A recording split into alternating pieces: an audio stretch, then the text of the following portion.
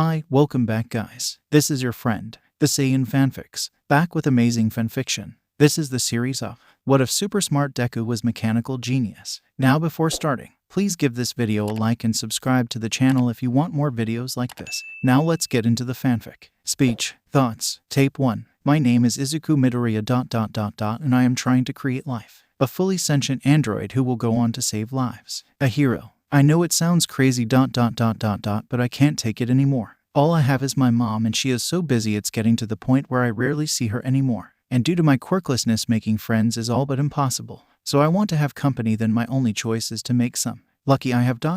well, let's just say an above average intelligence and a keen interest in machines.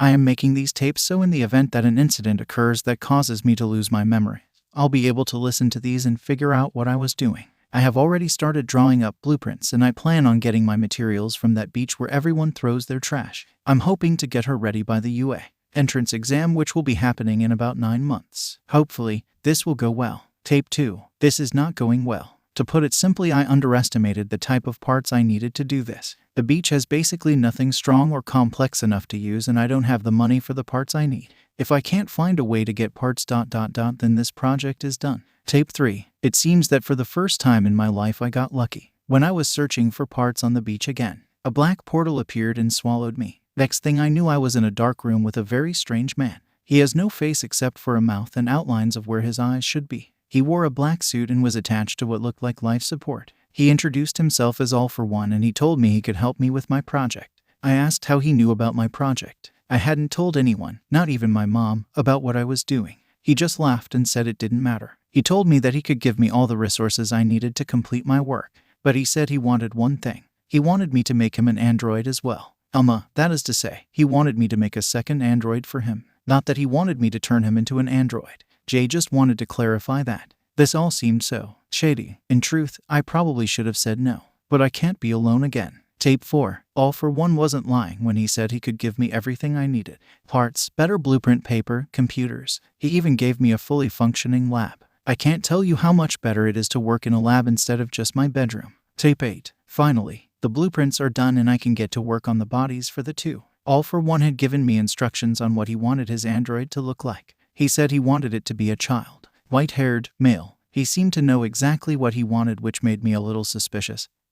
But at this point, there was no turning back. I decided I would make my android female since I was already making a male one, so I figured I would go for some variety. I know that a female android would technically be called a gynoid, but that sounds weird and I don't think it truly matters all that much. It's getting awkward to just call them the android that belongs to me and the android that belongs to him. Also, it kind of makes it sound like we own them, which doesn't sound right with me. I have decided to call her Sukui. It means salvation. I named her that because I hope she can be not just my salvation, but salvation to many different people as well. Tape 30. The bodies are nearing completion. I gave Sukui green wire-like hair with plugs at the end. These plugs will serve as a way to interface with any form of technology. It still looks like hair, but it's really shiny. It's actually really pretty to look at. Its bright green matches her eyes. She is somewhat muscular for a female, but not too much so. Just enough to support her weapons system. I've been trying to make her conventionally attractive. After all, many girls talk about how they wish they were prettier. And I don't want that for her. I want her to be happy with how she looks. The breasts were the most awkward part. I hesitated on giving her these, but one of the things I've heard girls complain about and bully other girls over is the size of their breasts, so my hands were tied. I hope I made them a decent size without making them too big ... God, this is embarrassing. She will be powered by a fusion reactor, and on top of that, I've also made it so that she can absorb solar energy and use it as power in case something happens to her reactor or if she needs to attack. Oh, right, I should probably talk about her weapons system. First and foremost, her strength is insane. At max strength, she could most likely pick up a bus. Her durability is about on the same level as her strength, so all in all, unless she gets in a fight with someone with a powerful strength enhancement quirk, she'll be fine. She is also very durable when it comes to elemental damage. Electricity won't be able to do any significant damage. She's totally waterproof and extremely fire resistant, although someone like Endeavor would still be able to destroy her. Her speed will be a few levels above the average person, although anyone with a quirk that can significantly boost their speed will likely still be faster. Lastly, for long-range attacks, I've given her the ability to blast condensed solar energy from her eyes. In other words, I gave her laser eyes. Her eyes will also be able to scan and analyze people, although I can't do much more with her sensors until I can make her sentient. All for One told me not to give his android any weapons. I won't lie, this did make me feel better about working with him, knowing that he could not use the android to hurt people. All I need to do is add the artificial skin. Then I can move on to the hard part, giving them life. Tape 33. So this is going to be easier than I thought. You see, what I need to do is take brainwaves and convert certain aspects of those brainwaves and turn them into new brainwaves. It's a lot more complicated than it sounds. At first, I was concerned that my inexperience would make things difficult. However, when I voiced this concern to All for One, he said he would partner me with someone who had experience with the brain. He calls himself the Doctor and he is a genius. He seemed very interested in my project and me. He asked me what I planned to do after my project was done. To be honest, I didn't really know. I guess I'll just join UA as support course and help Sukui with being a hero. Then he said something that concerned me. He said, "Why stop? You are creating a whole new form of life far beyond humans, much like mine." I asked him what he meant about that much like mine part. He didn't give me an answer. Tape 35. So I decided to use my own brain waves to make the baseline for Sukui. However, I also wanted to combine them with Kaken's. I've always admired Kaken's strength, his confidence, his willpower, his sheer desire to win. I would love for Sukui to have these traits. However, getting Kaken's brain waves would not be an easy task. I talked about this with All for One and he said he would take care of this. I told him he really didn't need to, mostly because I was concerned about Kaken. However, All for One seemed to read my mind and told me that he would be fine. I did not have the will to argue. The next day, All for One gave me a drive with Kaken's brain waves. I called Aunt Mitsuki and she said Kaken was fine. All for One is a very scary man. At the same time, All for One gave me the brain waves he wanted me to use for his android. The doctor instructed me to use these brain waves exactly and not to make any original ones. I told him that would make the android an exact copy of a person rather than a new person. They would even have the memories of that person. He said that was the point. For whatever reason, All for One wanted me to make a copy of someone. After analyzing the brain waves, I could tell that they were cut off at a certain point. Given the fact that the body for the android was that of a child, it seems like All for One wanted me to make a copy of someone as a child. Given that the android would have no weapons, I figured it would be fine to not look into this any further. After all, this might be a personal matter and I don't want to intrude. Tape 49. They're alive. They may not be up and moving around, but their programs are now sentient on a subconscious level. It's kind of like a baby in the womb after their brain has fully formed. Sukui's program is taking the thoughts and feelings from mine and Bakugo's brain waves and using them a foundation to form a new person entirely, with new feelings and new thoughts. All for One's android, who he still won't tell me the name of, is much simpler. His program is just taking those memories and emotions and making it so they can continue on as if he was the original person. Also, as much as I didn't want to do it, I added something into her programming, a safety precaution, to make sure that she would never be able to hurt an innocent person. It's about 2 months before the UA entrance exam. I should be able to get her up and running long before then. Tape 52. Tomorrow is the day these two will be fully operational. We have already installed the program into their bodies. Now we just have to wait for their subconsciousness to adjust to their bodies and become fully conscious. All for One took the body of his now fully complete android. He congratulated me on my success and thanked me for making him the android. A black portal opened and he told me I could keep the lab before leaving. After that, I was left with Sukui. Her fully completed form looked entirely human. The only thing that looked somewhat robotic was the plugs on the end of her hair, although people would probably just assume that it was her quirk. This will be my last tape. With the project complete and my memories still intact, I don't really have a need for these. Still, I think I'll keep these around. Might be nice to listen through them again one day. End of tapes. Third person. Izuku had stayed at the lab that night. His mother had been working late, so he was sure she went right to sleep that night. He woke up to find he had fallen asleep on the work table in his rolling chair. "Are you awake, father?" asked a sweet and somewhat robotic voice. Izuku froze. He looked up and found Sukui, upright, awake and looking right at him. Izuku backed up, startled by his creation, which caused him to accidentally fall out of his chair and onto the floor. "Oh," Izuku said. Sukui rushed to his side. "Father, are you okay? My sensors tell me that no damage has occurred, but are you in any pain?" Izuku didn't respond. He was too busy looking in amazement at his creation. "Father, is something wrong?" Sukui asked. "You're alive," Izuku said, his tone filled with disbelief. Sukui looked at him confused. "Yes, you made me perfectly. The fact that I am operational should not be a surprise. You're alive. You're alive," Izuku shouted as he leaped up with glee. Izuku started barraging her with questions. "How do you feel? Are you touch sensors working right? Do you still have any of Kaken's or my memories?" "Father, please slow down," Sukui said. "If I attempted to answer those all at once, it would be confusing. Izuku realized that he had gotten carried away and apologized. Sorry, it's just, I had doubts. The whole idea of creating life just seems insane even after all the work was already done. I guess I still didn't believe I could do it. Sukui was still confused. Father, why did you doubt yourself so much? Izuku didn't know how to answer that question. The numbers told him he would be able to do it, and after all, for one provided him with the resources, it should have been pretty clear that he would succeed. Still, to Izuku it was strange to think he could accomplish anything. After years of being called useless, to achieve something like this was. Tears went down Izuku's face. He had really done it. Father, Sukui said, alarmed by the tears. Is something wrong? Have I done something to upset you? Izuku tried to wipe the joyful tears from his eyes to no avail. No, it's just, I did it. Sukui had no idea what was going on. Tears were typically a sign of sadness, so why did her father seem happy? With her sensors not being able to figure out the best solution, she decided that she would just go with what felt right.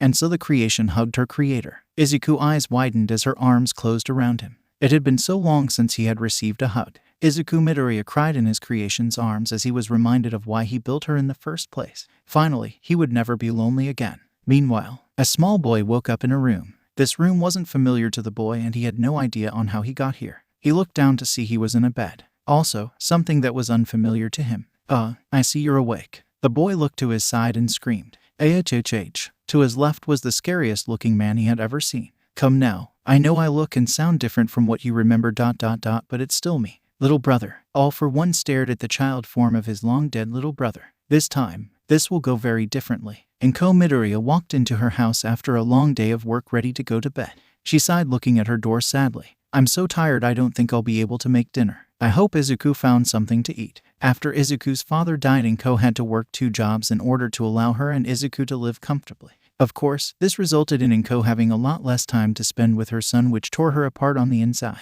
Izuku walked up to her door and opened it, walking past the doorway. She walked past the kitchen and she walked past her son sitting next to a girl she didn't know. Wait a minute. Izuku backed up to see that the girl was in fact not an illusion. Hello, grandmother, she said, giving her a bright smile. Thud. Mom, grandmother. The next day, Izuku opened her eyes and saw daylight. What a strange dream, she thought. Izuku remembered it was Sunday. Her one day off, so she didn't have to be in a hurry. I should make Izuku some breakfast. Izuku got out of bed, which she strangely didn't remember climbing onto, and opened the door. Hello, grandmother, are you feeling better? Izuku's eyes widened as in front of her was the exact same girl from what she thought was her dream. Izuku and Sukui started at each other speechless until Izuku walked up to them. Oh, good morning, Mom, he said, looking nervously between the two. Izuku looked at Izuku with a baffled expression. Izuku, who is this girl? And why is she calling me grandmother? Her name is Sukui, and the reason she's calling you grandmother is ...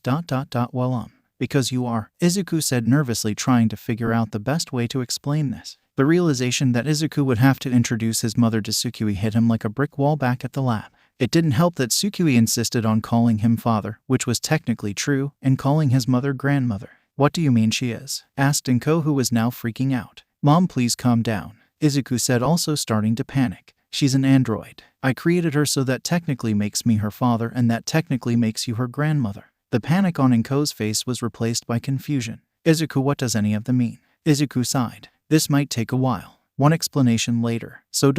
you made a person ... I in a lab, Izuku said, trying to come to grips with what Izuku had told her. Well, to put it simply, yes, Izuku verified. It was funny. Only a few days ago, Izuku had been worrying about never having grandchildren. Now here she was with an already teenage granddaughter right in front of her. Izuku, why didn't you tell me about this? Izuku asked her, panic returning. I'm too young to a grandmother. Well, you were so busy I didn't want to bother you. Izuku lied. In truth, he knew his mother would try and stop him, especially if she found out he had been working with such shady people. Sukui frowned as her built-in lie detector went off, telling her about her father's deception. She wondered why her father would lie about this. The aging, she didn't know anything about her creation herself. She decided she would ask him about it later, as she trusted her father enough not to expose his lie. Still, Izuku, why did you make her in the first place? Izuku asked. Well, because I thought it would be fun. Izuku lied once more. He hated lying to his mother, but if she knew the real reason, she would likely blame herself for his loneliness. You thought making me an early grandmother would be fun?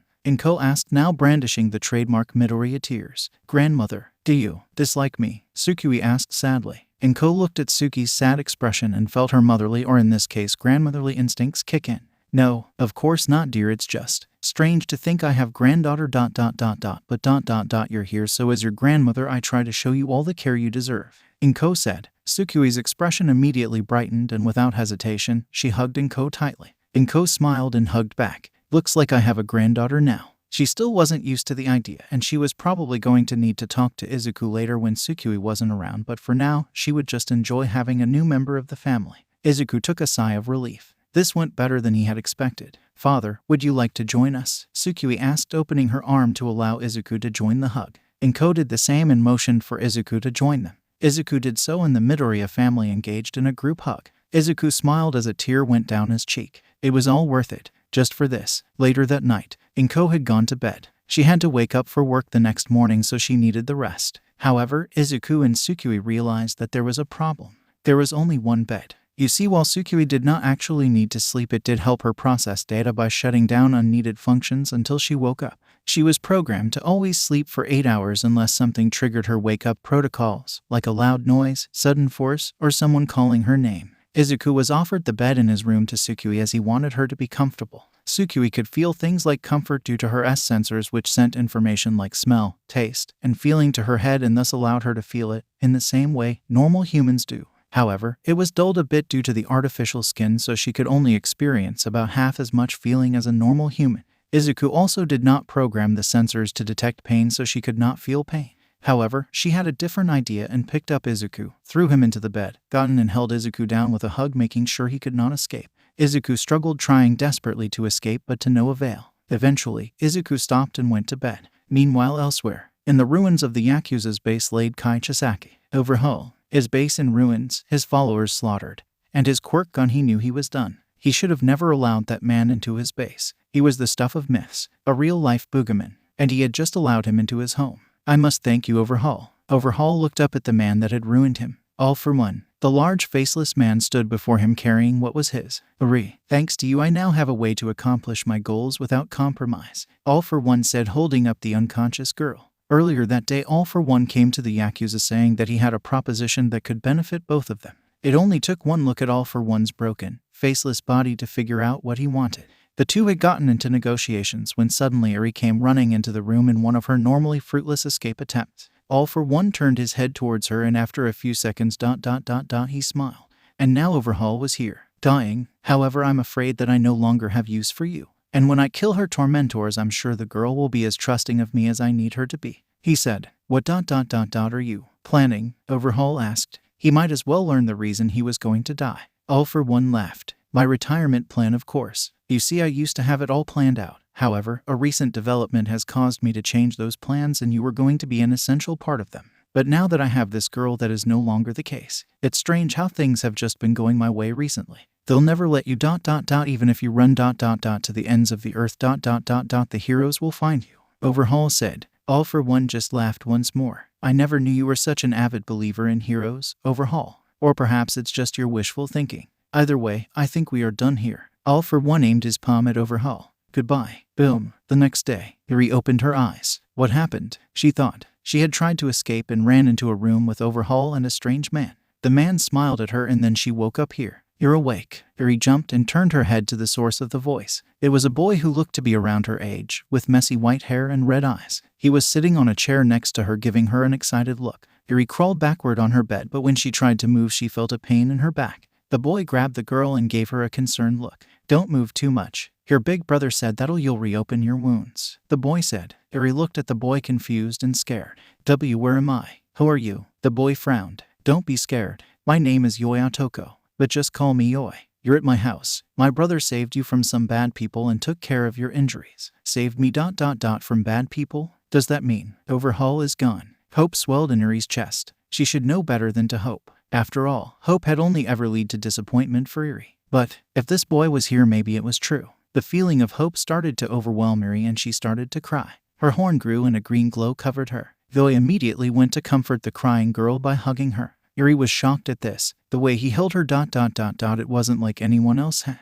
It was gentle and kind. Eri let herself lean into the hug, completely forgetting about her quirk, which didn't seem to be affecting the boy. For the first time since Eri could remember, she was allowed to cry. After a few minutes, Eri's tears turned to sniffles. Her horn had receded into her head and the glow was gone. Well, that was touching. Eri and Yoi looked toward the sound of the voice and found All For One staring back at them. Except he looked very different. No longer was he a faceless, with a body ruined by battle. No, now he was a large, well-dressed man, with white hair and red eyes. All For One had been restored to perfect health. Eri looked at the man and recognized his suit. It was the man who was with Overhaul. Aku, Yoi said, "You're back." Yoi ran up to his brother, who bent down to allow his younger sibling to hug him. The two embraced. All For One looked at Eri, who was giving him a fearful look. "Hello, Eri, my name is Aku Atoko, but please call me All For One." All For One said, separating from his brother and walking over to the scared child. "I saved you from those awful Yakuza, however in the fight they injured your back." This was a lie. In truth, All For One used his force quirk activation quirk on her in order to restore himself, injuring her back the process. "But you don't need to worry about them anymore," All For One reassured. "The heroes arrested them and they will never be able to hurt you again." "And never?" Eri asked, her voice trembling with all sorts of emotions. Happiness, disbelief, and hope the most prominent among them. All For One chuckled and patted Eri on the head. "Never." But this more, a few more tears fell from Eri's eyes as she leaned over and hugged All For One. "Gee, thank you." Finally, her nightmare had ended. Later at the doctor's lab, All For One emerged from a warp gate into the laboratory to see the doctor looking at the news. "I thought you were going to work with Overhaul." The doctor said the unasked question is why he killed the Yakuza. "I was, however, I found a better option." All For One said. "Oh, and what would that be?" The doctor asked. "The Yakuza were keeping a child captive, a young girl named Eri." All For One explained. "Her quirk allows her to turn back a person's biological clock. It is quite powerful." The doctor laughed. "I can see that. You look better than you have in years." All For One joined in on the laughter. "I suppose so. So what are you going to do with the girl?" The doctor asked. "If you don't have any plans for her, then I wouldn't mind taking her." "The things I could do with a quirk like hers." All For One shook his head. "My apologies. I plan to keep her around. After all, she and Yoi have gotten quite attached, and it's a good idea to guarantee that he always has at least one friend. After all, his appearance leaves him a target for social ostracization, and I would rather he not be miserable for the rest of eternity." "Oh yes, children can be quite cruel, can't they?" The doctor said. "Yes, although I suppose I should be thankful for that." All For One pondered. After all, if it weren't for that feeling of loneliness children get when they are alone, then Midoriya may have never started on his project, and I may have never my brother back. "True," the doctor said. "Speaking of Midoriya, what do you plan to do with him?" "He is far too dangerous too. I don't plan on doing anything to him." All For One said, interrupting the doctor. "I need him in case something happens to Yoi." "Didn't you take Overhaul's quirk? Could you not simply repair him with that?" The doctor asked, knowing that if Overhaul was dead, then there was no way All For One did not take his quirk. All For One shook his head again. "Yes, however, I have no knowledge of how his body works. If, say, his arm is destroyed, then I will only be able to reattach it to his body rather than making it fully functional." "I see," the doctor responded. "So you need the boy alive." "I will keep that in mind. However, what happens if Tamura goes after him?" All For One grinned. "I have a plan for that. Now shall we get to the reason I'm here?" Yes, that. Are you truly sure you want to retire? Now that you have been restored, you could kill All Might before he..." All For One cut him off once more. "No, I have tried to kill off the One for All users before they passed on the quirk, many times. However, somehow, someway they always persist. As a villain, I've had a good run. Many villains don't even get to retire, and until recently I had planned on being one of those villains. But now that's changed. I have my brother, and I'll just go for my retirement now before something happens to mess it up." The doctor sighed. "Well, are you sure about giving up that many quirks?" All For One nodded. "Once I give All For One to Tamura, my body won't be able to support having all these quirks inside me. However, I will be able to keep the ones I require, so it doesn't matter all that much." "Well, if you're sure," the doctor said sadly. "I'm going to miss you, old friend." All For One gave his signature smirk. "And you." The next day, Tamura looked in horror as his sensei lay dying. In all his years with him, he had never seen him on a bed. But it seemed like the wounds he had gotten from the fight with All Might all those years ago were now too much for him. "Sensei, please, you can't die. Don't leave me," Tamura cried. "Tamura," All For One said in a weak voice. "I'm sorry, but I can't hold on for much longer." All For One coughed and blood came out. "Tamura, I have one last gift for you," All For One said. Before Tamura could ask what it was, he felt All For One's palm around his face. Suddenly, a weird sensation filled Tamura as he felt something enter his body. And just like that, it was done. "Sensei, what?" "Tamura," All For One said, cutting his protege off. "I have given you my quirk. With it, I know you can achieve your goals." "Sensei," Tamura said in disbelief. All For One coughed up some more blood. "It's almost time," All For One said. "Before I die, I need you to promise me something." Tamura gave his teacher a determined look, one that All For One had rarely seen on him. "Anything," There is a boy ... with green hair ... His name is Izuku Midoriya. He did me a great favor in the past, one I can never repay him for. You must promise me to never bring him harm. All for One explained. I promise, Tamura said. He had never heard of this boy before, but if his sensei wanted him unharmed, then Tamura wouldn't lay a finger on him. All for One smiled. Good. Thank you, Tamura. I know you will make me proud. And with those last words, All for One went limp and the heart monitor he had been attached to flatline. Tamura held the hand of his master with his pinkies not attached so he didn't disintegrate him. I promise you, sensei, I will make All Might pay. A few hours later, after Tamura had left, the only ones in the room were Kurogiri and the seemingly dead body of All for One. Seemingly being the K-word. After a few minutes, Kurogiri spoke. I believe he is gone. All for One rose from the table with a yawn. Finally, I was worried he was going to take my hands with him. It would not be hard to picture, Kurogiri said. All for One detached himself from the fake life support machines and took off the face mask he had been using to make it look like he was still injured. Have Yoi and Eri been moved to the location? All for One asked. Of course, Kurogiri said. Did you send the letter? All for One asked, reaching into his pocket. All Might should be reading it by morning. Kurogiri answered, divided by. Good, replied All for One. Then this is where we part ways, my friend. Kurogiri bowed. It had been an honor. All for One took out a needle from his pocket and injected Kurogiri with it. Kurogiri reacted violently, his body spasming for a few seconds before he got his bearings. Trigger. The place All for One needed to go was far past the range Kurogiri was capable of, so the drug was required. And with that, Kurogiri opened a warp gate, far, far away from here. All for One stepped through the warp gate and found himself in a farmhouse. The warp gate closed behind him, and with that, All for One was officially retired. Izuku sighed. He had just finished hacking Tsukui into the system. The Midoriyas were not exactly a notable family. As far as the government was concerned, they were just an average family. So it was safe to say no one would notice if they suddenly gained a new family member. Of course, she was registered as his sister because someone might notice if it was listed that a 15-year-old was listed as the daughter of another 15 years old, which was another problem. Tsukui would not stop calling him father. According to her, calling him anything else felt uncomfortable, which would be a problem if they tried to register the normal way. Hence the hacking. Izuku looked at the clock. It was almost time for school. Tsukui had been registered as being homeschooled, which if anyone actually looked into the Midoriyas, they would be able to figure out something was up, considering Inko's work schedule is packed and Izuku's father was dead, so no one would be able to homeschool Tsukui. But once again, no one cared. For once, Izuku was glad he was unnoticeable. Izuku got his book bag and met Tsukui at the door. Father, you are heading to school, yes? Tsukui asked. Yes. Is there something you wanted? Izuku asked, finding it strange she was just standing by the door. I would like to walk with you, Tsukui said. I am aware I cannot enter the school building due to me not being enrolled. However, I would like to accompany you to the building. Izuku smiled. This is exactly what he wanted. He had always looked at pairs and groups of friends walking to and from school, and his feeling of loneliness grew. Of course, Izuku said. Tsukui smiled back. Then it would be best to leave at this time. Tsukui pulled 2 brown bags. I may not have been programmed with the knowledge of cooking, however I believe I have discovered the basics of the sandwich. Izuku honestly found it adorable how excited she was about making a sandwich. Wait, Izuku noticed something. There are 2 bags. Tsukui nodded. Yes, one for your breakfast and one for lunch. Izuku's heart melted. Even if it was just a sandwich, someone made food for him. Father, we had better leave at this time, Tsukui said, using her built-in clock to tell the time.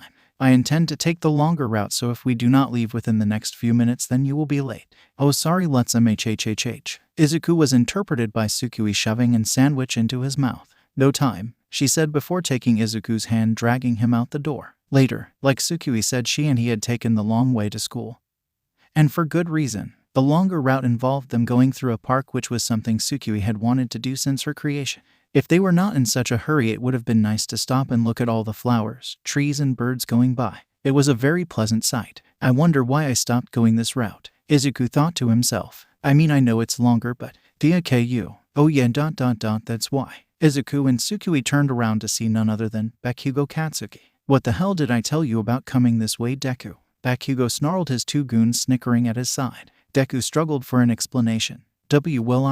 What exactly is the issue with us going this way? Tsukui asked, cutting Izuku off. Tsukui knew who Bakugo was. However, her memories of him were incomplete. All the memories of him she had been exposed to stopped after they reached the age of 4. The issue, Bakugo snarled. The issue is that I don't want to see Deku's fucking face any longer than I have to. Tsukui was taken aback. She knew that people changed over the years, but this was just so different from what she had seen of him in her father's memories. Why? Tsukui asked, trying to figure out how different he was from the memories she had of him. What the fuck is with all these stupid questions? Bakugo said. Why the hell would anyone want to look at Deku? I already have to put up with having him in the same fucking class. Like hell I'm gonna let him walk the same way I do. Yeah, one of the goons said in the background. Bakugo got closer to Tsukui. Who the hell even are you? Deku's fucking girlfriend. Tsukui glared at him. My name is Izuku Midoriya. I am his daughter. Everyone was silent. Izuku's face was in his hand as he tried in vain to hide his embarrassment.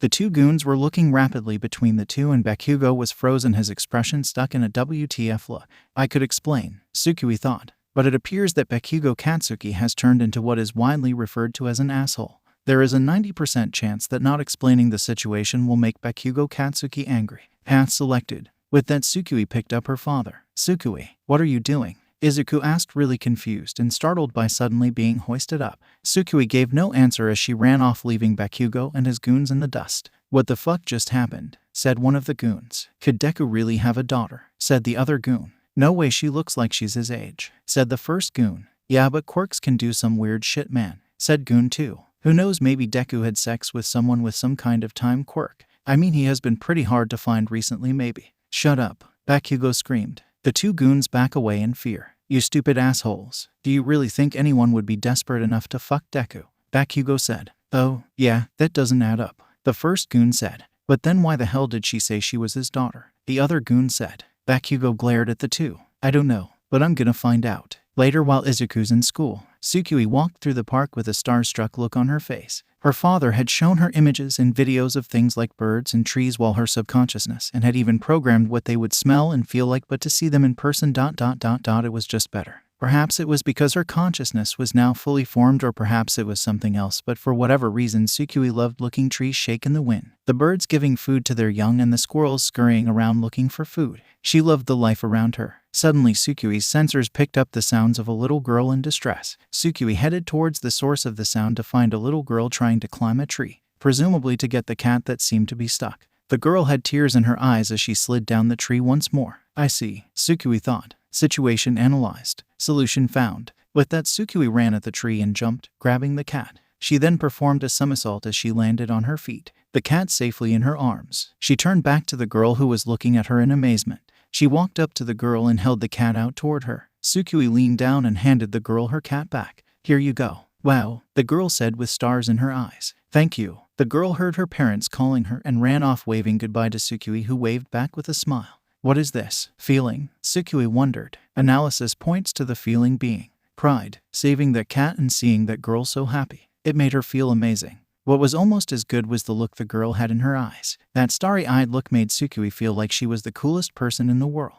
I mean, if I think about it, I am pretty amazing, Tsukui thought to herself. I am the first fully sentient android made to save lives and kick butt after all. Tsukui put her hands on her hips and smirked. Father truly is the greatest mind on earth, and lady. Tsukui looked to the side to see a young boy looking at her strangely. Are you okay? You're just standing weirdly and yelling things at no one. Yelling? I could have sworn I had kept that monologue exclusive to the confines of my head. Could this be a glitch? She wondered. I will have to ask father about this. I am fine, little boy, Tsukui said. It was simply a possible programming error. The boy tilted his head in confusion. You're a weird lady. Later, after school, Izuku packed up as quickly as he could. Normally, Izuku ended up leaving a little later than everyone else. However, today he was eager to get as far away from Bakugo as he could. He knew that he would be extremely pissed off after what happened in the park, and this idea was enforced by the fact that when Bakugo entered the classroom, he gave Izuku a look that almost made him faint on the spot. However, strangely enough, Bakugo was nowhere to be seen at the end of class. Izuku pondered this as he walked to the exit.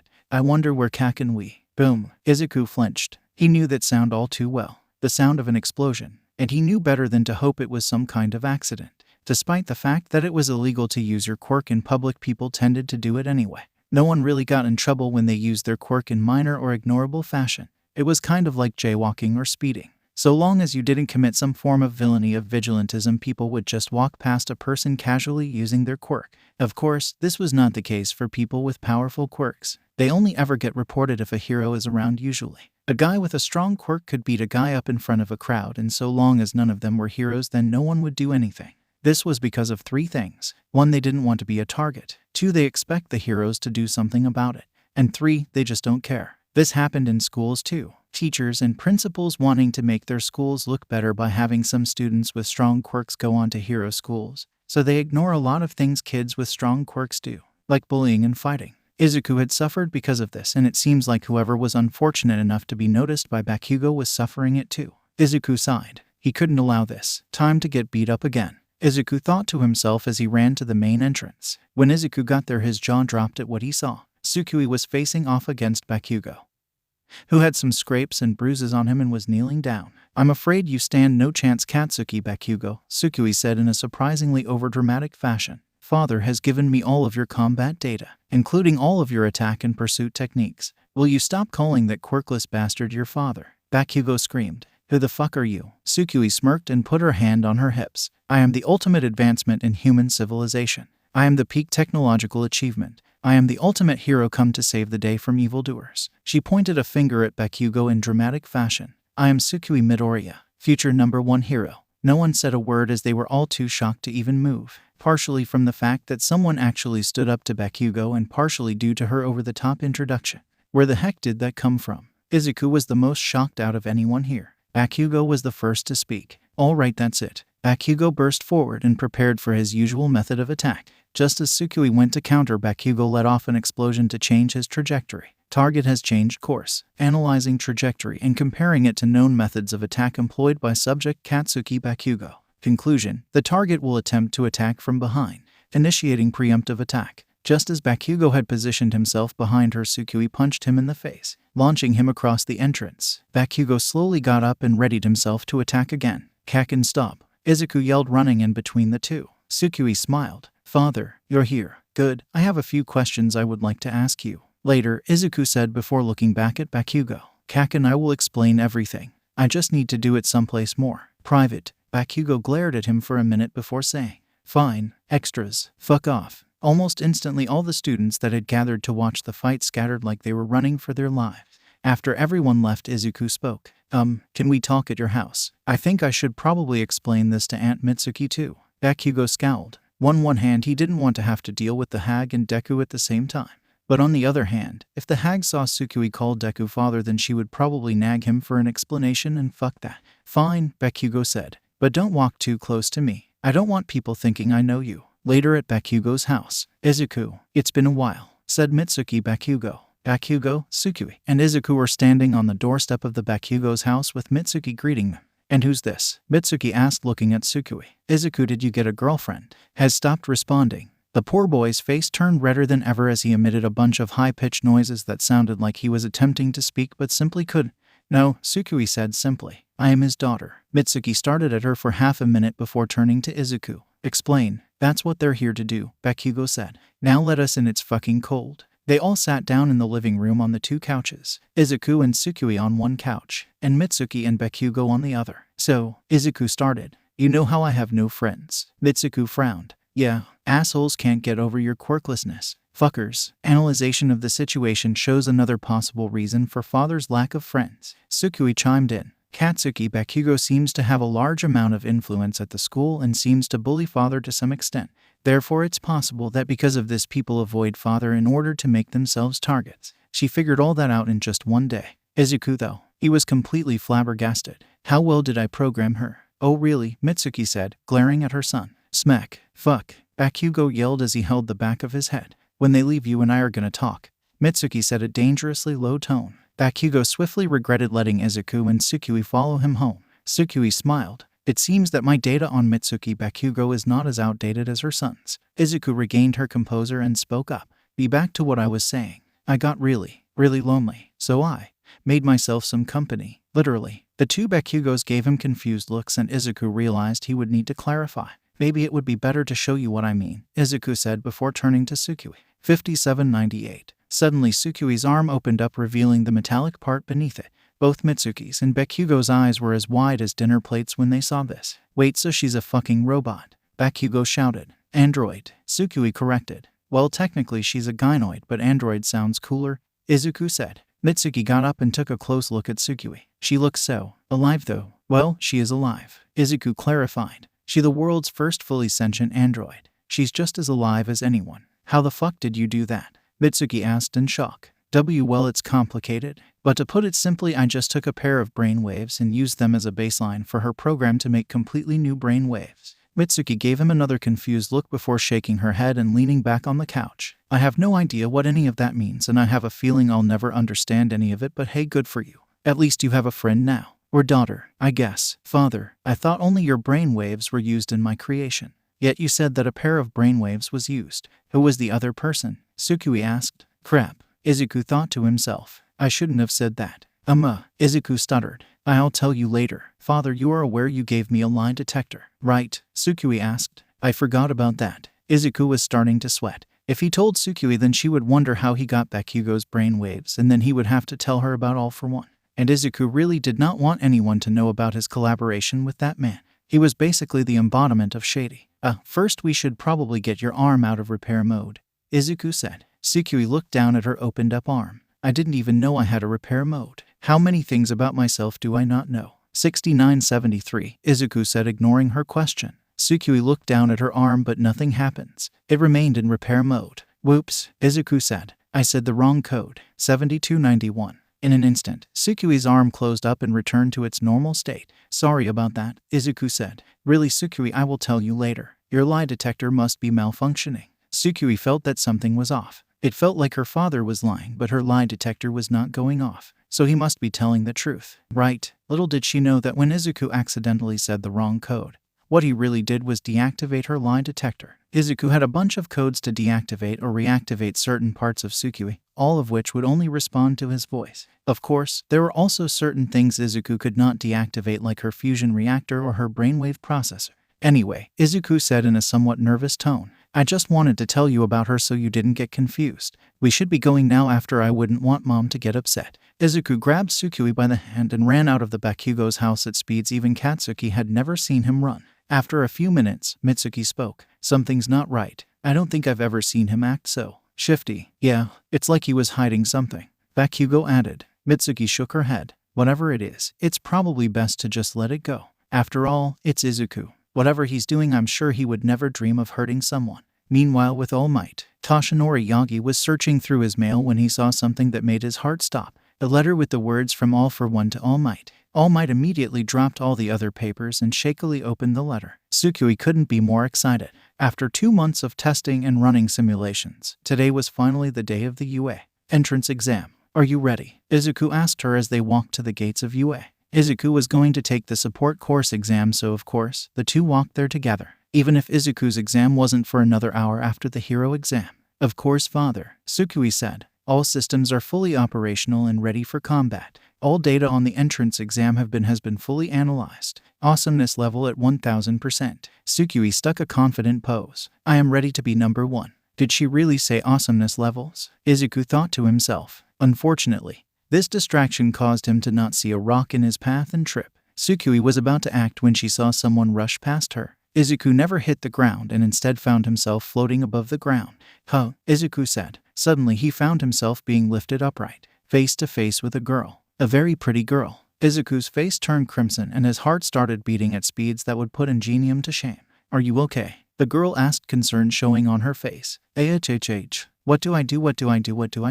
Izuku was freaking out hard. The girl then came closer. You look really red. Are you sick? Unfortunately, she had gotten a bit too close for Izuku to handle, and so the boy collapsed onto the floor unconscious. What? Yelled the now extremely confused girl. Father, Tsukui shouted as she ran to her creator's aid. Wait, what? Asked the now even more confused girl. After confirming that her father was all right, Tsukui faced the girl. I apologize, she said. Father is not quite adept at social interactions. He is especially bad at speaking to members of the opposite sex. Okay, the girl said, still not sure what exactly was happening. Why did you call him father though? Because he is my father, Tsukui answered. But he looks like he's 15. The girl said. And you look like you're 15. Yes, Tsukui responded. There was a pause as the girl tried to comprehend the situation. Well, I need to go now. Bye. The girl said, walking away from the two. What an interesting quirk she had, Tsukui thought to herself. Hey, Tsukui turned around to see Bakugo walking up behind them. What the fuck happened to him? He asked, looking at Izuku. He talked to a girl, Tsukui answered. There was a short pause before Bakugo just walked away. I think that may be the nicest interaction I've had with him, Sukui thought to herself. Suddenly she realized something. The test is going to start soon. I'd better get father to a teacher so they can take him to the nurse or something. With that, Sukui picked up Izuku and ran off to find a teacher. After a few minutes, she found Midnight directing students to the exam room.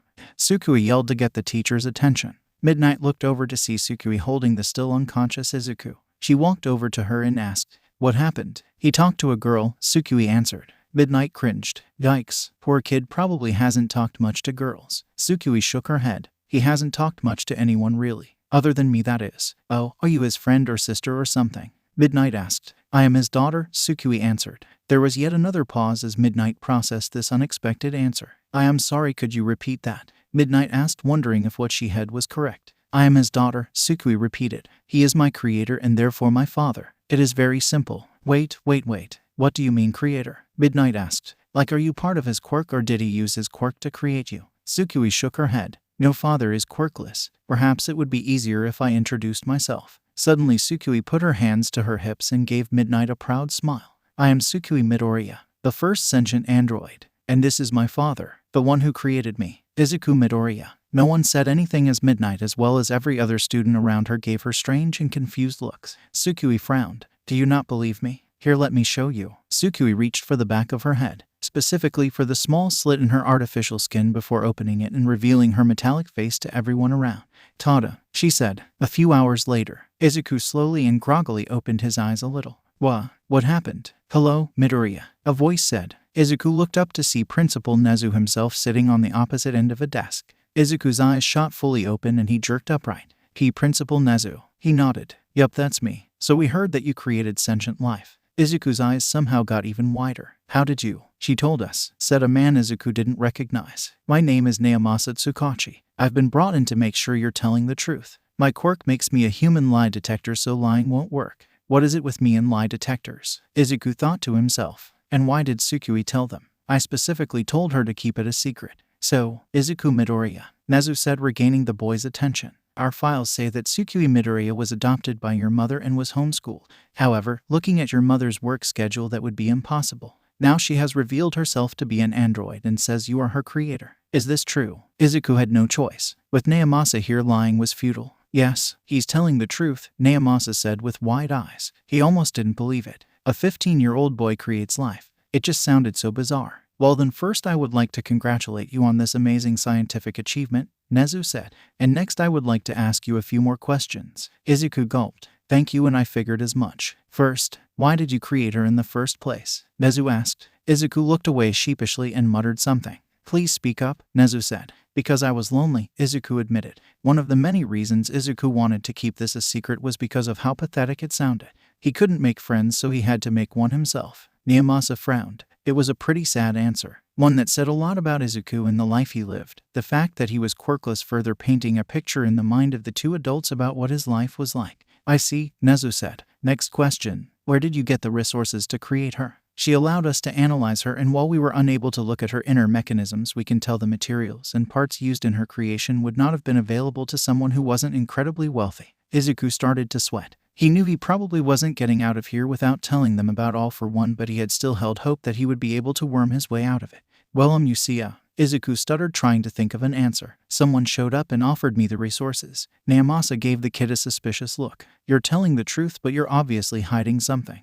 Kid, you know you're not getting out of this, just tell us everything." The pressure was too much. Izuku cracked. "When I was looking for parts, a portal sucked me up and I met this man. He said his name was All for One." The statement sent shock throughout the room. Nezu even lost his ever-present smile. Naomasa looked at Nezu and the two nodded. "Give us a moment," Nezu said. He and Naomasa walked outside his office. "We need to call All Might," Nezu said. Half an hour later. "Nezu, Naomasa, you said I was needed for something," All Might said as he walked into the office. Then he spotted Izuku and freaked out slightly. Hello there, young man." "Hello," Izuku said. "Yagi, this is Izuku Midoriya," Nezu said, introducing the two. "He is responsible for creating the world's first sentient android." "Oh," All Might said. "That's ... good. You have no idea what that means, do you?" Naomasa asked. "Not at all," All Might admitted. "He made a robot that's alive," Nezu simplified. Oh, All Might said, now giving the appropriate reaction. "That's ... that's amazing."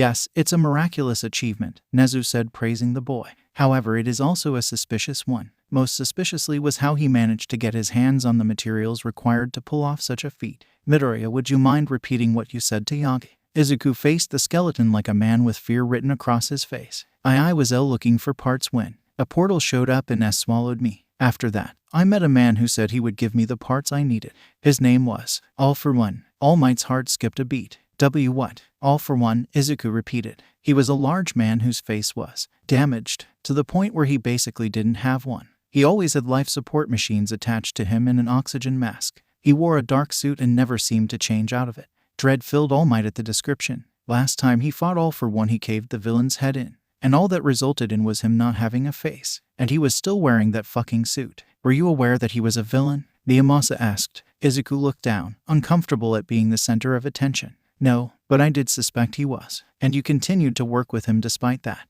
Nezu asked. Tears started rolling down the boy's eyes as the pressure and attention was rapidly overwhelming him. I didn't have a choice. You know how impossible it is to make friends when you're quirkless. And my mom has to work 2 jobs so that way we can stay afloat money-wise. It was either work with him and make the androids or be alone for the rest of my life. Izuku was crying now. He really didn't want to work with All for One, but he justified it to himself by reminding himself that he didn't know if All for One was a villain, making excuses for his shifty behavior and evil laugh. But now here he was with all his suspicions confirmed, and Izuku felt guilty as hell. All Might gave the boy a look of pity. He knew exactly how hard it was to make friends when you're quirkless. All Might himself wasn't able to make any friends until Nana passed down one for all onto him. But while the word quirkless caught All Might's attention, there was another word that caught Nezu's attention. But before he could ask questions about it, he would have to calm down the boy first. Nezu pulled out a box of tissues and put them in front of the boy. It's okay, Midoriya. You had no idea that All for One was a villain, seeing as he is a government secret and listed as officially dead. You will not be arrested or anything like that. We just want information. This managed to calm Izuku down, if only slightly. He took the tissues and wiped away most of the tears and snot that had run down in his eyes and nose. I'm sorry, Izuku said, but deep down I did know that he was a villain. And, legally, since All for One is not publicly known, even if you did work with him, you still technically have not broken the law so long as you didn't perform any illegal actions yourself. Did you perform any illegal actions? And not to my knowledge, Izuku stuttered. But, then you're fine, Nezu said, cutting him off. You're not in any trouble, kid. But, this feels wrong, Izuku yelled. I worked with a villain. I shouldn't just be able to get away with it. He felt a hand on his shoulder and he looked up to see All Might looking down at him. Young Midoriya, by answering our questions you could give us information that could lead to the dismantling of his plans.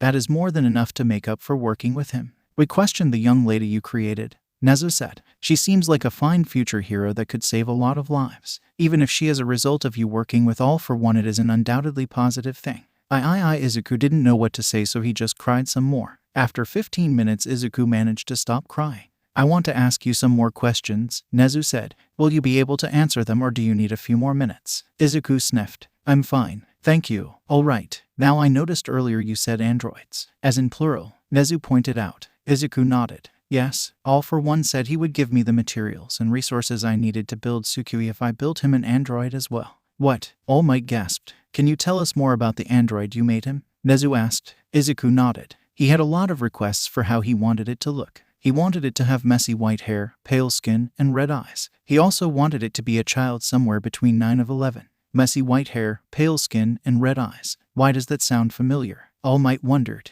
Also, I made Tsukui by using other people's brain waves as a baseline to form new brain waves, making them a whole new person, Izuku explained. But All for One wanted something different for his android. He asked me to use just those brainwaves, making it a copy of whoever they got the brainwaves from. But not only that, when I looked at the brainwaves, I found that they were cut off at a certain point. So it seems All for One wanted you to recreate a person, Nezu theorized. And he wanted that person to only remember up to a certain point, perhaps only up to they were a child. But why? Miyamasa asked. Did you give this android any weapons? Izuku shook his head. No, strangely enough, he asked specifically that he have no weapons systems whatsoever. It still has some super strength, but any pro hero would almost certainly be able to beat it. So if I had to guess, whoever he had me build had a strong sentimental connection to him. Suddenly it clicked. His brother, All Might yelled. Now he remembered why that description sounded familiar. The first user of One for All. He had seen him in a vision once and he matched that description exactly. It must be his brother. There isn't anyone else that monster could possibly have a connection to that strong enough to warrant going out of his way and revealing himself. I suppose that makes sense, Nezu said. Midoriya, when did you finish building these androids? About 2 months ago, Izuku answered. That's around the time All For One sent you that letter. Naomasa realized. You're right, All Might said. But why would he revive his brother so close to his death? Wait, death? Izuku butt in. Well, I don't think he had much of a choice, Nezu said, ignoring Izuku completely. I don't think anyone but Izuku could basically revive the dead. I can't really revive the dead. Izuku butt in again. It's more like I created a copy of that person. Like a clone but made of metal. Also, what do you mean by close to his death? Yagi was sent a letter by All For One stating that he had just died. Naomasa, and what you said about his injuries makes that seem more believable. Wait, why did he give Mr. Yagi a letter? Izuku asked. There was a brief silence in the room before Nezu spoke up. Midoriya, could you wait a moment while we talk outside? The principal said. Sure, Izuku said. He felt like he was in way over his head. The adults left the room once more and stood outside of the office. What are we gonna tell him? All Might asked. Everything, Nezu said. The two looked at him like he was crazy. Nezu, do you really want to tell all these important, dangerous secrets to a 15-year-old? Naomasa asked. That could make him a target. He created life. Nezu pointed out. He will never not be a target now. He also already knows about All For One, and I have a plan for him that would require him to know about these things. And what plan is that? All Might asked. Just trust me, Nezu said. The other two sighed. They hated when Nezu tried to be dramatic. Well, you're the one with the intelligence quirk, Naomasa said. The adults walked back into the room. All right, Midoriya, we have some very important things to tell you, Nezu said. These things are to remain top secret at all times. You are not allowed to tell anyone about what you hear in this room today. Do you understand? Izuku gulped and nodded his head. What have I gotten myself into? What's taking so long? Tsukui wondered as she waited on the couch at home. After she had delivered her brother to the heroes, she had been asked if they could analyze her. She said yes and had to go through hours of testing and questioning. Afterward, they put her through the UA entrance exam, except with just her participating. Then they just told her she was in. No waiting or suspense, they just told her she was in. That honestly didn't sit right with her. It was pretty obvious they were treating her differently because she was an android, which in hindsight it was pretty obvious that something like this would happen. But what else was she supposed to do? Keep it a secret as her father wanted. Tsukui found that hiding her species, I guess you could call it, was a waste of time and effort. If she got significantly burned, then her fake skin was gone and she would be exposed. After the test, they sent her home. She protested, saying that she wanted to wait for her father, but they said it would be a while until they were done with him and insisted that she went home. Many hours later, and her father had still yet to return, and Tsukui was tempted to walk up to UA and bang on the door. Suddenly the door opened and in walked her father. Why did you tell them? He yelled. Tsukui shrugged. Trying to hide it is pointless. The minute my fake skin gets torn or burnt off, then everyone knows anyway. It just seemed like a lot of effort for something that ultimately won't matter. Oh, Izuku deflated. When she put it like that, it made what she did seem somewhat logical. Tsukui noticed a briefcase in her father's hand. What's that? Izuku looked at the briefcase. This is a bunch of papers that me and Mom have to go through. Also my diploma. Wait, what? Tsukui yelled in shock. Izuku sighed. Nezu said that me going through the support course would be a waste of everyone's time, seeing as I'm already so smart. So he put me in the support course and then immediately graduated me. Wow, Tsukui said. I see why people say Nezu is so smart. It's about time you got the recognition you deserve. Izuku blushed. Asked Tsukui. I didn't really do anything worth recognition until I made you. The door opened again and Inko walked in. Oh, hi Mom, Izuku said. Inko gave an exhausted smile. Hello Izuku, Tsukui. Hello, grandmother, Tsukui said. Mom, we need to talk, Izuku said. Inko yawned. Izuku, I'm really tired. Can't this wait until later? Izuku shook his head rapidly. No Mom, this is really, really important. Does it have to do with those papers you were talking about? Tsukui asked. Yes, Izuku said, opening up the briefcase. These are government papers that you and I need to sign so I can work for UA. Oh, is that all? Inko said. She tiredly walked up to the table, pulled out a pen and signed the spots on the paper that said parent sign here. Good night, Inko said as she walked away. Mom, do you know what you just signed? Izuku asked. Inko didn't respond and just walked into her room. Izuku sighed. We'll just explain it to her in the morning. The next morning, after one explanation. I signed what? Inko screeched. It was a waiver allowing me to work at UA. Izuku repeated. Because I'm still only 15 UA. And the government wanted your permission before I could officially work at UA. But Inko stuttered. You're too young to be. Mom, I know you're concerned, but if you look right here, Izuku said, pointing to a spot on the contract, you'll see how much I'd be getting paid. Inko looked, and after seeing the number, her eyes widened. Oh my god. After this, you won't have to work 2 jobs, Izuku said excitedly. You won't have to work any job. But, Izuku, the contract says you'll be an engineer. What does that involve? Inko asked. Izuku cringed. I can't tell you. Well, why? Inko asked. Because it involves a lot of top secret things that I will never be allowed to tell you, Izuku explained. But let me just say this. I will be building stuff. That's really vague, Inko said. Are you really sure about this? Izuku nodded. Yes, and besides I am a graduate now, so I need to find a job anyway. Inko looked hesitant, but she saw the determined look in her son's eye and knew she only had one choice. Inko sighed. Well, I already signed the paper. Izuku jumped for joy and then hugged his mother. Thank you. Inko smiled and hugged her son back. I have to go to work, honey. After all, I feel like I should quit in person. Izuku smiled as a few tears of joy dropped from his eyes. I have to go to UA and give them the papers. After the two separated, Inko left for work and Izuku was at the door. Father, Sukui said, getting his attention. Let me come with you. Izuku smiled. Okay, I don't think my job is gonna start today, so it should be fine. Later at UA, Izuku and Sukui walked to the gates and found that Nezu was waiting for them. Good morning, Midoriya, Nezu said. Good morning, Principal Nezu, Izuku said. Nezu turned to Sukui. And good morning to you, Sukui. Hello, Sukui said. I hope your mother signed those papers, Nezu said. Izuku handed Nezu the briefcase. She did, and I added the list of materials and other things I'll need for the project. Nezu opened the case and looked through a bunch of papers. Good. We'll order the supplies immediately. Izuku smiled. Thank you. The sooner we get this done, the better. That's right, Nezu said. If you know who is alive, God knows what he's doing. Meanwhile, with you know who, all for one side. Another easy day of farming. For most people, working a huge farm by yourself would be an almost impossible task. But for all for one, this was simple. He went back to the farmhouse. Yoi and Eri were at school, so the only sounds in the large barn were the sounds of the farm animals and the wind. All for one side. To think, after all these years I would get a happy ending. I almost can't believe it. I half expect All Might to burst through the wall and ruin everything. The thought of All Might made All for one chuckle. I wish I could have seen the look on his face when he read that letter. The former villain used his telekinesis quirk to push bucket underneath the cows and milk them using the same quirk. While he was doing that, the duplicates that he created that morning were planting seeds in the fields. All this while All for one was collecting eggs from the chickens. You know, this is a nice change of pace, he thought to himself. Doing one thing for so long gets boring after all. I wonder what I'll do after All Might and his compatriots have died and everyone forgets about me. Maybe I'll be a teacher or a doctor, or perhaps I'll go into the hero business myself. All for one had to keep himself from bursting into hysterical laughter so he wouldn't drop the eggs. As funny as that would be if I did that, I have no doubt Yoi would put on a cape and insist to be my sidekick.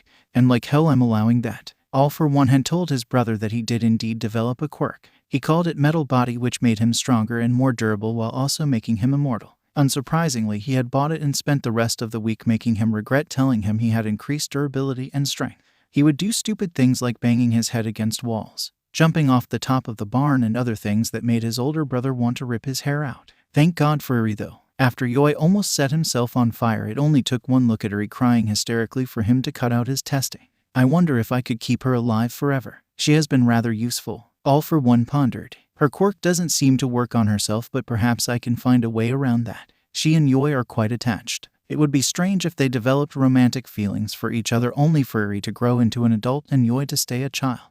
All for one shivered at the thought. Maybe I can have Midoriya turn her into a robot or something. Although if he doesn't know about me already, he certainly will soon. There's no way that walking bundle of nerves is keeping his collaboration with me a secret. Hopefully, Tamura will distract them so they don't pay me any attention. And even if they don't, I have this town to keep me protected. The town of Hidajichi was a nice little town. Small enough to the point where everyone knew each other's name, but big enough to be comfortable spacing-wise. While it was pretty remote, but it was still up-to-date technology-wise. It was a pleasant town with pleasant people, innocent people, people who the heroes would want to keep safe. And if any heroes tried to pull any funny business, they would get one warning before he reduced the town to a crater. Yoi should be durable enough to survive the blast so long as he wasn't directly hit by it, and he was sure that regardless of Midoriya's opinion of him, the boy would never allow someone as innocent as Yoi to die and wound repair him. Her would lose Eri, but what could you do? Maybe her head would survive and he could convince Midoriya to make a robot duplicate of her. Although All for one was sure he wouldn't need to think about that. Any hero worth their salt would never risk that many lives, and any heroes that would All for one could take out without needing to blow up the town. All in all, it was a foolproof requirement plan. He had nothing to fear. A few hours later, All for one was slightly afraid. It had been 3 hours since school let out, but Yoi and Eri had yet to return. All for one had a scanner quirk that allowed him to know the location of everyone in town. Everyone but Yoi, most likely due to the fact that he is a machine. Eri had been running around the town, but All for One had no idea why or if Yoi was with her. He sensed her coming back and crossed his fingers that Yoi was with her. The two children walked through the barn door and All for One breathed a sigh of relief. "Where have you two been?" All for One demanded. "You're 3 hours late. Do you have any idea how concerned I was?" The two hung their heads, Yoi in shame and Eri in fear. "Sorry, bro," Yoi said. "I was helping out around the town and it took longer than I thought." All for One sighed. "Oh, of course. How could I forget that heroic nature of his?" The same heroic nature had gotten the original Yoi in plenty of trouble and didn't look like Midoriya programmed that out of him. Sorry," Eri strutted. The girl was always on guard around him. She knew that he was evil. He just eliminated this sinister aura that Eri knew she couldn't trust. She didn't dislike him. After all, he did save her from overhaul, but she always got the feeling that at any moment he was going to eat her. All for One shook his head. "It's fine. Next time just tell me before you do something like this again." "Of course," Yoi exclaimed. "Why yeah," Eri said. The former villain smiled. "Well, you two go upstairs. I'll call you when dinner is ready." Yoi and Eri ran upstairs to their shared room. "Hey, Eri," Yoi said. "You seemed kind of nervous. You okay?" "Why yeah," Eri stuttered. Yoi frowned and walked over to her. "Hey, it's okay. Big bro might be scary sometimes, but he's cool. You don't need to worry and if he gets angry. I'll take all the blame for whatever happens." Yoi gave her a determined smile. Eri teared up a little bit. She still wasn't used to this, to someone being so nice to her. She hugged Yoi and Yoi hugged back. "I'll never let anyone hurt you again, Eri. I promise." Back with Izuku and Tsukui, the two of them were preparing for bed. Inko had offered to get Tsukui her own bed, but Tsukui said she would just sleep with her father, much to his embarrassment. "Tsukui," Izuku said, gaining her attention. "There is something I need to tell you." Tsukui smiled. "At last some answers. The other half of your brain waves they come from Kaken," Izuku revealed. Tsukui's smile dropped. What? Why? Well, Kaken had a lot of determination, and I admired that a lot so when it came time to make your brainwaves I figured I might as well use some of his too," Izuku explained. Tsukui was dumbstruck. She had no real expectation of who he got those brainwaves from, but she didn't think it would be that asshole. "How?" she yelled. "How did you even get his brainwaves? I doubt he would agree to something like that." Izuku started looking around nervously, avoiding eye contact. "Well, you see, I can't tell you that. Basically, all the information on your creation is top secret, even to you." "But that's bullshit," Tsukui said. "Why can't I know how I was created?" Izuku sighed. "Maybe because you're really bad at keeping secrets." Tsukui wanted to protest, but she couldn't really argue with that. Literally the only secret she had been asked to keep, she had told to basically everyone. The internet had exploded with news of a robot girl with green hair. There weren't any pictures, but she doubted that anyone wouldn't recognize her as the one everyone was talking about. UGHHH. Tsukui groaned. All of this was so frustrating. "I'm sorry for all the complicated stuff," Izuku said. "It's pretty hard for me to comprehend. But it's important. Really important." Tsukui just pouted, but suddenly she realized something. "Does that mean that he's my mom?" Izuku went pale. No. He is like an uncle or something. His contribution was really minor and could have been kept out for the most part. Please never call him that." Tsukui gave a sigh of relief. "Good. I would rather have literally anyone else be my mom. Then again, seeing how you are with girls, I doubt that will ever happen." Izuku turned red with embarrassment. Asked Tsukui. She rolled her eyes and went up to Izuku. "Well, time for bed." Izuku found himself being picked up and thrown into the bed. "Why didn't I see this coming?" Tsukui jumped in bed and wrapped her arms around her father's neck, making him struggle to breathe.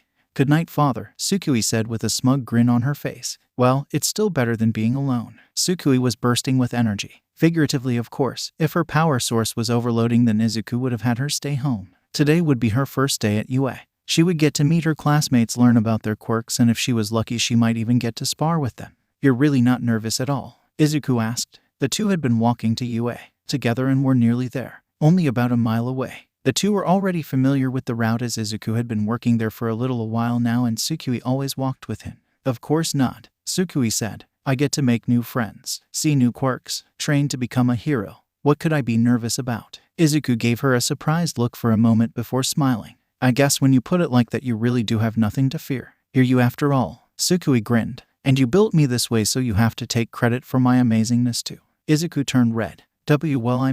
Suddenly Izuku found himself getting hoisted over Tsukui's shoulder. "I want to get there early, so we need to go," she said before speeding off. "Tsukui!" Izuku yelled as his already red face turned crimson from being carried. Later, Tsukui scanned the halls looking for her classroom. It didn't take her long as the entrance was a large door with one eye on it. She stood in front of the door with a large grin on her face. All right, this is it. My class for the next 3 years, Tsukui said to herself. She opened the door. Take your feet off the desk, shouted a blue-haired boy. It is disrespectful to the students who previously used them. Bakugo glared at him. Who the fuck cares? Fuck, Tsukui said.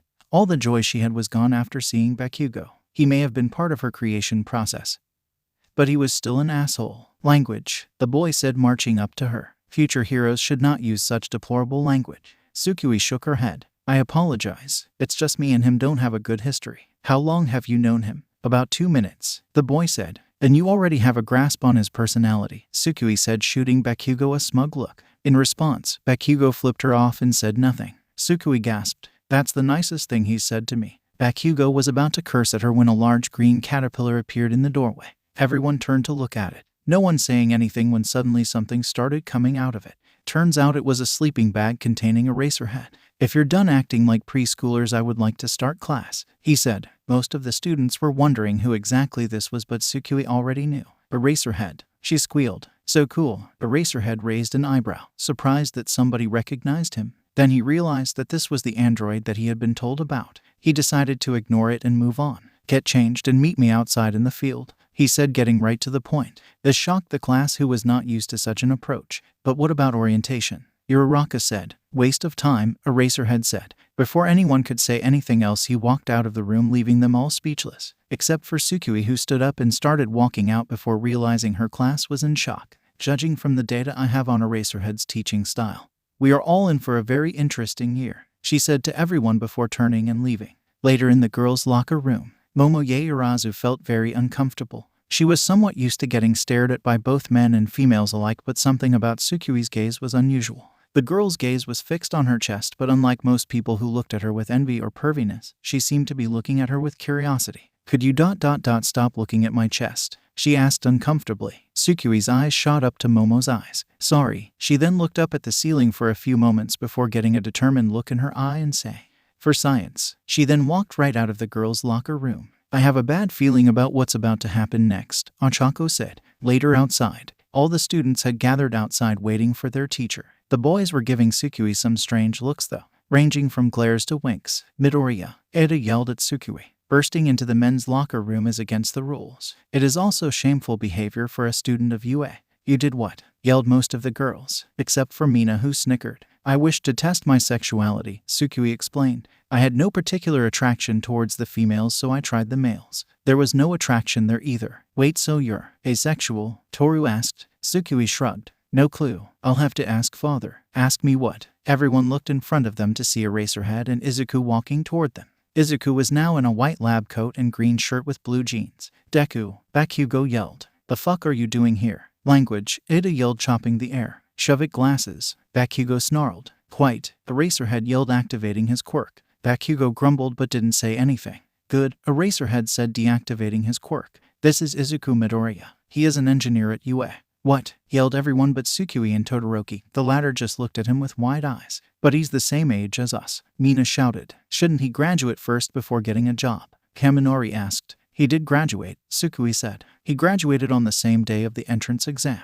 WHHAAT, yelled most of the class again. How the hell did Deku graduate before me? Bakugo yelled. Well, when you're smart enough to create life, high school just seems unnecessary, Eraserhead said. WHHHAAT, yelled the class again. This time even Todoroki joined in. Wait, Kaminari said. His name's Midoriya. And ... can I call you Tsukui? Tsukui nodded. Tsukui's name is Midoriya. Kaminari continued. And when Tsuku said she needed to ask her dad, that guy said that he was her father. Plus there are those rumors about that robot girl. Oh my god, Tsukui's a robot. Mina yelled. Momo spoke up. That seems a little far-fetched. Correct. Eraserhead said Izuku was the one who built Tsukui and as such UA allowed his to graduate immediately. Afterward, he was offered a job at UA as an engineer. Now that's dealt with, let's move on. If you have more questions you can ask him after the lesson. But I have so many questions, Mina said, saying what most of the class was thinking. Moving on, Eraserhead said more forcefully. I was going to have a quirk apprehension test. But Nezu and Midoriya had other ideas. Before anyone could ask anything, Izuku pulled out a big red button from his coat and then pressed it. Suddenly the ground started shaking, and All Might came out, bursting out of the ground. What the fuck? Bakugo yelled. Combat test. Go, Eraserhead said. Before any of them could react, All Might charged at the class and was about to punch Mina. Just before she got hit, Kirishima stepped in front of her and hardened his arms, blocking the hit. Holy crap, holy shit, we have to fight freaking All Might. Mineta yelled. Tsukui blasted All Might with her laser eyes, knocking him back, and Sato followed up by eating a bunch of sugar, then landing a right hook on him. All Might recovered and charged Sato, tackling him and throwing him aside. Before he could do anything else, however, he was fully encased in a huge chunk of ice. That won't hold him for long, Todoroki said. We need a plan fast. The pressure increased as the students could hear the sounds of ice breaking, knowing that soon All Might would be free. This is not All Might, Tsukui said, causing everyone to look at her in confusion. All Might is much stronger and faster than this, and my sensors detect that our foe is not holding back. And given that my father is here, our opponent is most likely a robot. So we're not fighting All Might? Mineta asked hopefully. Tsukui shook her head. No, Todoroki grunted as he added another layer of ice to stall the fake All Might. While that's useful to know, we still need a plan.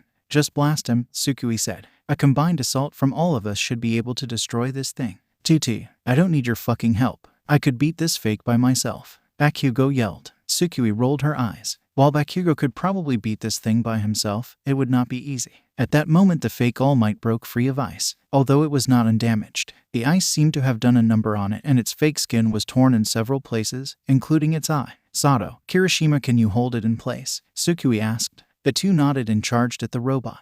I can help, Uraraka said, running off with them. The fake All Might charged at Uraraka, but Kirishima blocked its punch. Sato took this opportunity to grab its arms, holding it in place. Uraraka then touched the automaton, causing it to float. Sato threw it up in the air, making it completely vulnerable. Unfortunately, it started floating out of range. It's going out of range, Tsukui yelled. Not on my watch, Siro said, using his tape to wrap it up and keep it from floating any further. Now, Tsukui signaled, letting off a full-power eye blast. Don't tell me what to do, Bakugo shouted while sending a high-power blast at the fake. Momo shot a cannonball from the cannon she made, and Aoyama unleashed his naval laser. These attacks all landed and blew the machine to bits. Once the smoke from the attack cleared, there was nothing but a bunch of floating bits of metal. Release, Urikara said, making the metal fall to the ground. We did it, Mineta cheered. You didn't really do anything, Siro muttered. Tsukui crossed her arms in a proud stance, with a smug grin on her face. And it was all thanks to my plan. You're welcome. Like I said,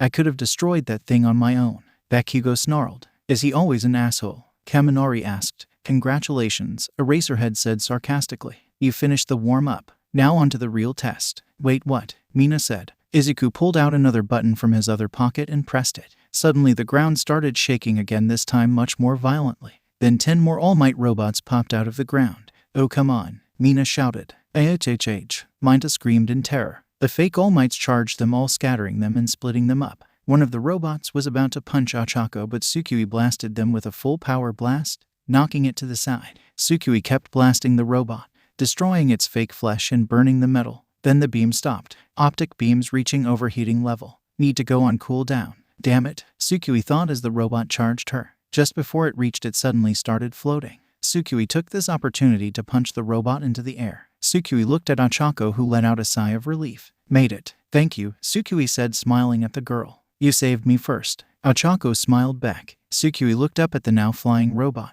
In 5 seconds I'll be able to unleash another blast. I'm going to go into overcharge mode and destroy him in one go. Ochako nodded. 5, Tsukui said. 4, Ochako said. 3, 2, 1, release. Ochako yelled, bring her fingertips together. Gravity returned to the robot and it fell down to earth. Izuka stood underneath the robot and looked up. Nova blast, Tsukui yelled as she unleashed a massive blast from her eyes, up at the robot. The fake All Might was consumed by the blast and was obliterated.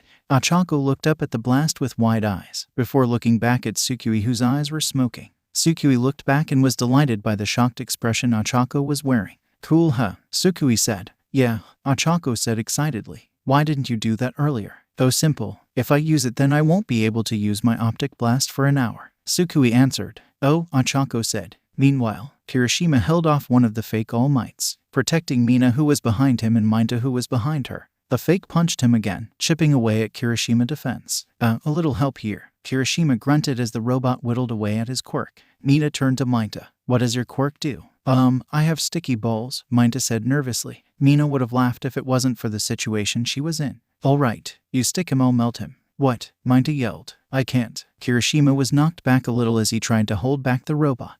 AHHH, Minta yelled. He threw his balls right behind the robot in a panicked fashion. Kirishima saw this opportunity and took the offense. Red Gauntlet. He punched the robot at full power, putting a small dent in its chest and knocking it onto Minta's balls. The robot struggled, trying to free itself but to no avail. Mina smiled. My turn. She then doused the robot in acid, melting it down until it exploded. Yes, Mina cheered. She looked at Kirishima and Minta. High five. Kirishima and Mina high-fived while Minta tried in vain to jump up and join. Meanwhile, Ajiro narrowly dodged another punch. The robot was no fighter, it just swung randomly at the tailed boy. Ajiro used this to his advantage and managed to block or deflect the fake's blows. Dark Shadow. Takoyami yelled. Bind him. Dark Shadow shot out from Takoyami's body and wrapped around the robot's body. Unfortunately, one of its arms was free. It was about to punch Dark Shadow, but Tsuyu's tongue wrapped around it and kept it in place. Gyro now. Send him to the void. Takoyami yelled. Gyro ran up next to the barely contained robot and shoved one of her earphone jacks in the thing's ear. She let off a full-volume blast of sound in the thing's head, making it explode and its body to fall to the ground. Yes, Gyro cheered. Meanwhile, Sato was holding off one of the robots, but he could only so much damage and his quirk was starting to take its toll on him. Hey, said Toru, close your eyes. Me and the French dude have a plan. Sato nodded and shut his eyes. Toru unleashed a flash of bright light, causing the robot's optic center to go into overload. Grab him from behind. Toru yelled. Sato opened his eyes and saw that the robot was blinded. He went behind him and put him into a hold. Now, Toru said, prepare to be dazzled. Aoyama said, unleashing a powerful blast at the robot's head, destroying it. Wahoo! Toru cheered, doing a victory dance no one could see. We did it. Aoyama smiled as he silently hoped this would be over soon so he could use the bathroom. Meanwhile, one of the robots was rapidly attempting to swat away a flock of birds summoned by Koda to distract the machine. Then Shiro took this chance to wrap the thing in tape, leaving it defenseless. Kaminari smirked and ran up to the huge robot, before jumping on top of it. Get the birds out, Kaminari said. Koda nodded. Fly away, my friends. The birds dispersed and Kaminari grinned. Indiscriminate discharge 1,300,000 volts. He yelled, unleashing a massive burst of electricity causing the machine to explode and Kaminari was knocked into the air. Luckily, he was caught by Dark Shadow who brought him down safely. You okay, dude? Shiro asked. Way. Kaminari responded with a stupid look on his face. Probably just quirk kickback, Shiro said. Hopefully. Meanwhile, Shoji held the struggling robot in place, using his quirk to wrap his tentacle-like arms around it, while Ida ran in wide circles around them. Ida had said it would take him a while to get into full gear, so Shoji had to hold him off while he got there. After a few more seconds, Ida reached his top speed and ran full force at the two. Recipro burst. He yelled as he kicked the robot's head off. Shoji let go of the robot's limp body and gave Ida a thumbs up. Meanwhile, Bakugo was getting his ass kicked. Perhaps taking on two of these things at once wasn't the best idea, but like hell, he was going to let anything Deku made beat him. He hit one of them with an explosion, knocking it back, only for the other one to punch him in the face, causing him to go flying and land on his back. The robot tried to stomp Bakugo, but he rolled out of the way and was about to retaliate when the other robot kicked him. Bakugo rolled across the ground using his explosions to stop himself. He got up and the robots ran at him. Just as he was about to unleash a strong explosion at the both of them, two EMPs were thrown on both the robots' heads, causing them to shake and malfunction until they just both deactivated.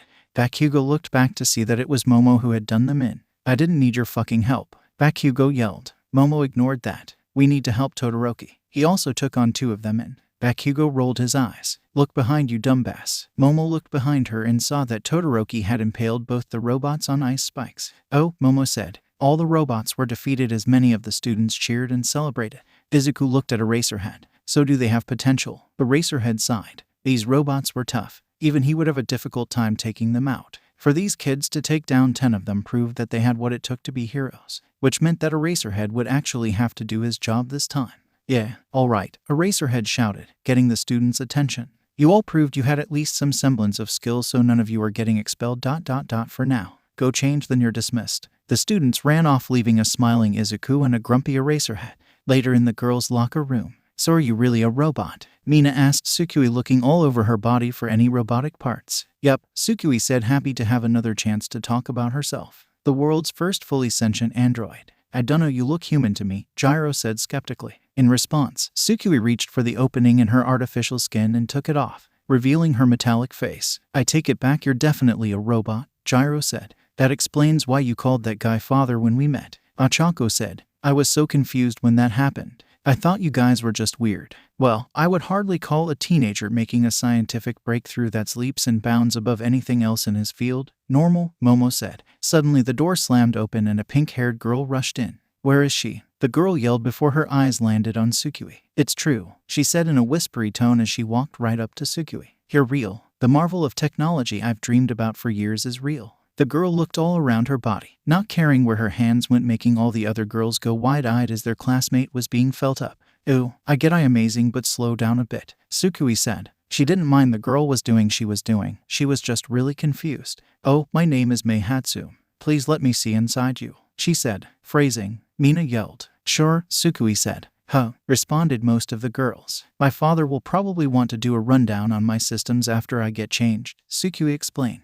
You can come if want. Yes, Mei said, drooling slightly. Later at Izuku's new lab. Izuku's new lab was a small building on UA's campus that was made recently for him. It was large and filled with all sorts of machines to do various things. Tsukui opened the door and Izuku, who was working on something, looked at her. Oh, Tsukui, Izuku said, smiling. You're just in time for. Suddenly he was tackled by a pink streak and fell to the floor with something on top of him. Something very soft. He looked up to see Mei on top of him with her boobs right in his face. All the color drained from his face. You're the person who made her, Mei said, not caring about his age. That's incredible. Please let me help you make your babies. It was that day Izuku had a near-death experience at the hands of boobs and poorly phrased sentences. Tsukui sighed. Her coding must have a glitch if she didn't see this coming. What happened? Toru asked, looking ahead of her to see Izuku knocked out with Mei shaking his body. Father is very shy around girls, Tsukui explained. If a girl so much as gets too close to him for too long.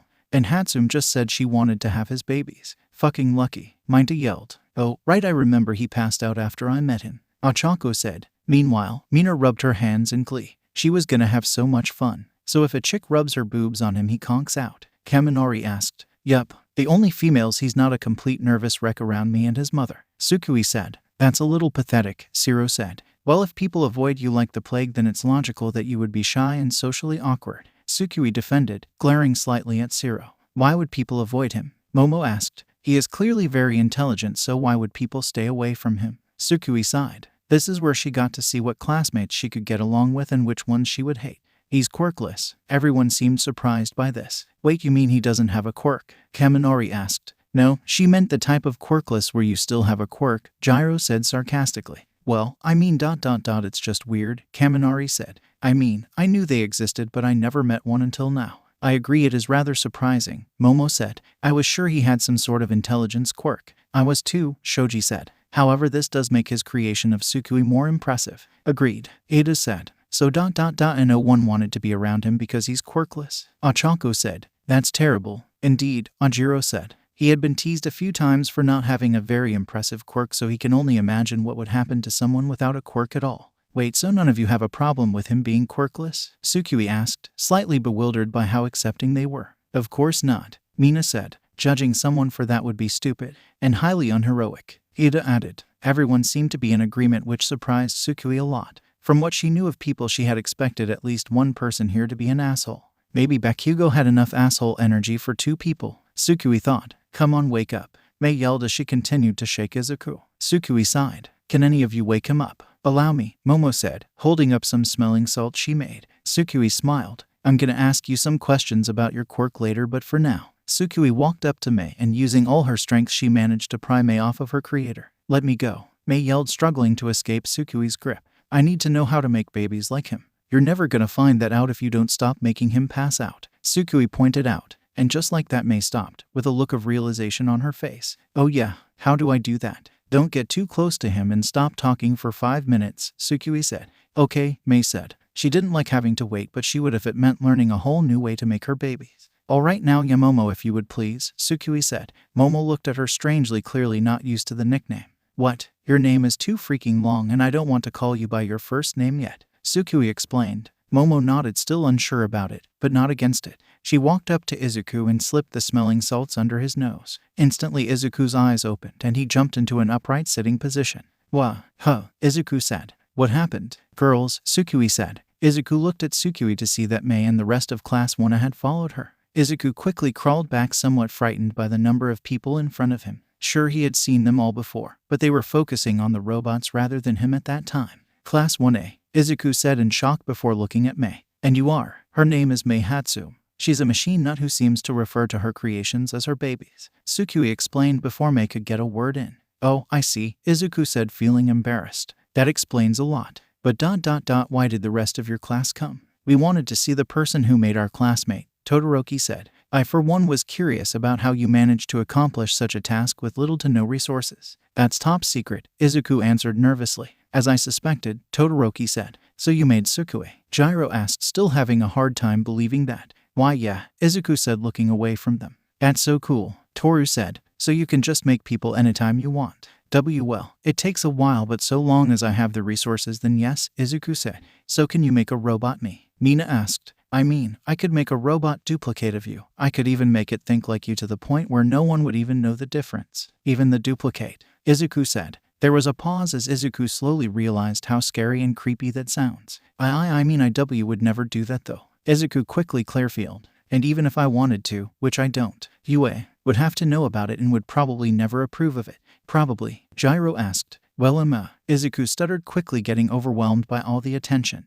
Hey, slow down, Kirishima said, getting in front of everyone. A guy doesn't have much experience with people, and it's not mainly to walk into someone's place and make them uncomfortable. Thank you, Kirishima, Tsukui said. I should have run through the possibilities a bit before I agreed to bring you all here at once. Sorry, Toru said. Yeah, me too, should have toned it down a bit, Mina said. It's fine. Just not used to so much attention. Or any attention, Izuku said. Now that things were significantly uncomfortable, Tsukui thought for a few moments before coming up with an idea. So father, can we do the rundown diagnostic later? I would like to get to know some of my new classmates.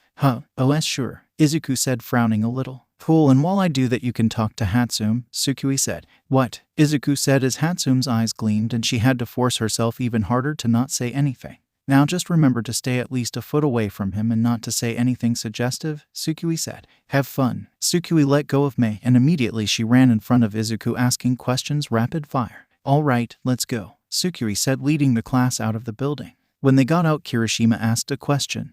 Don't you think that Hatsume chick is gonna overwhelm him or make him pass out? Tsukui shook her head. The questions she's asking are purely about robotics. So with no way to mess up the conversation, father will eventually forget that he's talking to a member of the opposite sex and be able to talk comfortably. You seem to have thought that through, Todoroki said. Your level of thoughtfulness appears to be inconsistent, as you didn't think twice about bringing us to him. Tsukui shrugged. Father explained that actually, you see, my brain can process things and run them through scenarios that will show me what effects my actions will have.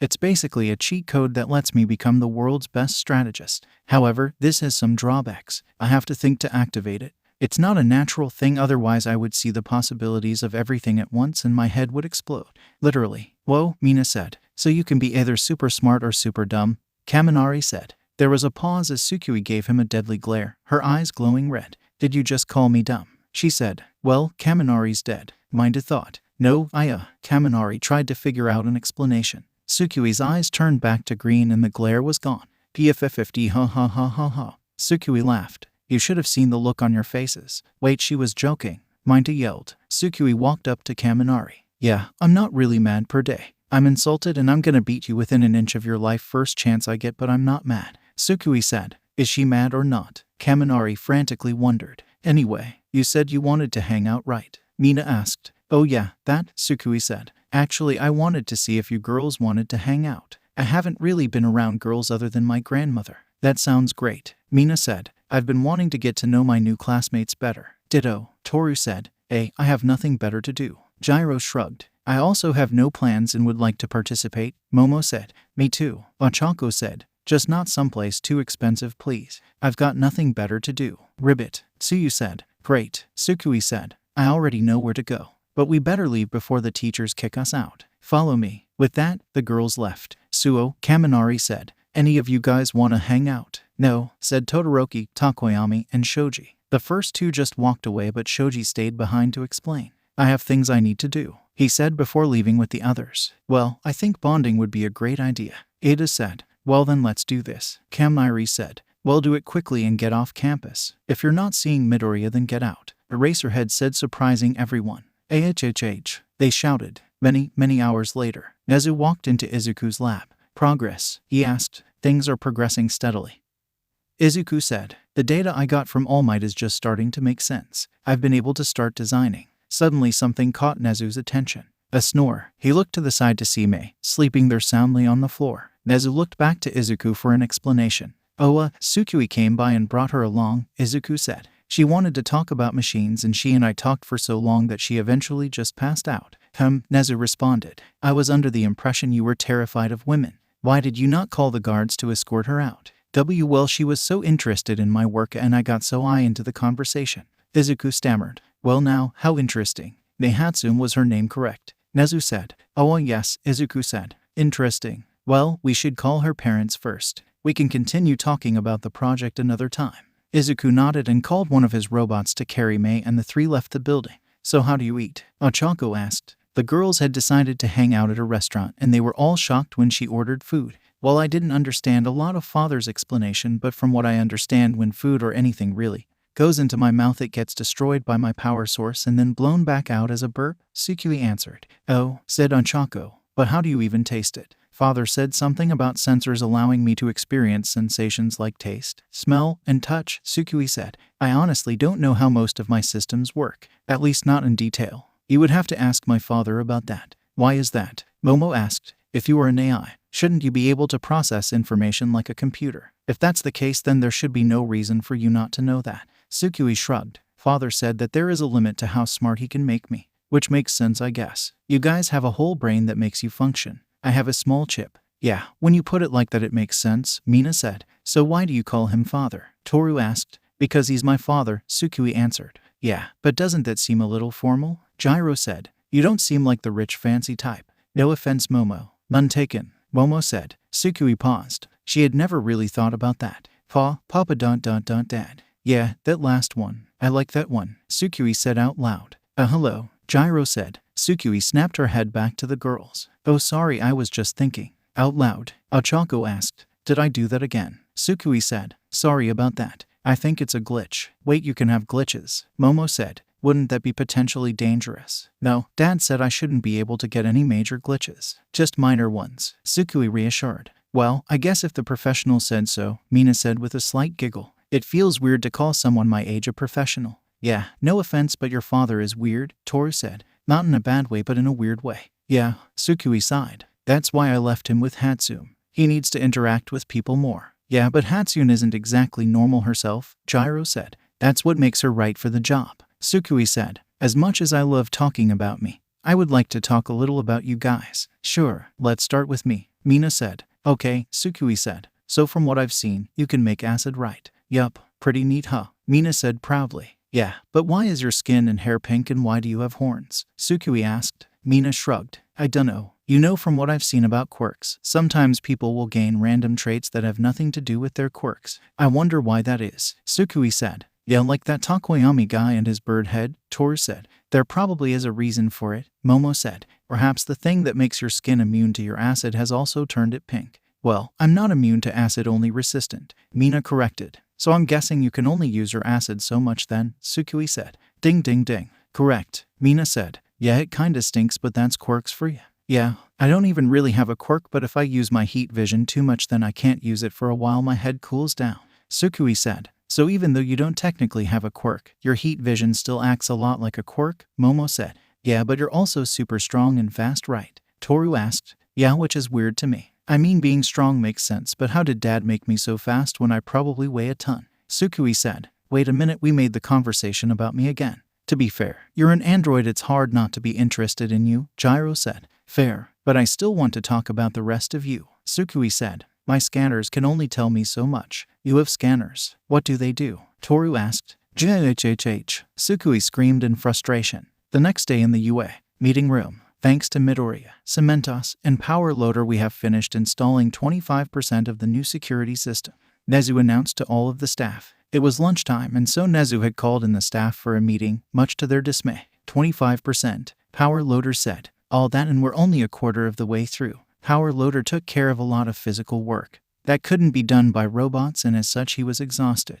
Well, yes, and much of the work only gets harder and takes longer to do from here, Izuku said. But I have good news. The construction bots are done, so you no longer need to assist me. Thank God. Power Loader said. I'll still need your help on a few things, Cementos. Your quirk is just too useful. Sorry, Izuku said. It's fine, Cementos said. Now I would also like to encourage you to use Izuku's talents to further your lessons, Nezu said. Are you sure the kid is gonna have time for that? Eraserhead asked. Yeah, sounds like he has a lot on his plate. Present Mike said. It's fine, Izuku said. The construction bots are taking care of all of the physical work, so all I have to do is work out the blueprint, double-check the design, and supervise the construction. I'll have time to take care of any of your requests. That's good and all, but make sure to take some time for yourself, Eraserhead said. You seem like the type to overwork yourself. Well, if that's all, then you can all leave, Nezu said. Except for Yagi and Midoriya. You two stay. Everyone else left the room, leaving the three alone. After waiting for a few seconds, Nezu spoke. How is Project Yusha coming along?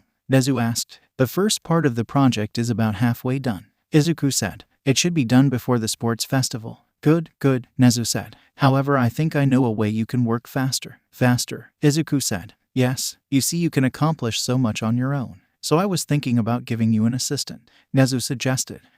Assistant? Izuku said nervously. Yes, I was thinking about having a competition among the support course students. Whoever wins gets to become your permanent assistant, Nezu said. Well, that what do you mean by permanent? Izuku asked, noticing his choice of word. Well, I was thinking about things and I figured that the support course could also go through temporary internships, Nezu said. And you want me to be one of the people they intern with? Izuku asked, hoping he was wrong. That's correct, Nezu said. Let's face it, you're the best in your field, so it would make sense for people to want to learn from you. Well, Izuku said, twiddling his thumbs. It's true, All Might said. I've actually talked to Dave about you and he was very interested in your work. Dave? Izuku questioned. Who's? Wait a minute, Izuku thought. The only Dave that All Might ever worked with was David Shield. Izuku shouted. Yes, him, All Might confirmed. He said that we should visit Island sometime. Izuku almost fainted. Well, on to the next topic, Nezu said. How is the project the government gave us? That's actually progressing quite quickly, Izuku said. Turns out after doing it once, it becomes much easier the subsequent times. I'll be ready for mass production soon. Now all I need is a little more time and the bodies. Good, I will inform the government. I'm sure they will be very pleased, Nezu said. I still don't like this, All Might said. It feels wrong. The people Izuku creates aren't the same as the ones who died. Just copies, perfect copies, Nezu said. And we informed them of this and they insisted anyway. Besides, if you had a chance to make a copy of her, talking with all her thoughts and feelings, would you? All Might didn't respond. I'm sorry, but who is her? Izuku asked. An old friend, All Might said. Someone who died a long time ago. Oh, Izuku said. I'm sorry. It's fine, young Midoriya, All Might said. Well, if we're done here, then I suggest that we get back to work, Nezu said. You have to teach soon after All Might. Right, All Might sighed. He was not looking forward to it. I'll get back to work then, Izuku said. Just don't forget about your contractual breaks and day off, Nezu said. Izuku sighed. When he had signed the contract, he failed to notice that Nezu has put in clauses that required him to take at least an hour off of work each day and 1 day off per week, to make sure he didn't overwork himself. Yes, sir, Izuku groaned. Later with Class 1A. Most of the class had gathered in the surveillance room already in their hero costumes, waiting for the rest of their classmates. What the fuck is taking them so long? Bakugo yelled. Do you ever stop cursing? Everyone turned to see that Ochako and Tsukui had arrived.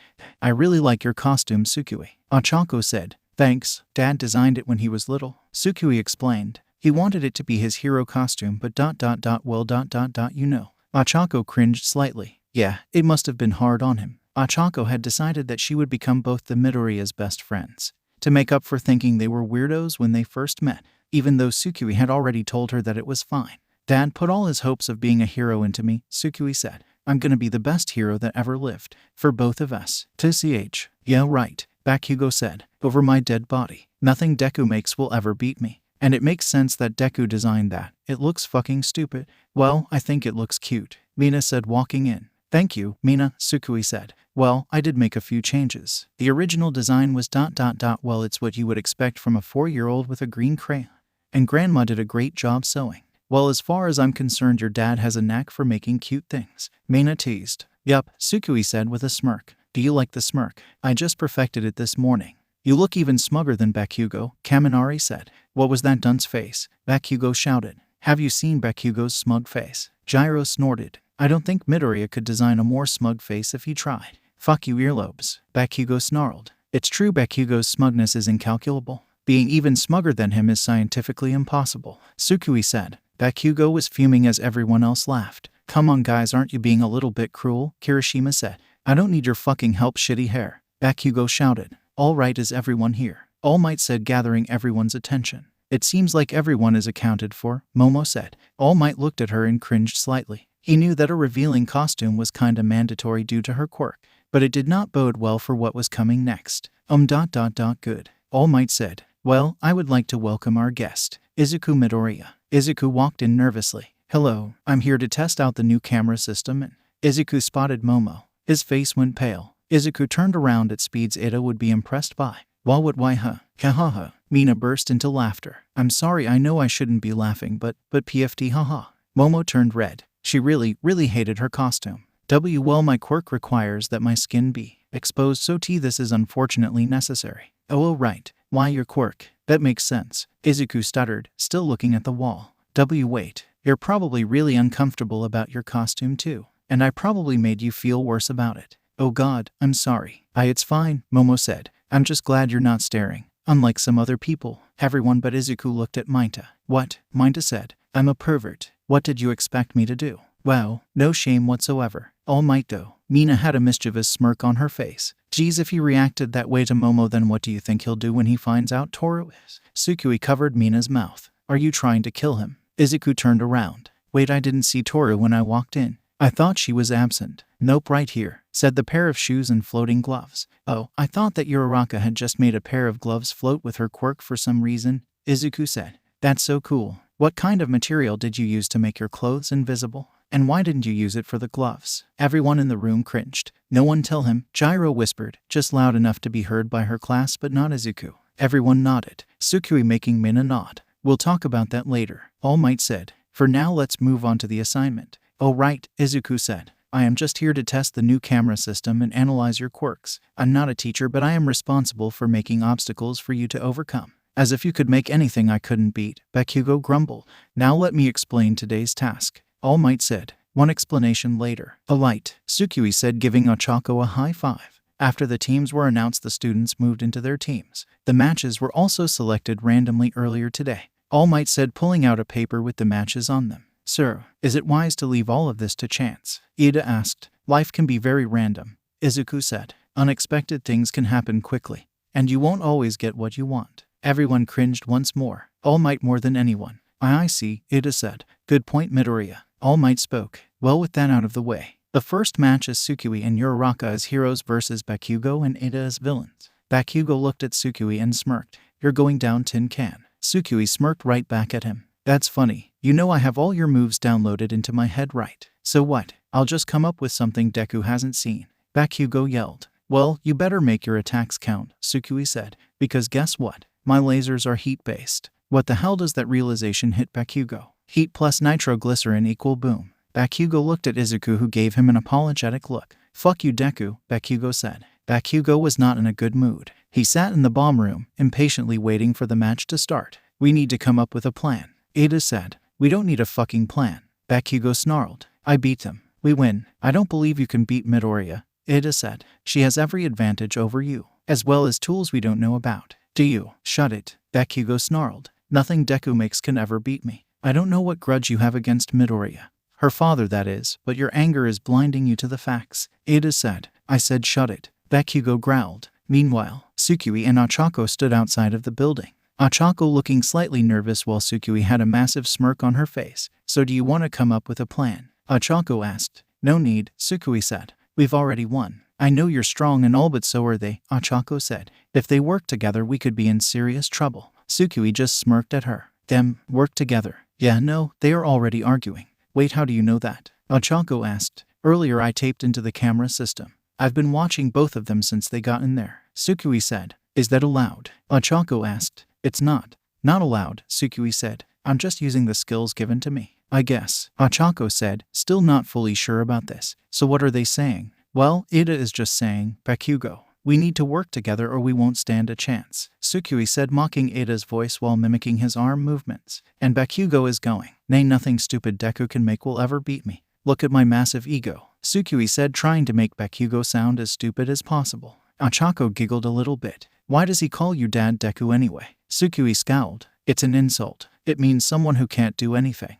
Oh, Ochako said. I kinda liked it. I thought it meant someone who could do anything. Which kinda fits your dad. Oh, Tsukui said, her smirk returning. What do you think of my dad? Well, Ochako said. He's a bit strange. But that's not really his fault. He's just a victim of something he can't control. I feel bad for him, but at the same time, I admire him for not giving up. When people say you're worthless, it becomes really easy to believe them. So it's really impressive that he still managed to accomplish so much despite that. Tsukui snickered. Hear that, Dad? She thinks you're impressive. Wait, he can hear us. Ochako shouted. Every word. All Might said. Young Midoriya, your father is currently unable to answer as he is close to passing out. You tricked me, Ochako said with a pout. Yep, Tsukui said, sticking out her tongue. You're cute when you're mad. Ochako blushed intensely. You're just as bad as Mina. I'll take that as a compliment, Tsukui said. Let the match begin. All Might said. Hero team, you may enter. Alright, so do we just walk in there? Ochako asked. Nope, I have a plan, Tsukui said, her smirk turning into a grin.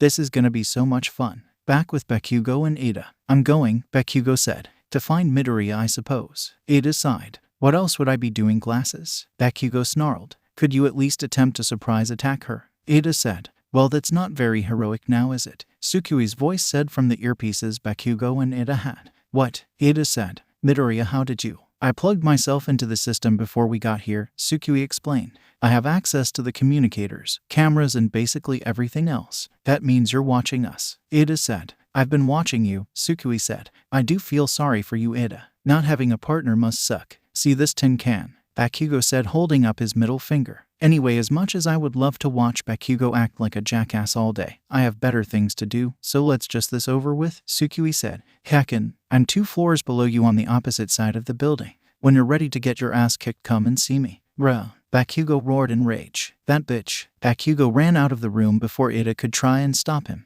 No, Bakugo, it's a trap, Ada said. Come on, Ada. Do you really think I would go through all the effort to trap him? Tsukui said. That's like using a bazooka to kill a fly. RAHHH. Bakugo roared. I'm gonna fucking dismantle you. You hear me, you oversized microwave. You fucking. Also, just so know, I'm filtering what the communicators are letting me hear. And I'm only listening to Ada, Tsukui said. So while I'm sure Bakugo is spitting out insults by the dozen, I can't hear any of them. Ha ha ha. JHHH. Bakugo was now using his explosions to make himself go faster towards the 2nd floor. Come on, Bakugo. Why are you making a lady wait? Tsukui said. Come on, are you actually going to fight me? Well, not really fight, more like flailing angrily. Boom. Bakugo had enough and decided instead of using the stairs to just blow a hole to get to the floor beneath him. So how do you plan on beating me? Tsukui asked. Do you just plan on unleashing your emotions at me, hoping that I give up out of pity? Because I don't deal in emotions. I deal in facts. And here's a fact for you. By the end of this, you are going to be crying. He ran into the room Tsukui said she was in. Where the fuck are you? He shouted. Like a little bitch. Tsukui finished. Kaboom. Back in the surveillance room. Half the cameras went out as a little less than half the building blew up. What the hell? Mina said. Is his Bakugo dead? Hiroshima asked. No, Kaken has resistance to his own explosions, and most of the force was directed outward, away from his body. Izuku explained. That being said, the recoil from an explosion that large is more than enough to put him out of commission. If I had to guess, Tsukui likely lured Bakugo to that side of the building so she wouldn't get caught in the blast. Momo guessed. Oh, that's smart, Mina said. That's why she was taunting him so much. He was so mad he didn't think twice about running into a trap. But the cameras are down. How are we gonna see what happened on that side of the building? Hiroshima asked. No worries, Izuku said, pressing a button on the terminal, activating Hawk Cam. Suddenly one of the screens that turned to static turned on again with the image moving toward the crater that was once half the building. Whoa, how did you do that? Toru asked. Oh, I made a bunch of bird robots that can be used as mobile cameras, Izuku explained. Now we should be able to see everything, and oh my god. Sensor mode. Sensor mode. Back with Bakugo. Bakugo laid on the ground, bruised, beaten, and naked. He was also heavily dehydrated. All of his body fluids had been detonated, meaning he couldn't even use his quirk. And even if he could, his broken bones make fighting a futile effort. Of course, that didn't really mean much to Bakugo, so he slowly tried to get up anyway, using the rubble to help himself stand. You're still awake. Bakugo looked up to see Tsukui standing in the non-destroyed part of the building above him. She jumped down into the crater and walked towards the struggling Bakugo. That's impressive, I'll admit, Tsukui said. And you somehow managed to stand. Also impressive. Bakugo walked slowly towards her, pain rushing through him. his body screaming at him to just pass out already, but his mind refused. You know, I can't feel pain, but according to my sensors you're in a lot of it, Tsukui said. Like, oh boy, you really shouldn't be walking right now. Shut up, Bakugo snarled, trying to sound menacing but his exhaustion making him sound pathetic. You fucking liar. It's a fight, Tsukui said. What, did you accept a one-on-one duel? How stupid are you? Oh yeah, come over here to this specific part of the building. It's definitely not a trap. Bakugo stood in front of her, summoning the nastiest glare he could. So what's your plan here? Tsukui asked. Are you gonna try and stare me to death? Or, before Tsukui could finish, Bakugo summoned his strength and punched her right in the face. AHHH, Bakugo said as he pulled back his now bleeding hand. Tsukui was dumbfounded. She just stood there in a stupor as Bakugo repeated punched her. I will eat you, he shouted in a broken voice. Wow, just wow, Tsukui said. Bakugo went in for another blow but Tsukui grabbed his arm, stopping him from doing anything. Bakugo tried to punch her with his other arm but she grabbed that as well. Bakugo struggled to try and escape her grip but to no avail, tears brimming down his face as the futility of his actions started to sink in. Oh my god, you actually are crying. I actually feel kind of bad now, Tsukui said. Tsukui let go, causing Bakugo to stumble back, and before he could do anything Tsukui was in front of him, her fingers on his forehead. With a flick, Bakugo was knocked onto the ground, and before he could even try to get up, Tsukui sat down on top of him. Hey, you wanna hear something cool? Tsukui asked. Suddenly Tsukui's voice changed, sounding exactly like All Might's. It's my voice modifier, she said. Ochako is getting to the bomb now, so all I need to do is wait, and then when she gets there I'll tell Ada that he's out. Knowing our rule-abiding Ada, he'll fall for it hook, line, and sinker. Hey, let's see if I can make him do a little dance too. Bakugo said nothing, still struggling not to keep his eyes open. You want to know something? Katsuki Bakugo, Tsukui said. I feel bad that Ada was stuck with you,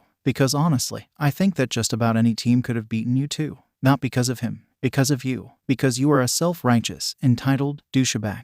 You were praised for your quirk, something you got with pure luck, and was told the world is yours. Well, it's not. Point is, your partner would have lost because he got stuck with you. You're worse than useless. You're dead weight. Tsukui, I'm outside the room. Ochako whisked through her communicator. Got it. Wait for me to say go, she said. Got it, Ochako said. With Ada, came All Might's voice on his communicator. Your team is disqualified. What? Ada said.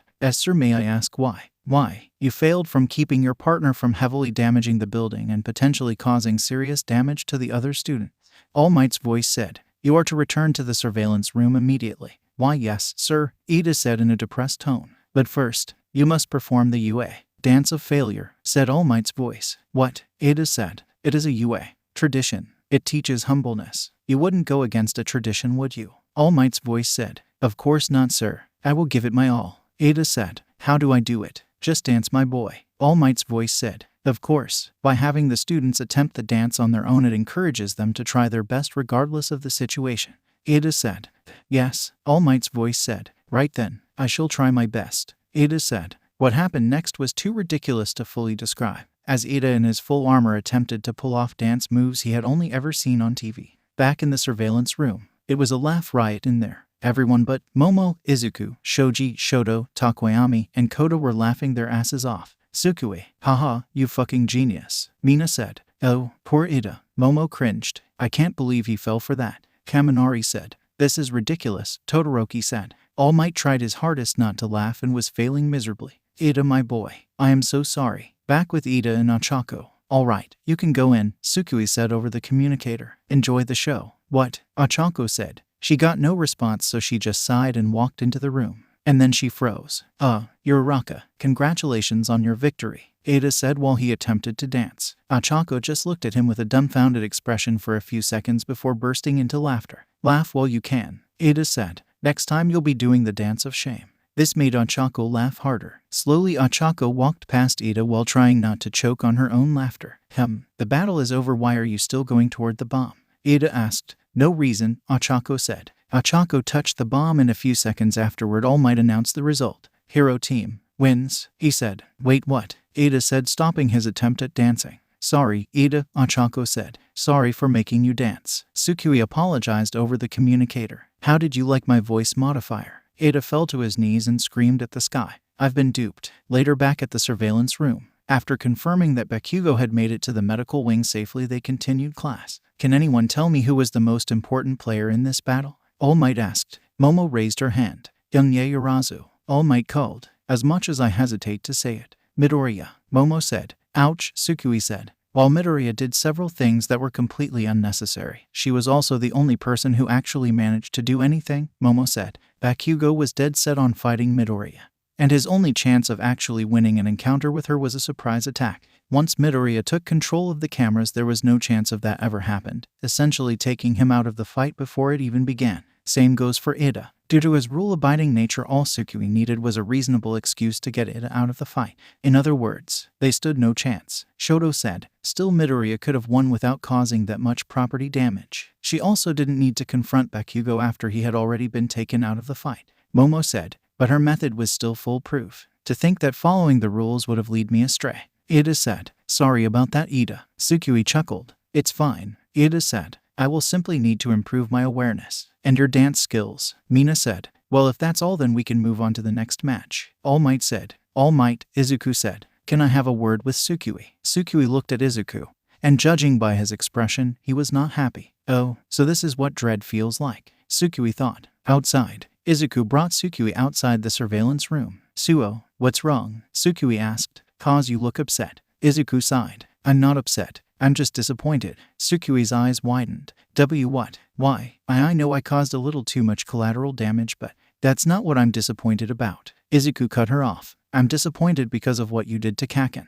But why? Sukui asked frantically. There must be something wrong with her processors because she was not supposed to able to stutter. I took him down. That's what I was supposed to do. You weren't supposed to humiliate him. Izuku shouted. First of all, the taunting was cruel and mostly unnecessary. I will admit some taunting might have been required to get him to fall into a trap like that, but that was excessive. And then you could ambushed him and used your strength to knock him out instantly. Instead, you choose to detonate his whole body, not only causing a lot of damage to the building and Kaken. At this point, Sukui felt so small. Never had Izuku scolded her before. And that's not even the worst part. Izuku shouted. All that other stuff was excessive. But what you said and did to him in the crater was downright cruel. But Sukui tried to say something, but Izuku was not having it. He was beaten and naked, and for no good reason you went down there and humiliated him even more. Izuku said. And you called him entitled. Sukui, you were born with numerous abilities and knowledge on how to use them. You of all people should not be calling anyone entitled. But he hurt you, Sukui shouted. I know you tried to hide it from me, but I figured it out. He hurt you and he's been hurting you for years. He's an asshole, a bully. He got what he deserved. Izuku sighed and shook his head. Yes, he hurt me, but humiliating him, stooping to his level, won't fix that. As your creator, no, as your father, I expected better from you. Sukui looked down at the floor, ashamed. I know that I used some of his brain waves to make you, but I only used them as a baseline. Izuku said, I don't want you ever doing something like that again. Yes, Dad, Sukui said.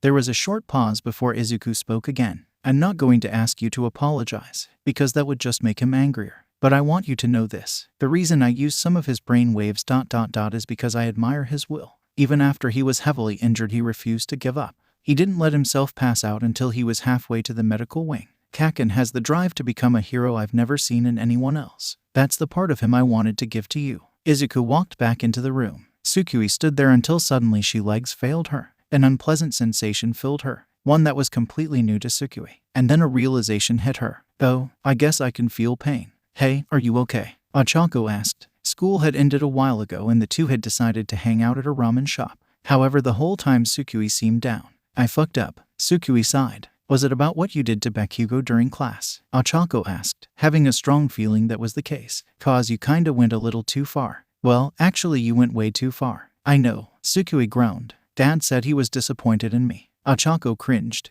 There were very few times she ever disappointed her parents, but when she did she felt like the worst person in the world. Yeah, that sucks. Sukui sighed. I still hate him, but looking back I should have stopped after blowing him up. I think you should have stopped before that, but whatever. Ochako thought. Why do you hate him so much? Ochako asked. I mean, I know he's kind of a jerk, but I don't think it's because of that. It's because he's an asshole. Sukui shouted. He's been picking on my dad for years. He's the reason Dad made me. Because that fucker has been making sure people won't go anywhere near him. Wait, he's been bullying him? Ochako asked. Since he was fucking 5. Sukui shouted. But Dad doesn't care. He still defends him and says he can be a great hero, despite the fact that he's been beating him up with his quirk for years. There was a short pause before Ochako spoke. Why didn't you tell the teachers? Dad doesn't want me to, Sukui said. He said it would hurt his career as a hero. So instead you thought that he would rather you humiliate him in front of the entire class. Ochako pointed out. I know it was dumb, Sukui admitted, but he just pissed me off, and I was tired of him just getting away scot-free. I had to do something. She felt a hand on her back and looked at Ochako. It's okay, Ochako said. Honestly, if I was in your position, I would probably just have told the teachers. You ignored him when he asked you not to tell anyone about you being a robot. Android, Sukui corrected. And the reason I didn't is because of how Dad works. He always cares more about others way more than himself. If I do something that just affects us, then he won't be that mad, especially because it's something that probably would end well for us. But with Bakugo, it negatively affects someone else, meaning that Dad would probably hate me if I went through with it. Trust me, I wanted to. But I ran the idea through my processors and decided it was a bad idea. Why didn't you run humiliating Bakugo through your processors? Ochako asked. I did, Sukui sighed. Once, at first I just wanted to blow him up. I ran that through my processors and figured that Dad would only be a little upset. But then I kept thinking of new ways to humiliate him, and I didn't think to run those through my processors. I have a program in my head that tells me what my actions will do, and yet I somehow still suck at decision making. Sukui slammed her head onto the table. I am a fucking failure. No, you're not, Ochako said. You might be an android, but you're basically human. You walk like one, talk like one, and act like one. And humans make mistakes. We have all sorts of things to help us not make mistakes, but we still do. No one's perfect. Sukui sighed. Thanks, Ochako. You're welcome, Ochako said, giving her a bright smile. Now let's eat. Our food is getting cold. Don't worry about it. I'll heat him up, Sukui said, looking at Ochako's bowl while her eyes glowed red. Please don't laser my noodles, Ochako said. Sukui pouted and her eyes went back to green. Fine. Meanwhile, elsewhere, Nezu sat in his office doing what he always did, plotting and drinking tea, when suddenly he heard a knock at his door. Come in, Nezu said. Izuku slowly walked into his office before giving Nezu a nervous look. Ah, Izuku. Good, good, Nezu said. I wanted to talk about Sukui's ... Well, calling it a fight would be horribly inaccurate. I wanted to talk about Sukui's humiliation of Bakugo and Ida. I am so sorry about that. Izuku rapidly apologized. I don't know what she was thinking when she did that. I swear I will make sure this never happens again. What did Bakugo do to you? Nezu asked, making Izuku freeze. What? Izuku said quietly. Sukui has existed for less than a year, meaning that unless Bakugo did something incredibly horrible to her within that time, then Sukui's hatred of him stems from you. Nezu explained. Bakugo is also known to act extremely aggressively towards you, and you tend to act even more meek and fearful whenever he is around. So my question to you is, what did Bakugo do to you that would make Sukui act in such a vicious and slightly amusing manner? Well, Izuku was sweating nervously as he desperately tried to find a way to answer this question.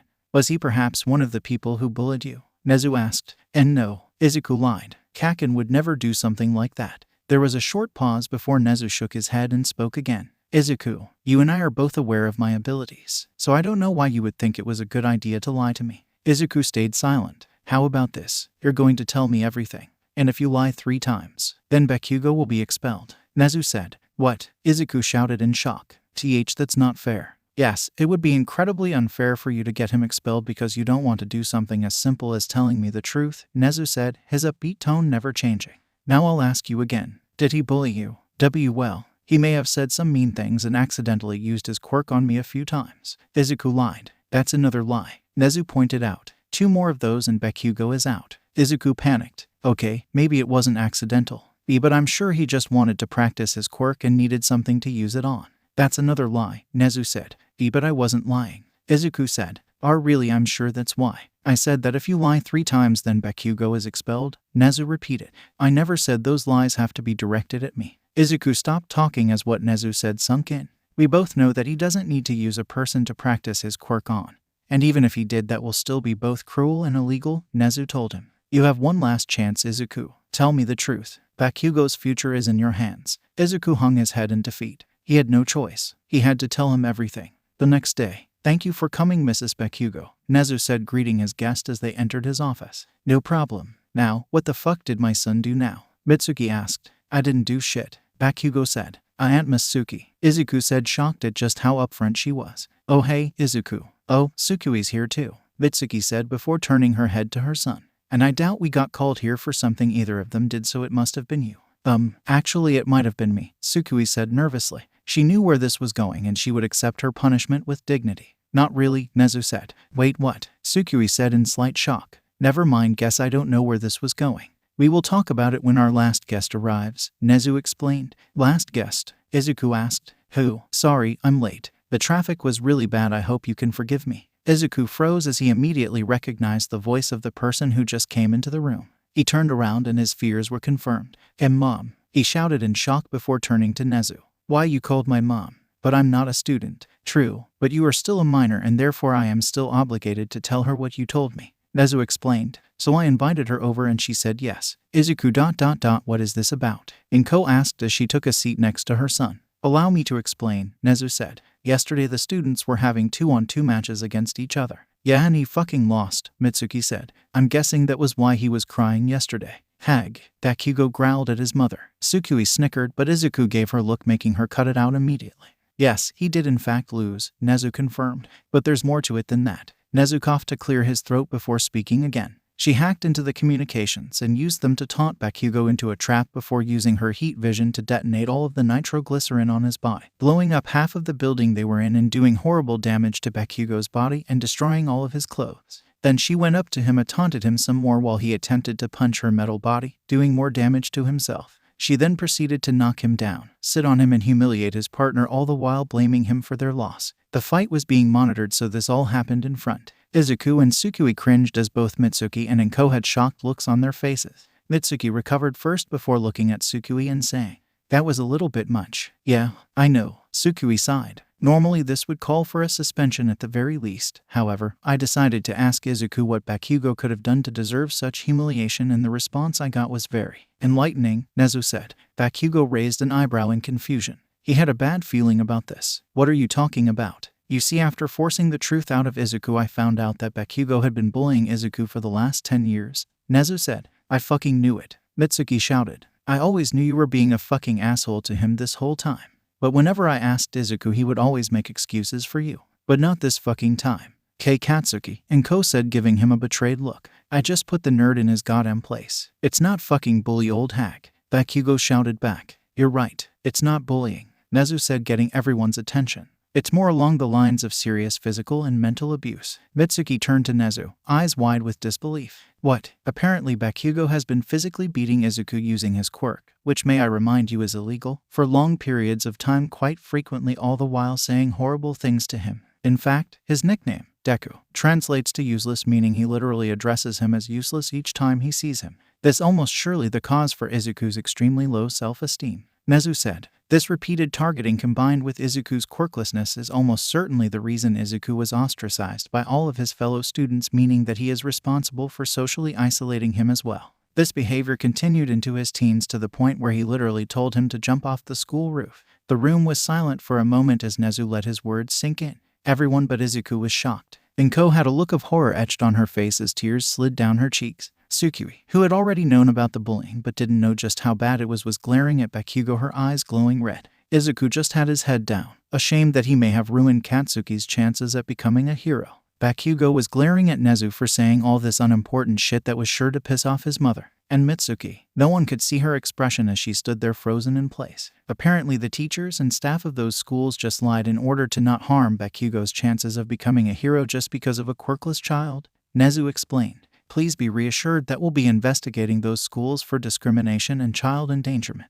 There was another long pause before Mitsuki finally unfroze. Suddenly the room was filled with a dangerous aura emanating off of her. She turned around to face her child and Bakugo felt fear course through him. How fucking dare you, she said with barely contained fury. You want to be a fucking hero, and you do shit like that. Izuku butt in. Aunt Mitsuki, Mitsuki turned to him and Izuku instantly closed his mouth in fear. I don't want to hear any more of your excuses, so sit down and shut the fuck up. Anything Izuku could have said was drowned out by mind-numbing terror. I'm not going to punish you here, Mitsuki said, turning back to Bakugo. But when we get home, I don't even fucking know what I'm going to do to you. Why? Everyone looked back at Inko, who was now actively sobbing. Why? Why would you do such a thing? Inko asked. I thought you were friends. Why? I don't understand. Mitsuki quickly moved to comfort her crying friend, wrapping her arms around her all the while glaring at her son, telling him without words that this was his fault. Bakugo actually felt a bit of guilt, but he quickly, Mom, Izuku said quietly. You told me you fell, Inko said to her son, or that it was an accident. Or, why did you lie to me, Izuku?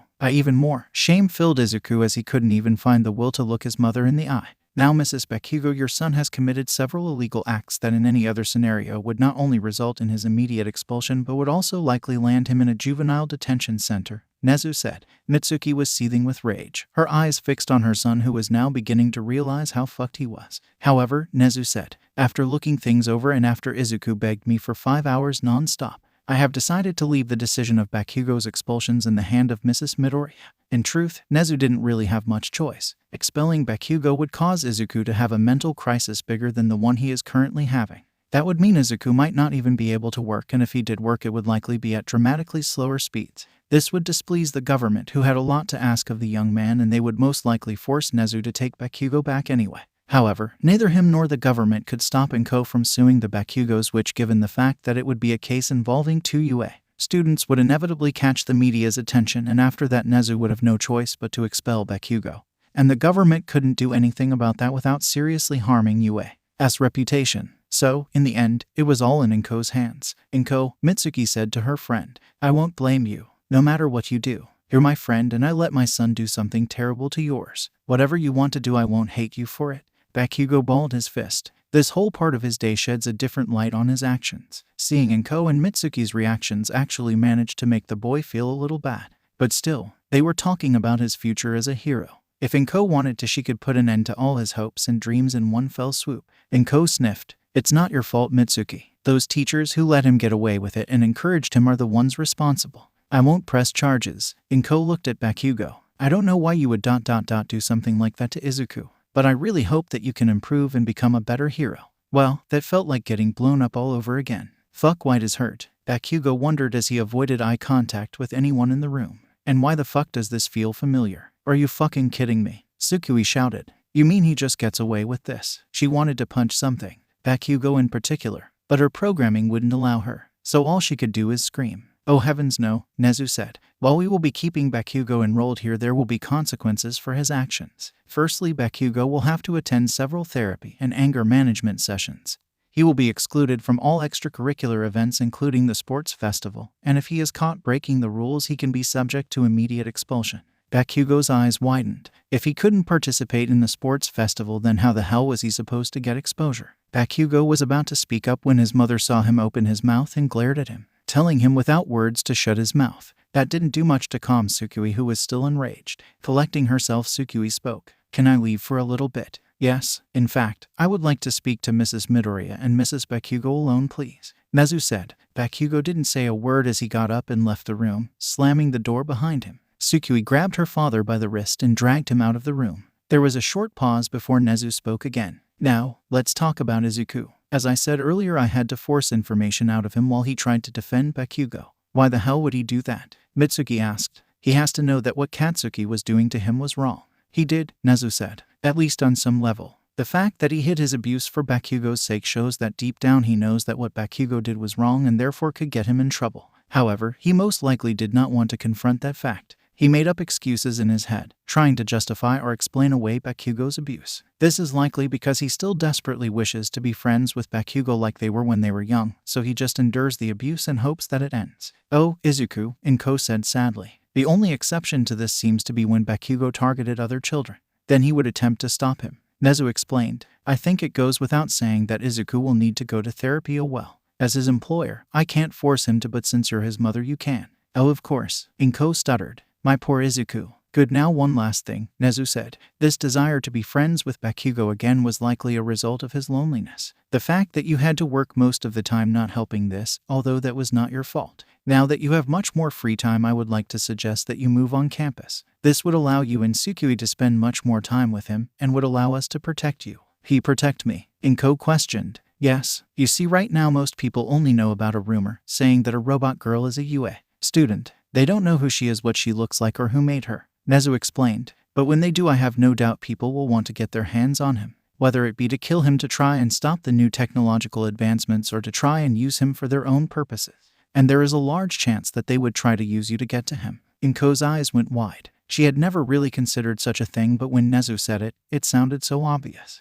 I'll do it, Inko said shakily. Even if I wasn't in danger, I want to help my son. Nezu's smile grew a little bigger. Well then let's get the paperwork sorted out. Meanwhile, Tsukui dragged Izuku outside further and further away from Nezu's office. "Tsukui," Izuku said. Tsukui stopped, letting go of his wrist and turning to meet his eyes. "Why?" Tsukui shouted. "Why do you keep defending that asshole? And don't give me that crap about him not giving up. He gave up on you pretty fucking fast." Izuku tried to say something, but Tsukui cut him off. "He has caused you nothing but pain, and yet you still want to be friends with him?" Tsukui shouted. Tsukui cut him off again. "I looked through my processors over and over again, but even they can't find a reason for why you would do this to yourself." Tsukui shouted. "Because it was better than being alone," Izuku said. There was a short pause as what Izuku said sunk in. "Because the explosions and insults always hurt less than whenever I was sitting there with no one to talk to," Izuku said, tears starting to roll down his cheeks. "He was the closest thing to a friend I ever had. I really wanted to be friends with him again.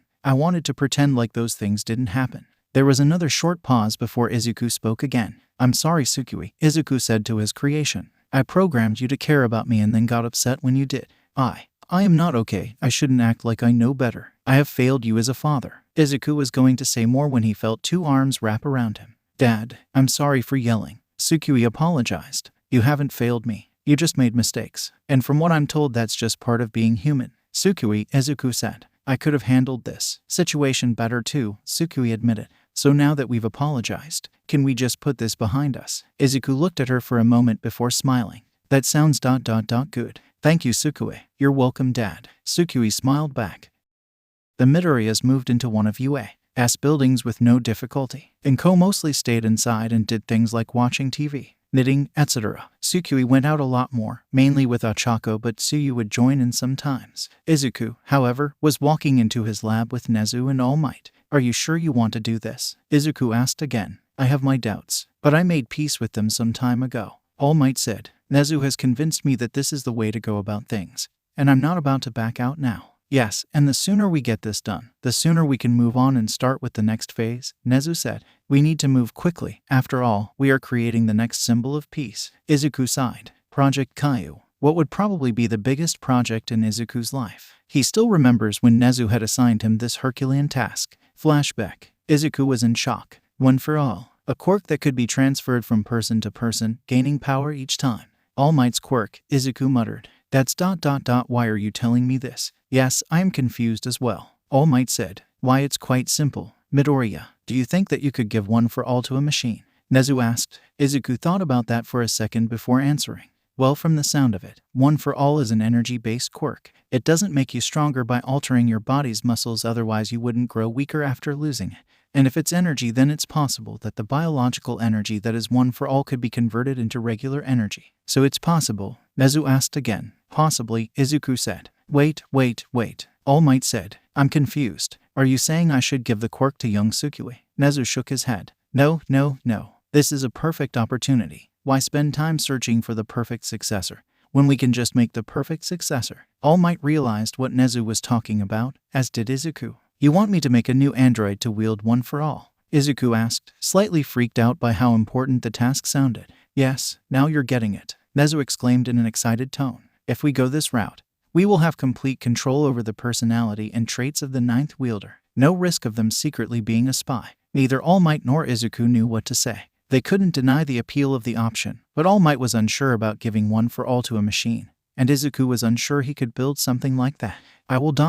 need to consider this," All Might said. "Of course," Nezu said before looking at Izuku. "I'm sure you will do the same. Right, Midoriya?" "Why, yes," Izuku stuttered. "Back to the present." All Might ultimately said yes, leaving Izuku with little choice but to accept. The three walked up to the back wall of the lab, and Izuku placed his hand on it. "Recognized. Izuku Midoriya," said a robotic voice. Suddenly the wall sealed back and opened up, revealing a hidden elevator. The three entered and Izuku pressed a button. The doors closed and the elevator descended, down into Izuku's secret underground lab. This huge lab, dug out by power loader and many robots, was built so Izuku could make bigger things in both quantity and quality. It also functions as a way for Izuku to work on top secret projects away from the public eye. After a little over a minute, they had reached the lowest level. The doors slid open once more, revealing the largest section of Izuku's lab. It was a few stories tall and about as wide as a third of a football field. In the back was a huge cylinder, hooked up to a few machines. All Might looked in awe at the lab. "This place is huge." Indeed, Power Loader worked very hard to dig out this amount of space. Nezu said. I say that his raise was well earned. All Might, Izuku said. The time is here. Izuku pointed to a metal pod that was hooked up to the cylinder. Please enter the pod. All Might looked at it for a few seconds, his hesitation clear in his eyes. He swiftly steeled his resolve and walked into the tube. Once All Might was inside, Izuku went to strap him in. Sorry, this is just meant to keep you in place. The process won't do any damage to you, but I can't promise it will be pleasant. It's fine. I have endured much worse, All Might said, taking a look at his stomach. Izuku gave the hero a concerned look before walking to the control panel. Once he reached the control panel, Izuku put his hand on a switch. All Might, I'm starting the machine now. All Might nodded and braced himself for the worst. Izuku flipped the switch and the machine came to life. All Might grit his teeth. He could feel the strength slowly being sucked from him. It was extremely unpleasant but not all that painful. That swiftly changed. The machine started beeping and Izuku's face twisted in alarm. Something's wrong, Izuku said. The machine is having difficulties removing the quirk. Should we stop it? Nezu asked. No, I've prepared for this, Izuku said, flipping another switch. The machine got louder and All Might could feel the power draining from him faster. But not only that, he could feel One for All resisting, attempting to stay inside him, fighting the machine. And it hurt like hell. Small grunts of pain came from the hero as he tried his hardest to endure it. The beeping didn't stop and Izuku could tell something was wrong. It looks like I'll have to increase the power again, he thought nervously. This time Izuku flipped to switches and the machine became extremely loud. AHHH. The pain became too much to bear and All Might started to scream. All Might, Izuku shouted. Something's wrong. It's like the quirk is resisting the machine. Perhaps you should turn it off, Nezu suggested. I can't. We're too far into the process. If I stop it now I have no clue how it could affect All Might, Izuku said, completely panicking. AHHH. All Might continued to scream, and sparks started to come out of the machine. The machine is overloading, Izuku shouted. We need to. Boom. Suddenly the machine exploded. Multicolored lights filled the room and enveloped most of the people inside. Nezu, who was standing further from the machine, had to look away from the blinding rando lights covering his beady eyes. When the light and explosion died down, Nezu looked back at the lab. The pod was destroyed, but All Might only seemed to be slightly injured and was passed out. Izuku was also unconscious but seemed to be completely uninjured. The cylinder in the back had lit up like a rainbow, colors emitting from it like a disco ball. Nezu wasted no time and pulled out his phone. I need medical assistance now. Meanwhile, with Sukui and Ochako were at an arcade, Ochako holding an absolutely enormous amount of tickets while Sukui was playing skee-ball. Sukui held up the ball before rolling it up the track and into the 10,000-point hole. Isn't using targeting systems cheating? Ochako asked. There aren't any rules against it, Sukui said, taking the tickets from the machine. Sukui didn't have a phone, per se. Rather, calls just went directly to her head. Hello, Sukui said. What? I'm heading there now. What happened? Ochako asked. Something's wrong with Dad. I have to go. Take all the tickets, Sukui said, running out of the arcade at max speed. Later at the UA medical wing, Izuku and All Might were laid out in hospital beds. All Might was behind a curtain on the opposite side of the room so no one could see his true form. Izuku had an oxygen mask over his mouth and nose, and a few other machines attached to him. Where is my baby? Inko said, running into the room. What happened to Dad? Sukui said, running in alongside her grandmother. Please quiet down, Recovery Girl said.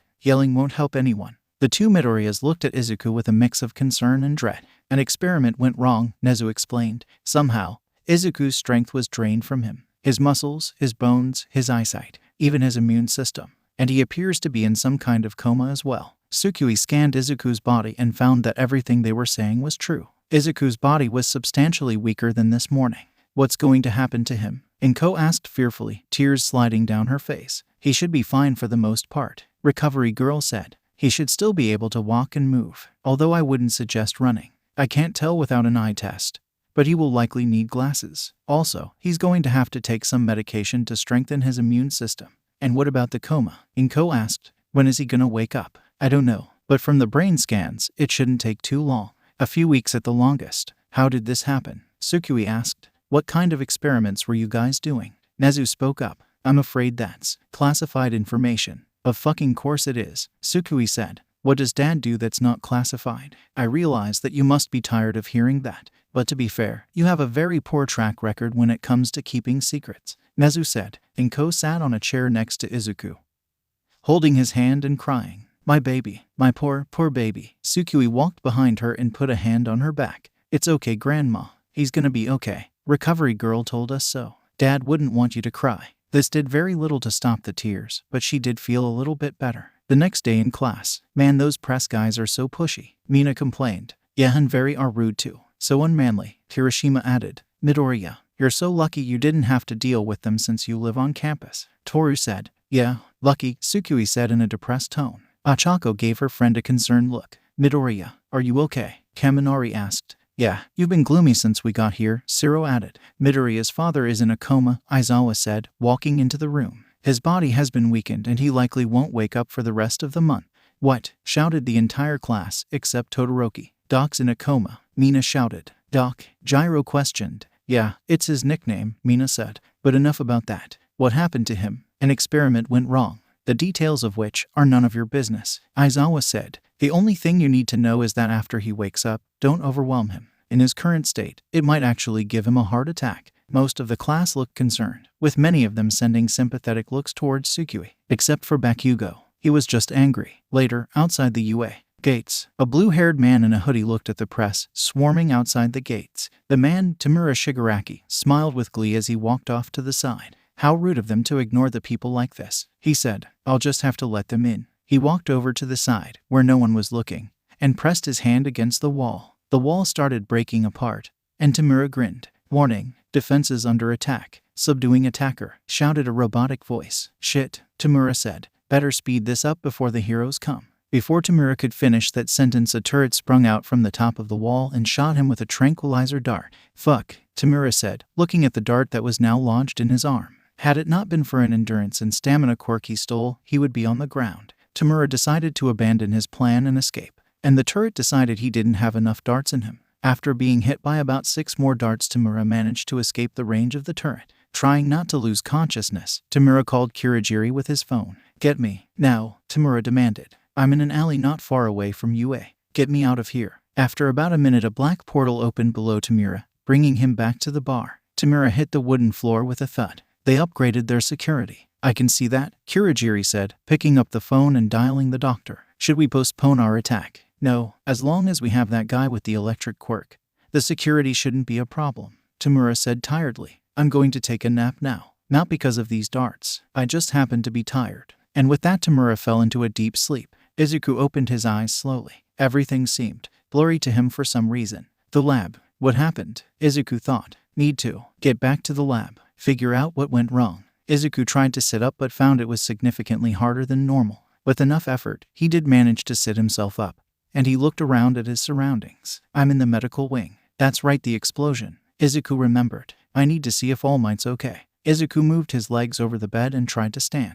The minute Izuku was out of bed, he noticed his legs felt weaker. He was shaking from just standing. He tried to walk, and after a few steps, he fell over. Oh, Izuku said, what's going on? Why do I feel so weak? How long was I in that bed? Izuku tried to stand up again, but he kept falling down. After a couple of minutes, Recovery Girl walked in and saw what Izuku was attempting to do, divided by. What are you doing? Recovery Girl scolded. Get back in bed. You shouldn't be moving yet. Recovery Girl. What happened? How long was I out? Izuku asked. We can talk about that later. Get back in bed. Recovery Girl ordered. After Recovery Girl helped Izuku back into his bed, she explained. Your lab exploded. However, luckily neither you or All Might were killed or even particularly injured, she said. Izuku sighed with relief. Both of you were knocked out and weakened, Recovery Girl said. Weakened? Izuku asked in a concerned tone. What do you mean? While All Might can still use his power up from, he can't use it for as long, and he's not as strong as he was before, Recovery Girl said. Yes, that's what we expected would happen.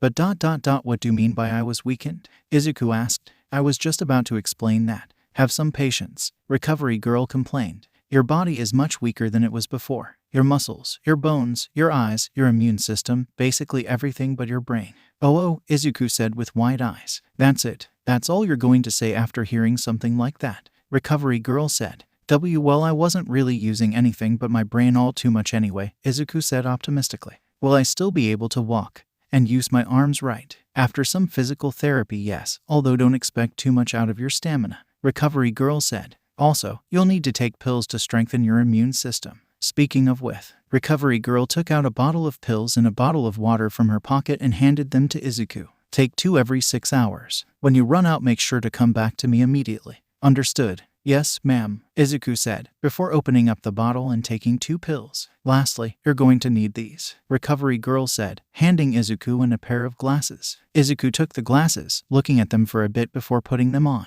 He blinked repeatedly as the world suddenly became less blurry. I'll inform the principal that you've woken up, but first I'll inform your family, Recovery Girl said. They've been very worried about you. You've been out for about a week after all. Izuku felt as if a knife made of guilt stabbed him in the stomach. He could only imagine how they must feel. His mother was most likely drowning in tears. And Tsukui? Well, Izuku had a feeling he knew how she would react. 5 minutes later, "You idiot," Tsukui shouted, giving her father a light slap to the back of the head. "Oh," Izuku responded. "How could you do something so stupid and reckless? I don't even know what you did, but I know it was stupid," Tsukui yelled. "Wahhhh. Izuku, I'm so happy you're okay," Inko cried as she embraced her son. "This is about what I expected," Izuku thought, unable to keep the smile off of his face. "I'm sorry for worrying you too," Izuku apologized. "You better be," Tsukui pouted. "I had half a mind to shake you out of your coma. Luckily my logic sensors told me that would do more harm than good. You shouldn't need your logic sensors to tell you that, but I'm glad you're using them at least,"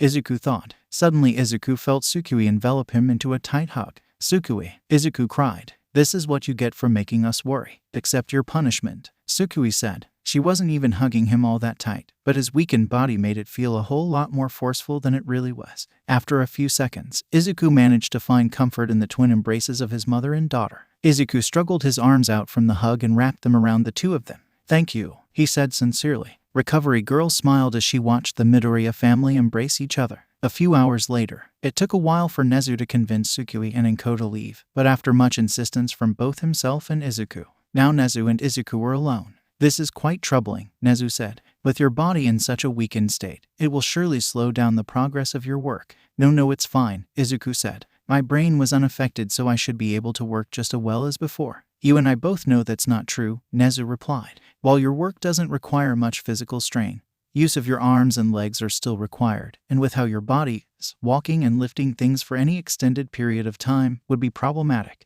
Izuku couldn't say he was wrong, but he didn't want to admit he was right. "We will have to have that competition sooner so we can get you an assistant as soon as possible," Nezu said. "On top of learning from you and assisting in minor projects, they will have to look after your health and perform various tasks for you." Izuku didn't like that. He didn't like that at all. Having someone help him with every little thing. It made him feel useless. Like a Deku. Is that really necessary?" Izuku asked. "And what are we gonna do about the secret projects? If my assistant is a student, then they can't know about those projects, let alone help me with them." "Yes, that will be a problem. Perhaps you could build yourself an assistant in addition to the contest winner," Nezu said, before shaking his head. "Well, we can worry about that later, I suppose. For now, you'll be taking a few days off so you can recover, and no, this is not optional. Recovery Girl will bring you a wheelchair so you can move around. Please don't overexert yourself." "Yes, sir," Izuku said. Nezu nodded and walked out of the room, leaving Izuku to think. "Build an assistant," Izuku muttered before his eyes widened with realization.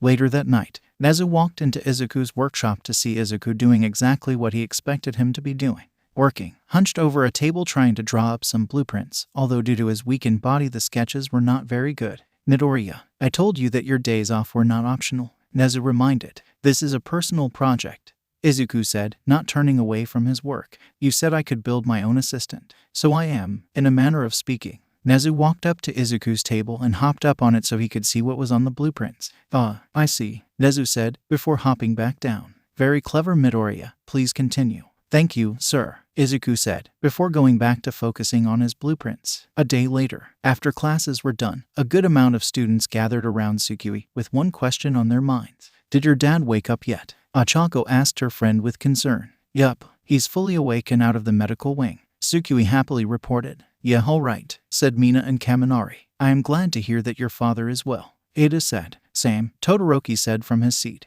"Hey, we should pay him a visit," Mina suggested. "That sounds great. But not all of us should go at once," Tsukui suggested. "Dad's body was weakened after the accident. He can't even really walk right now." "Ugh, poor Doc," Kaminari said. "What happened that left him in such a condition?" Ada asked. "I don't know," Tsukui said, her tone showing her frustration. "Everyone keeps telling me it's top secret and that I can't know." "What? That's such bull," Toru said. "Well, to be fair, Midoriya is probably the last person you should tell a secret to," Gyro added. "Hey," Tsukui said. "No offense, but you literally gave away that you were a robot. before the first day of school, Gyro pointed out. HMPH, Sukui pouted. Anyway, who's going to see Doc right now? Toru asked. I can wait. I'll probably see him around at some point, Gyro said. Give him my good wishes, Takoyami said. Same, Todoroki said before exiting the class. Soon it was narrowed down to Sukui, Ochako, Ida, Mina, Kaminari, and Momo. Alrighty then, let's go, Sukui said to her group of friends. At Izuku's lab, Sukui and her friends stood outside of Izuku's lab, in front of the door. It's locked, Sukui said. That's weird. Normally it's not locked. She shrugged and pressed the doorbell. After about half a minute, the door unlocked. There we go. Come on, guys, Sukui said. She opened the door and walked into the workshop. Hey, Dad, I bought some friends. The door was locked for. Sukui stopped when she saw her father. What the hell? Kaminari said. Whoa, Mina said. Ochako, Momo, and Ida were too shocked to say anything. Oh, hi, sorry about the door. I've been busy, Izuku said. Attached to Izuku were 4 mechanical arms, 2 of which he was using to hold himself up, and the other 2 were free in the air. Dad, mind explaining why you look like something out of Mina's special books? Sukui asked. Hey, Mina said. Well, is she wrong? Kaminari asked. While Kaminari was getting slapped, Izuku just looked at them confused. Special books, Sukui sighed. Her dad was too innocent. How is it that your daughter knows about this before you do? Mina asked. This is a highly inappropriate discussion, Ida said. Mina's personal taste as such things should not be discussed in a public conversation. Why does everyone assume I'm into tentacles? Mina muttered. I think what she meant to ask was, why exactly do you have 4 metal appendages attached to your body? Momo asked. Oh, these. Well, since my body is significantly weaker than before, I needed something to help me move and do my work, so I created these arms to help me. I call them the Octo Arms, because I got the idea from an old comic book, Izuku explained. They are fully functional robot appendages that can handle everything from precise, delicate tasks to combat. You can fight with those things? Sukui asked. In response to that question, 2 of Izuku's arms shot out at amazing speeds and picked up an heavy-looking machine and ripped it apart before smashing it into the ground and crumpling it. Whoa, Kaminari said. That's so cool, Mina said. Impressive as always, Midoriya. Ida applauded. How does it work? It doesn't look like there are any manual controls, Momo asked. Ah yes, you see, it actually receives orders directly from my brain, via needles in my spine, Izuku explained. Needles in your what now? Sukui, Ochako, and Mina asked. Well, it takes the messages coming from my. Izuku was interrupted. You put needles in your spine, Sukui said, bluntly. You did something stupid and reckless. Again. Well, I made sure it would work beforehand via some simulations, Izuku weakly defended. Sukui didn't look impressed and walked up to Izuku, before motioning for him to come down. Izuku lowered himself to the point where his feet almost touched the ground, and he was face to face with Sukui. Sukui then flicked his forehead. Oh, Izuku reacted. Stop messing with your body, Sukui ordered. But Izuku got another flick. Oh, no buts. I want you to promise me you won't mess with your body anymore, Sukui said. But Izuku got yet another flick. Okay, I promise. What is this family dynamic? Everyone else wondered. Well, I was going to ask for one of those things, but I think I'll pass on the needles in the spine, Mina said. Well, I probably wouldn't have been able to make you one, Izuku said. The transceiver that allows this to take orders from your brain is made of rather rare materials, and each set of arms would only be able to take commands from the person it was made for, so it can only be used by one person, Ochako asked. Yes, Izuku confirmed. Well, Mina, it looks like if you want your real-life tentacle hentai, you're gonna have to come to Doc, Kaminari teased, before getting elbowed by Mina. What is tentacle hentai? Izuku asked. Anyway, Momo said, desperately trying to change the subject. Are you feeling okay, Midoriya? You just got out of the medical wing, so is it wise to be working right now? Yeah, shouldn't you take it easy after that? Kaminari asked. I agree. After being in a coma you should be resting, Ida said, with Ochako nodding in agreement. Happiness surged in Izuku's chest. Never in his life had this many people cared about him. It just warmed his heart, and made his face scrunch up. Why did your face get all gross? Ochako asked. I'm fine. Izuku sniffed. I was just finishing these arms today. After that, Nezu is making me take a mandatory day off. It's a good thing you have a boss like him. Any other boss would be happy to let you work yourself to death, Ochako said. Yeah, Izuku said. But, thank you for coming. And thank you for being friends with Sukui. I worried that due to her differences, that she wouldn't be able to make any friends. Thank you so much for proving me wrong. No problem, Mina said. And don't forget we're your friends too. Yeah, both of you are really fun. Weird but fun, Kaminari said. It is a pleasure to be friends with both of you, Ida said. Indeed, Momo said politely. I'm glad I met you too, even if you seemed a bit odd at first, Ochako said. Izuku was crying now with how heartwarming this moment was for him. Thank you so much. The UA students then spent the rest of their visit trying to get Izuku to stop crying, their concern for him only making him cry more. Just for the record, Izuku is not going to become Doc Ock. This is just a fun reference. All Might simply couldn't help but stare, as anyone would if they saw a teenager being held up by 4 mechanical arms. So are those comfortable? The arms? Yes, actually, Izuku answered. I put padding on the inside so the metal wouldn't dig into my flesh or break my spine. It's actually pretty comfortable. Nezu, All Might, and Izuku were riding down the elevator back down to Izuku's secret lab, which was now fully rebuilt. Actually, how are you feeling, All Might? Izuku asked. Any possible long-term effects of the power draining? Besides the obvious loss in power, I find myself feeling a little sore from time to time, All Might said. But other than that, I'm fine. I'm glad that both of you were able to recover as well as you did, Nezu said. Disregarding Midoriya's current state, of course. Honestly, I think my condition isn't all that bad, Izuku said. I've been told that these glasses suit me pretty well actually, and to be honest, that's the only compliment I've ever gotten on my looks. On that somewhat depressing note, the elevator dinged and they made it to the bottom floor. Ah, perfect, Izuku said.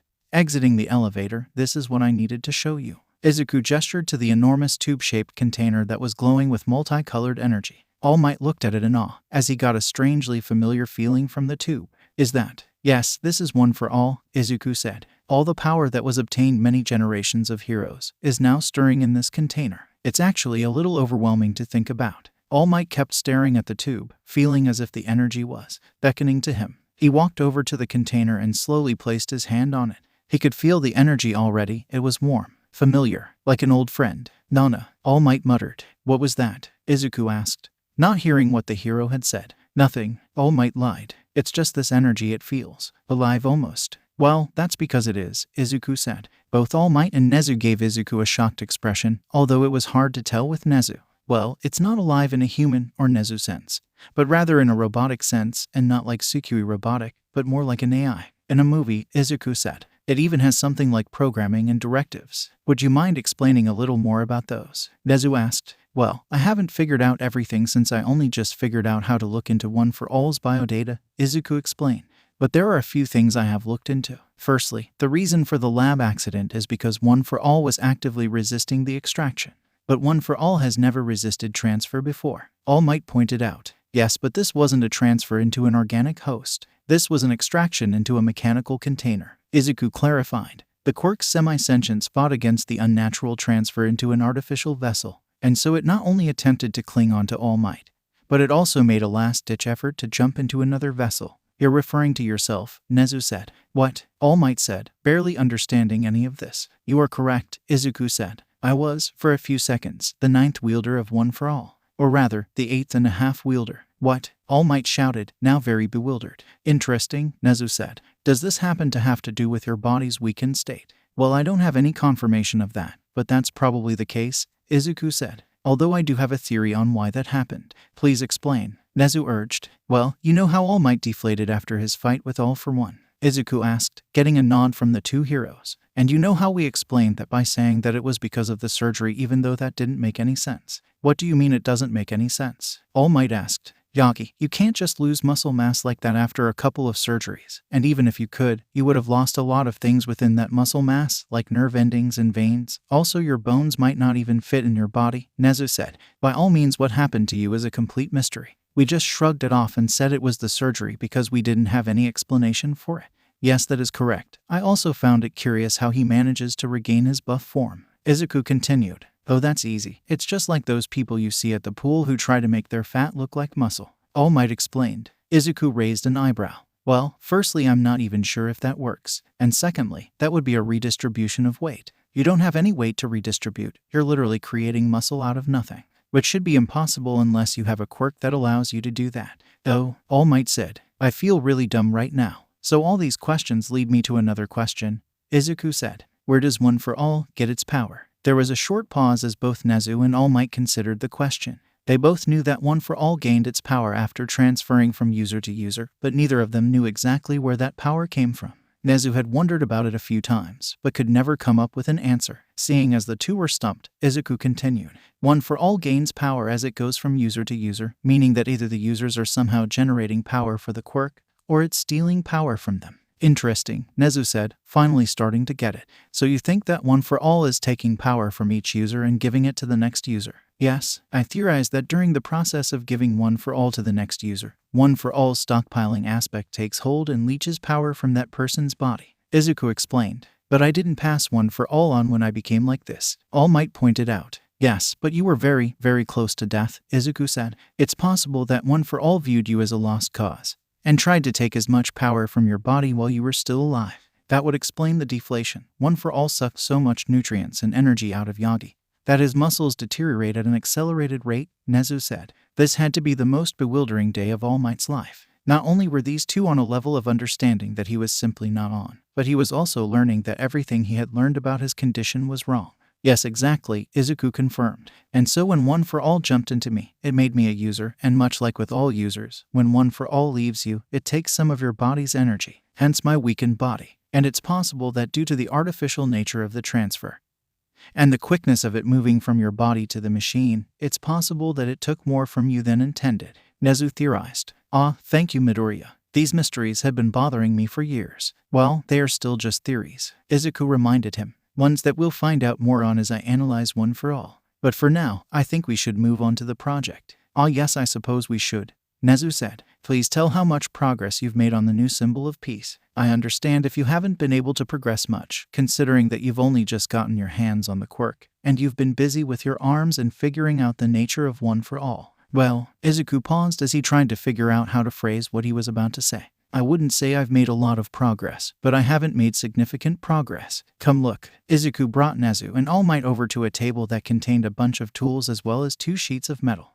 Izuku grabbed one of the sheets with his metal arms and showed it to the 2 heroes. This is ultraninium, Izuku said. It's a new metal I've created that's rather weak. It's maybe about as strong as iron, Izuku said, before crushing the metal with his arms. While it may be rather weak by itself, it serves an important function. Izuku picked up the other sheet of metal and once again attempted to crush it. However, this time it was much harder, as the metal proved much more resilient, taking much longer to crush. You see, according to my calculations, if I created a new android using a significant amount of one for all energy, it would simply explode, no matter what type of metal I used, Izuku explained. So I had to create a new metal that was strong enough to handle all that power, which would not necessarily be impossible, but it would take a long, long time. So I thought that since one for all can empower people, that perhaps I could make a special metal that could absorb the power of one for all and use it to strengthen itself. When the metal is empowered with one for all, I call it plus ultraninium. Clever, Nezu said. But should you have crushed like that?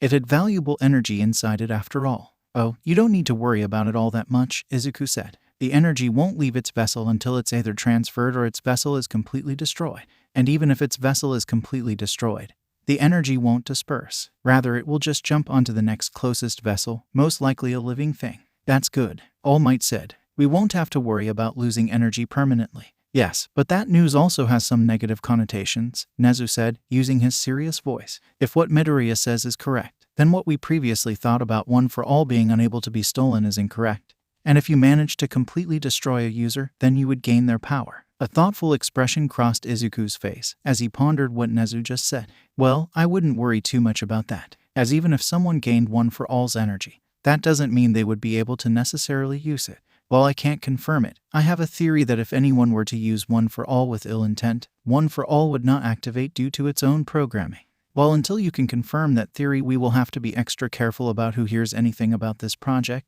Nezu said. No one says anything about this project to anyone. Even if someone already knows about one for all, you can't tell them about any of this. Understood. Izuku nodded, but All Might seemed hesitant. What about Recovery Girl or Gran Torino? All Might asked. Or Yagi, Nezu said sharply. I don't need to tell you how much damage a villain could do with even just half of one for all. You need to promise me that you won't tell anyone about this project, no matter what. All Might hesitated for a moment. I guess I have no choice. Good. Now, is there anything else you need to report on Midoriya? Nezu asked. Yes, Izuku said. There is one more, very important thing I need to tell you about. It doesn't relate to the Symbol of Peace project necessarily, but in my opinion, it could be even more important. More important than creating the next Symbol of Peace? Nezu asked. I'm curious about what that could possibly be. All Might didn't say anything but gave Izuku a curious look. Well, while I was wondering how exactly One for All gained its energy, I also ran some experiments to see if I could feed it energy, Izuku revealed.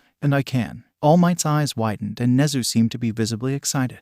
Are you saying what I think you're saying? Nezu asked. Yes, I can increase the amount of power in One for All, Izuku confirmed. And given the nature One for All's energy, I can use the energy in multiple projects. And due to how friendly One for All's energy is with organic matter, I can even make machines that can be used on humans. Maybe I could save people from some serious injuries or diseases. That's great. All Might cheered. Indeed, that is fantastic news. Nezu's tone did not match his words, leading Izuku to believe that there was a but coming. But, I believe for now you should focus on fully figuring out how One for All works before we move on with any project. Why? Izuku asked. I think I have enough of an understanding too. We can't approach this with only enough of an understanding. We need to have a complete understanding of what we are dealing with before we do anything important or dangerous. Nezu interrupted. If we can get a full understanding of what we are dealing with, then we need to take that opportunity. When it comes to something this powerful and important, then we need to take steps to make sure we don't have any more incidents. Because the next time something explodes, you may not be as lucky as you were last time.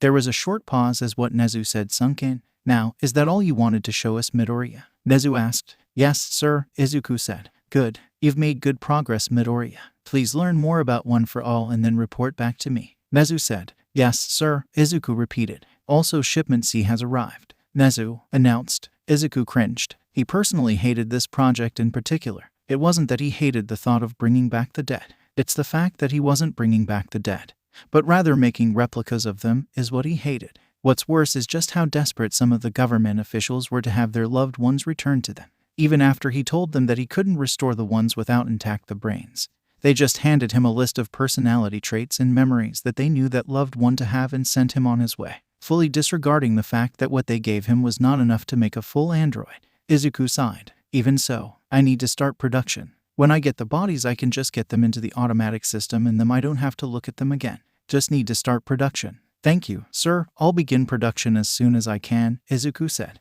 What's Shipment C? All Might asked. Nothing you need to be concerned about. Nezu dismissed. Now, Izuku, I have one last thing to inform you of. Izuku gained a curious expression. What? It's about a contest to see who would be your assistant, Nezu said. A winner has been selected and they will be seeing you tomorrow. Oh, I see, Izuku said. Well, it would be nice to have some help with the school's projects. They do have a bit of an eccentric personality. Are you sure you can handle it? Nezu asked. Well, I've handled Kaken for all these years. I'm sure whoever this person is can't be too bad, Izuku said. Right. The next day. Wrong. Izuku was wrong. Very, very wrong. When he came back to the lab the next morning, he found a girl sleeping on the floor of his lab. Oh, good morning, Midoriya, Nezu said, walking up behind the young scientist. Yes, sir. What is this? Izuku asked him, going up to inspect the girl on the floor. Wait a minute. I know this girl. Suddenly the girl yawned and began to open her eyes. Wow, Midoriya. The girl known as Mei Hatsum shouted, immediately getting to her feet and looking at Izuku's new arms. Those arms are amazing. And they don't seem to require any manual controls either. As Mei gushed over Izuku's robotic appendages, Nezu and Izuku spoke. I see you are familiar with. Nezu said. Good. After all, she is your new assistant. Her. Izuku shouted. Well, I guess I shouldn't be surprised. When we talked, she was so passionate about making things. And she did show a level of understanding that far exceeds that of most people our age. Well, I guess it's fine. She's straddling my arms. Izuku suddenly shouted. They had begun trying to take a closer at the arms and started climbing on them, putting her in a very provocative position. Suddenly that arm began to malfunction, whipping around until it eventually sent Mei flying off. Ouch, Mei said as she landed on her butt. Man, those things are strong. How much can they lift? What's their grip strength? I'm sure that having Hatsum here will teach you both very important lessons. After all, you do need some more exposure to the opposite gender besides your mother and daughter, Nezu said. This will be especially effective considering that she will also be living here. What? Izuku shouted in shock. Yeah, I got here early to unpack my stuff, Mei said, gesturing to a mattress on the floor with a toolbox next to it. Hatsum, we asked you to move into the dorm we set up for you, not the laboratory, Nezu said. But I want to land on something soft when I pass out, Hatsum protested. How am I supposed to land on my bed when it's not even in the same building? But you didn't even fall on the bed, Izuku pointed out. And why is she moving into the dorm anyway? Well, she asked permission to do so and I thought it was a good idea, Nezu explained. So we got her parents' permission and moved her luggage to the school. Izuku's face was bright red and he was gasping for words. He didn't dislike Mei in the slightest, but she was far too non-caring about her modesty for Izuku's liking. It didn't help that she was incredibly developed for someone their age. But still, I guess it's good to have an assistant as competent as her, Izuku thought. After regaining his composure, Izuku turned to Mei, having his arms put him lower to the ground as to not accidentally look at her chest. Well, it's a pleasure to work with you, Izuku said, extending his arm for a handshake. The pleasure is all mine, Mei said eagerly, shaking Izuku's hand. Also, can you take off your clothes? Izuku promptly regretted his existence. Nezu smiled as he watched Mei try to explain the purely scientific reason she wanted Izuku to strip, all while Izuku tried not to pass out from the sheer amount of blood rushing to his face. While on paper putting these two together may not seem like the best idea, Nezu knew better. Firstly, Izuku needed to learn to be around females that weren't related to him or robots, and Mei needed to learn modesty and restraint. After dealing with Mei, any other woman would be easy to handle, with the possible exception of Midnight, and Mei would eventually learn that if she wanted to get anything out of Izuku, then she would need to stop causing him to pass out, and thus would need to start changing her behavior. Secondly, both Izuku and Mei tend to neglect their health in favor of work, and while on paper it might sound bad to put those two together as they would only encourage their workaholic behavior, there was one factor that made this work. Izuku was a massive hypocrite. While he didn't care much about his own well-being most of the time, he did care immensely about others. If Mei kept overworking, Izuku would stop her, and if he wanted her to stop working, then he would need to stop working. Plus Inko and Tsukui would also help in that effort. All in all, Nezu was happy with this result. Who knows, maybe after learning from each other, these two could one day become something close to normal human beings. Now that will probably never happen. Entry 1. My name is Izuku Midoriya. I'm writing this down to catalog my research. The subject of my research is the quirk known as One for All. One for All is a quirk that can be passed from one user to the next, increasing in power through each user. I have managed to extract the quirk from his most recent user, Toshinori Yagi Aka, All Might. I still can't believe I did that. The energy from One for All is very unique, unlike anything else that exists on Earth, and it also appears to be at least somewhat sentient. One for All's energy has two states, a dormant state and an active state. Switching between the two requires some sort of input from the user. However, it seems that the semi-sentience of the quirk can bring it to an active state at any time. If One for All is inhabiting a vessel that either can't handle its power or a vessel that is incompatible with the energy, the vessel will explode. One for All requires a vessel in order to act. It much prefers to inhabit organic hosts, it seems, as metals have been very ineffective as hosts for the energy, typically exploding with even very little of the energy being contained within it. In light of this, I have constructed a metal that acts as a perfect host for the energy. I call it ultraninium. On its own, the metal is quite weak. When combined with One for All's energy, it becomes extremely strong. Depending on the amount of energy stored in it, it can become stronger than any other metal or even any other material on Earth. Also, I should probably call it something other than One for All energy. How about hyper-erratic reusable omni-purpose energy? Or hero energy? Oh, I like that. Wait, that sounds like an energy drink.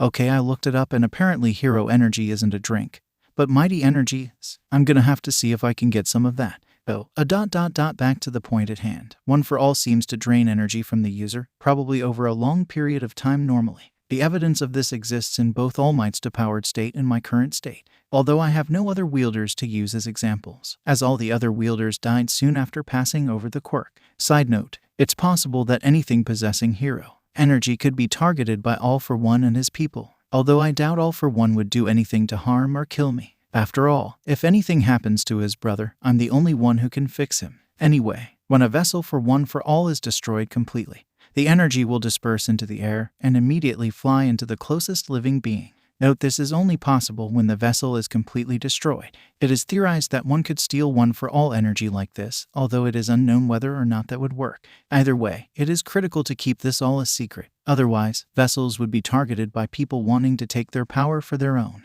I've also learned I can convert other types of energy into hero energy. However, the conversion rate is very low. To put it simply, if you try to convert a battery's power into hero energy, you'll get approximately 1/8 of the power that was in the battery. It's possible that converting power from organic materials or living beings would produce better results. That is all I know currently. I must learn more about this before I'm allowed to continue on with any projects using the energy. Right now, this is my top priority. Entry 2. So after procuring some lab rats, I've been able to further my test. Firstly, I can confirm the hero Energy's sentience. When I was destroying some plus ultranium to release the energy, I put a rat in front of the poo, and some ultraninium behind the rat. And when the poo was destroyed, rather than going into the rat, it went into the ultraninium.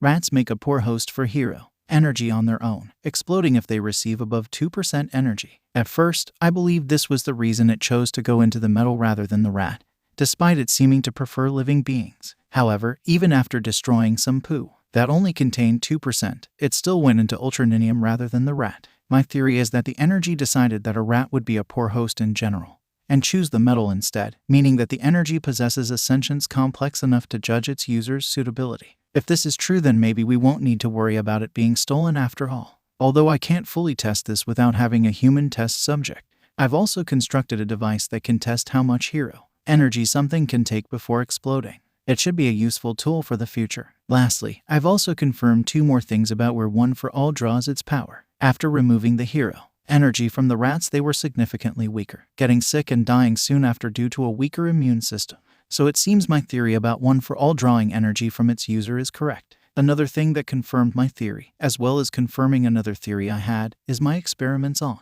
cadavers. You see, due to some of my other assignments, I have had to deal with a large number of dead bodies. Most of the bodies are sent back to where they came from after I'm done with them. However, there are some that we have been ordered to dispose of. My superiors have given me permission to use the bodies in my experiments, so I converted their bodies into hero energy and found that after they were done, even the most recently dead corpses were reduced to skin and bone after the draining was finished, looking very similar to All Might's deflated form. These corpses have also provided a significant amount of energy. Overall, one body produces about a car battery's worth of energy, confirming that organic energy converts much better into hero energy. I have now been ordered to turn all the bodies we've been asked to dispose of into hero energy before disposing of them. This feels wrong, but this energy can be used to do so much. I'm sorry. Entry 3. So I've already completed the biomechanical hero energy improvements. I've replaced some of the rats' body parts with cybernetics made of plus ultraninium.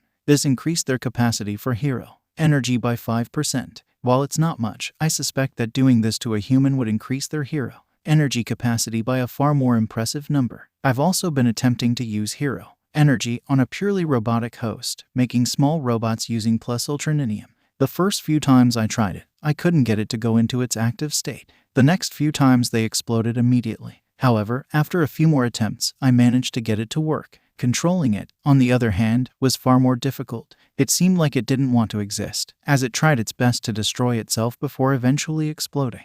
My guess is that the energy dislikes being inside artificial vessels. I think my next priority is to try and find a way to interact with the consciousness of One for All. Entry 6. I've had a breakthrough. I've finally managed to break into the inner consciousness of One for All, and it is amazing. It's like a whole other cognitive world in there, filled with memories, thoughts, and feelings of their previous users. All Might, Nana Shimura, and all the other wielders' memories are stored here. Even some of the rats' memories are in here. It seems that One for All has used these memories as a kind of basis for its sentence, trying to fulfill the will of its wielders. To clarify, it's not alive. It's like a robot using the wishes and desires of its dead wielders as programming. This opens up so much. The possibilities with this alone are seemingly endless. In theory, you could connect someone's mind to this network and look through their memories. And if it's possible to tamper with the programming, then you could potentially change a person's memories, or even their personality. That's a scary thought. Another reason we can't let get out. Anyways, I'm going to explore this. Perhaps I can get rid of its hatred of artificial hosts. Entry 9. My research has progressed quickly, maybe a bit too quickly. Principal Nezu has already ordered us to begin human testing.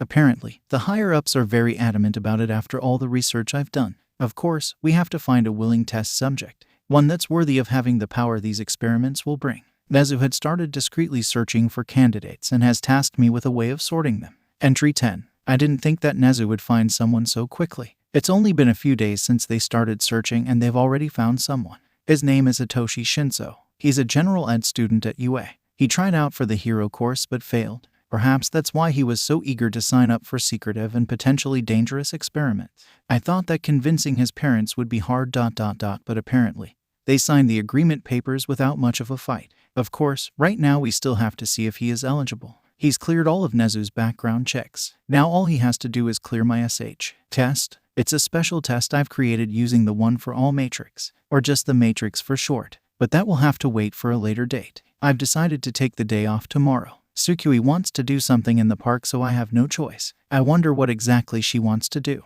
Tsukui, why did you drag me out of my lab? Izuku asked his daughter. The robot girl had insisted Izuku follow her, and now the two of them were walking through the park, where many people stopped and stared at Izuku's robot arms. We are going to play catch, Tsukui declared. My robo arms versus yours. Let's see who wins. The two made it to a grassy hill where Ochako was waiting for them. Oh, hello Uraraka, Izuku stuttered. I didn't expect to see you here. Tsukui asked me to be the ref. Ochako smiled at the pair of them brightly. I'm not sure that a game of catch needs a ref, but it sounded like fun, so I decided to come. Alright, that's enough chit-chat, Tsukui said while she took out the ball. The rules are simple. You throw the ball at the other person, and if they fail to catch it, you get a point. No throwing the ball too far away from the other person, and no throwing it directly at the ground. Got it. Izuku and Ochako nodded. Alright now, Dan, step back, Tsukui said. Izuku went back a good distance before having his arms set him down. Tsukui smirked and started activating her scanners.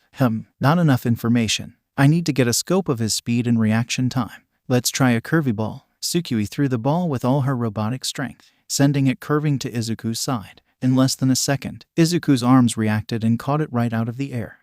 Looks like his arms can react pretty fast. Probably working off of some kind of self-preservation programming, rather than Dan's reaction time, Tsukui surmised. But there's a gap. The ball entered Dan's range for half a second before he caught it. Izuku threw the ball at Tsukui, who caught it perfectly. She is taking this way too seriously, isn't she? Izuku thought. Tsukui threw a high ball, aiming a few feet over Izuku's head. Izuku's arms caught it, although the ball made it a bit farther into Izuku's range than last time. Okay, it looks like aiming above him is better than aiming at his sides, Tsukui analyzed. Izuku and Tsukui threw the ball back and forth, Tsukui trying to analyze Izuku's weaknesses, and Izuku just casually throwing the ball. This is gonna take a while. Ochako sighed as she realized that neither of the two could get tired. 2 hours later, Ochako had fallen asleep, with Izuku trying not to do the same, as both he and Tsukui had been repeating the same process over and over again. Then, Tsukui threw the ball, and just as Izuku's arms were about to catch it, Tsukui shot it with her laser vision, causing it to rocket past Izuku and fall into the dirt. Yes, Tsukui jumped up in excitement.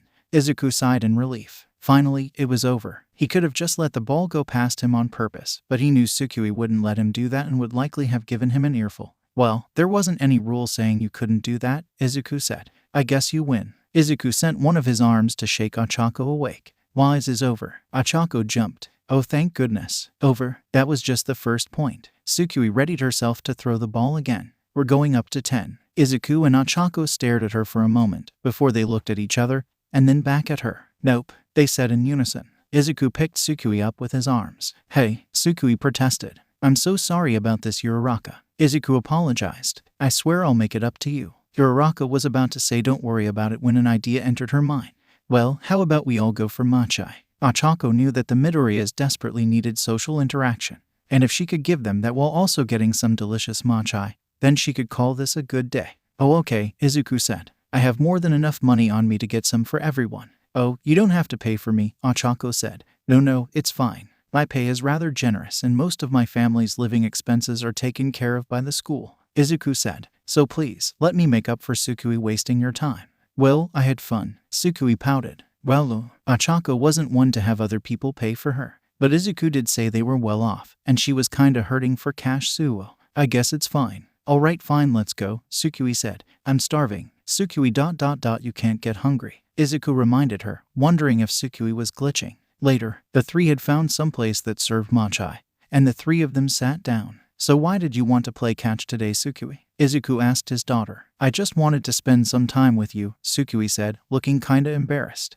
Well, as embarrassed as an android who couldn't blush and had limited facial expressions could look. I was made to get rid of your loneliness and I feel like I haven't been doing my job. Izuku gave her a soft smile. Tsukui, just by existing you've made my life 1,000,000 times better. Well, I'm not satisfied with that. Tsukui crossed her arms. I want to make sure you never have to spend another day crying into your All Might pillow again. Tsukui had said that loud enough that some people were giving Izuku looks, varying from confused to pitiful, much to Izuku's dismay. Maybe I put in too much kaken, Izuku thought, before shaking his head. No, she's perfect the way she is. So hey, Doc, Ochako said. Is that what everyone is going to call me now? Izuku sighed. Well, you're both Midoriya, and it feels weird to call Mr. Midoriya, so we came up with that nickname, Ochako said. Well, I guess that's fine. While Izuku wasn't sure about this new nickname, he also didn't want to be called Mr. Midoriya. Well, I had a question, Ochako said. So you know how you're super shy around girls? Why, yeah. Izuku blushed slightly. Well, it must have been really uncomfortable to make Tsukui's ... Ochako blushed as well. Yeah. Izuku blushed harder as he remembered his time constructing her. So my question is ... why did you decide to make her a girl? Ochako asked. Izuku stiffened and started to sweat nervously, something that Tsukui took notice of. Well, you see. Izuku couldn't tell her the real reason. That he was already making a male android and wanted to branch out. If he did, then Tsukui would never stop hounding him for details about her brother. Well, that's kinda top secret, Izuku said while twiddling his thumbs and looking away. Oh, come on, Tsukui groaned. Even the reason for my fucking gender is a secret. Yeah, why would that be a secret? Ochako asked. All of Tsukui's creation process is a secret, Izuku explained. And for a good reason. And that reason is, Tsukui asked. Also a secret, Izuku said. Sorry. Tsukui sat back and pouted with her arms crossed. She hated not knowing how she was made, especially considering just how many things didn't seem to make sense about it. Namely, where Izuku got the resources to do it.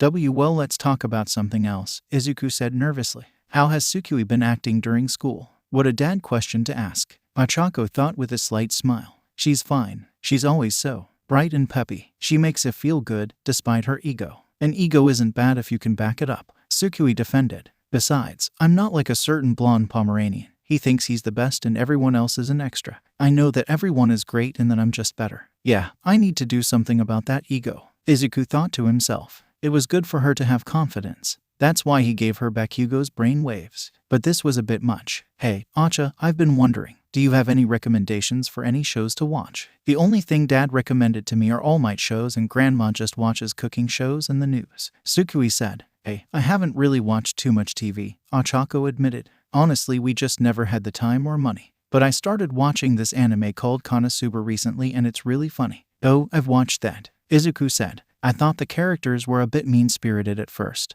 but they still seem to be really good friends. My favorite character is Union. Oh, Ochako said, giving Izuku a pitying look. That makes ... too much sense. My sensors indicate a 79% chance that I am missing a joke, Tsukui said. And I didn't know you watched shows about things other than All Might. Well, I watched a lot of things. I read a lot of books too. I spent most of my time tinkering though. I didn't have a lot else to do, Izuku admitted. Although now I'm plenty busy. I've been working on my projects from the government, from Nezu, and I've been making a few things for your class. Like, Tsukui and Ochako looked at him with interest. I can't say what it is, but I can say that it's going to be used to help you guys work on your weaknesses, Izuku revealed. What weaknesses? Tsukui asked. Your lack of aerial mobility, your tendency to overdramatic, and your lack of stealth, Izuku pointed out. Tsukui pouted, looking slightly offended. Well, I'm sure I can work around those. And besides, can't you just modify my body to adjust for those? Can you really just take Tsukui apart and upgrade her? Ochako asked. Well, the only part of Tsukui that can't be taken apart is a few parts in her head, Izuku revealed. All her other hardware is replaceable. So as long as my head is okay, then I can survive anything is what you're telling me, Tsukui asked. I have a feeling I shouldn't have said that, Izuku sighed, before looking at Ochako.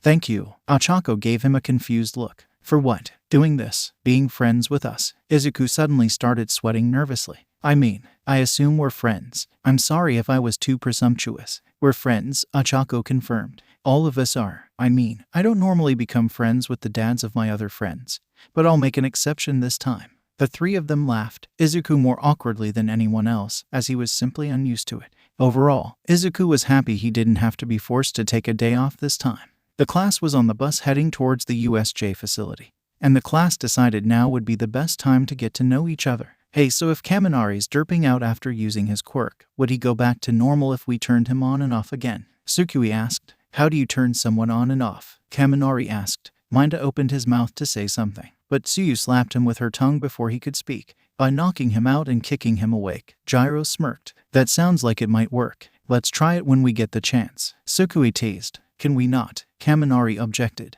Better question. If Kaminari absorbs too much electricity, does he explode or does he get fat? Mina asked. A bunch of people laughed at the thought of Kaminari getting struck by lightning and suddenly gaining weight. Why is it suddenly pick on Kaminari Day? Kaminari objected. Because we got tired of picking on Minta, Tsukui said. For now. Come on guys, give the guy a break, Kirishima said. It's not manly to go after someone just because they're an easy target. Thanks, dude, Kaminari said. Wait, what do you mean by easy target? You know when you say it like that it does sound kinda bad, Tsukui said. And unlike Minta, I guess Kaminari hasn't done much to deserve it. But it's so much fun, Gyro said. Did someone say fun? Aizawa said, walking up to them. Because if you did then you better cut it out. We're here. Under their teacher's instructions, the students filed out of the bus and into the building, looking around in awe as they entered. It really is like Universal Studios Japan, Mina said. It's 13. Achako pointed out the space-themed hero. Aizawa went up to 13. Where's All Might? He ran out of time.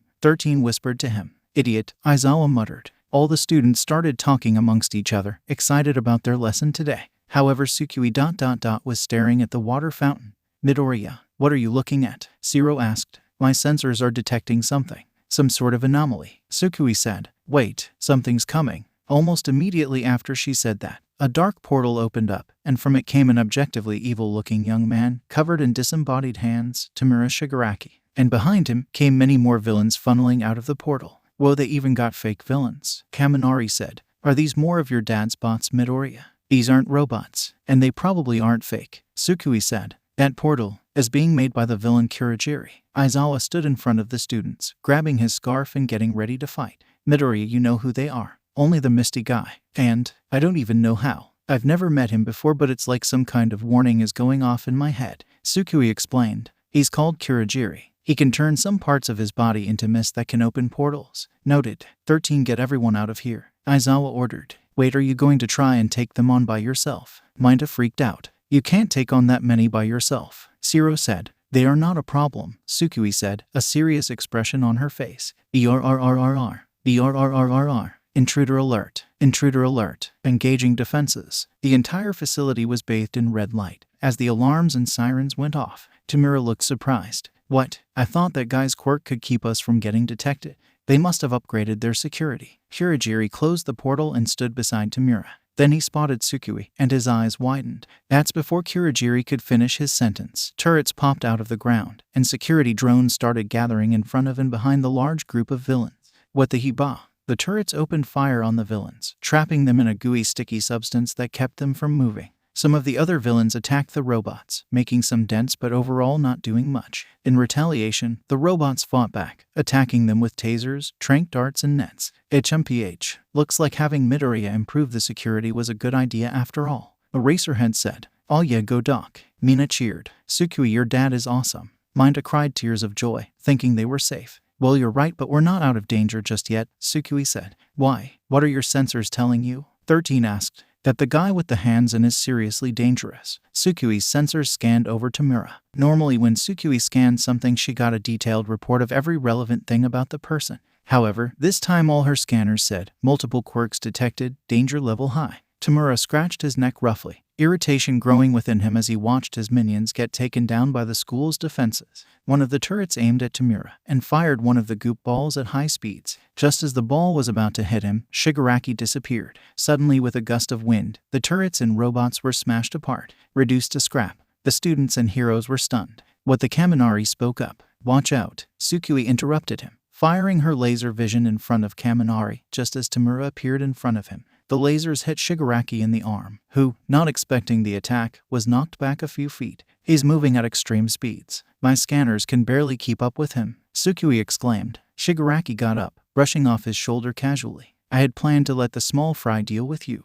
but your stupid cannon fodder took out mine. So it looks like I'll have to clear this stage myself. As Shigaraki was monologuing, Eraserhead activated his quirk. Shigaraki immediately ran up to Aizawa, grabbing him by the neck with all his fingers except his pinky. Sensei, the students cried. His quirk wasn't erased. 13 shouted. How rude, Eraserhead. You really shouldn't interrupt someone when they're speaking, Tamura said menacingly, before putting his pinky on Aizawa's throat. Nothing happened. After a few seconds of nothing, Tamura spoke. TCH, looks like you erased just the right quirk. He then threw Eraserhead at the students. The students caught him and helped him to his feet. Your quirk didn't work, Eraser. You must have a mutant quirk, 13 said, pointing finger at Tamura, threatening to open the hatch and activate her quirk. No, he said I erased just the right quirk. Aizawa said, it worked but not fully. He has multiple quirks, Tsukui stated. Everyone looked at her like she was crazy. That's impossible. You can't have more than one quirk. Momo said. Yeah, your sensors must be bugging.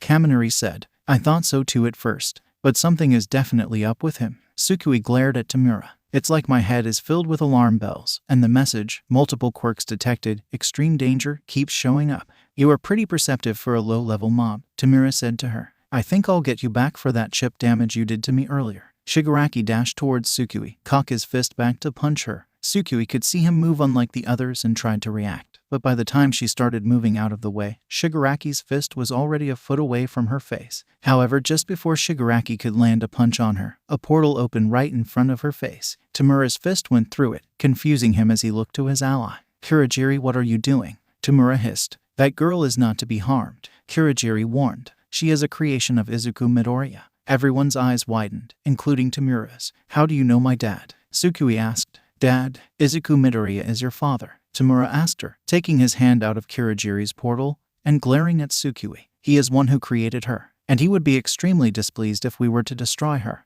Kurogiri said. Why do you care about displeasing my dad? How are you, people? Tsukui asked. We are the League of Villains, Kurogiri explained, and we assisted in her creation. What? Shouted all of the students.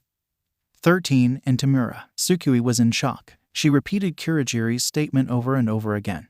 Her lie detectors telling the same thing every time. He was speaking the truth. No, Tsukui denied it. No, my father would never work with criminals. Why would Sensei help make a brat like her? Tamura asked, just as confused as everyone else. They were both desperate, Kurogiri responded. It was a two-way deal. We gave him the resources he needed, and he produced what the master desired. So that's how he got the resources, Todoroki muttered under his breath. That's a load of crap. Surprisingly, Bakugo of all people shouted. Deku might have been a fucking desperate, but he's not that pathetic. And it was. What did Sensei want? Tamura asked. He had asked repeatedly about what Izuku Midoriya created for All for One that was important enough for him to make Tamura swear to not hurt him. Every time he got the same answer. I'm afraid I cannot tell you that. Master told me to never tell anyone. Kurogiri said. Diorar, fine, the girl can live, Tamura growled. But the rest. Tamura didn't get another word in before he was suddenly encased in a block of ice. Everyone looked at Todoroki. I think we've had enough monologuing, he said. However, the ice didn't hold. Cracks appeared, the ice shook, and then it exploded off of Shigaraki. He glared at Todoroki. You're next. Suddenly, bones grew out of Tamura's fist, making it spiky and hard. Tamura dashed at Shoto, however, having become overconfident in his abilities. Tamura hadn't taken into account that his opponents might have become accustomed to his speed at this point.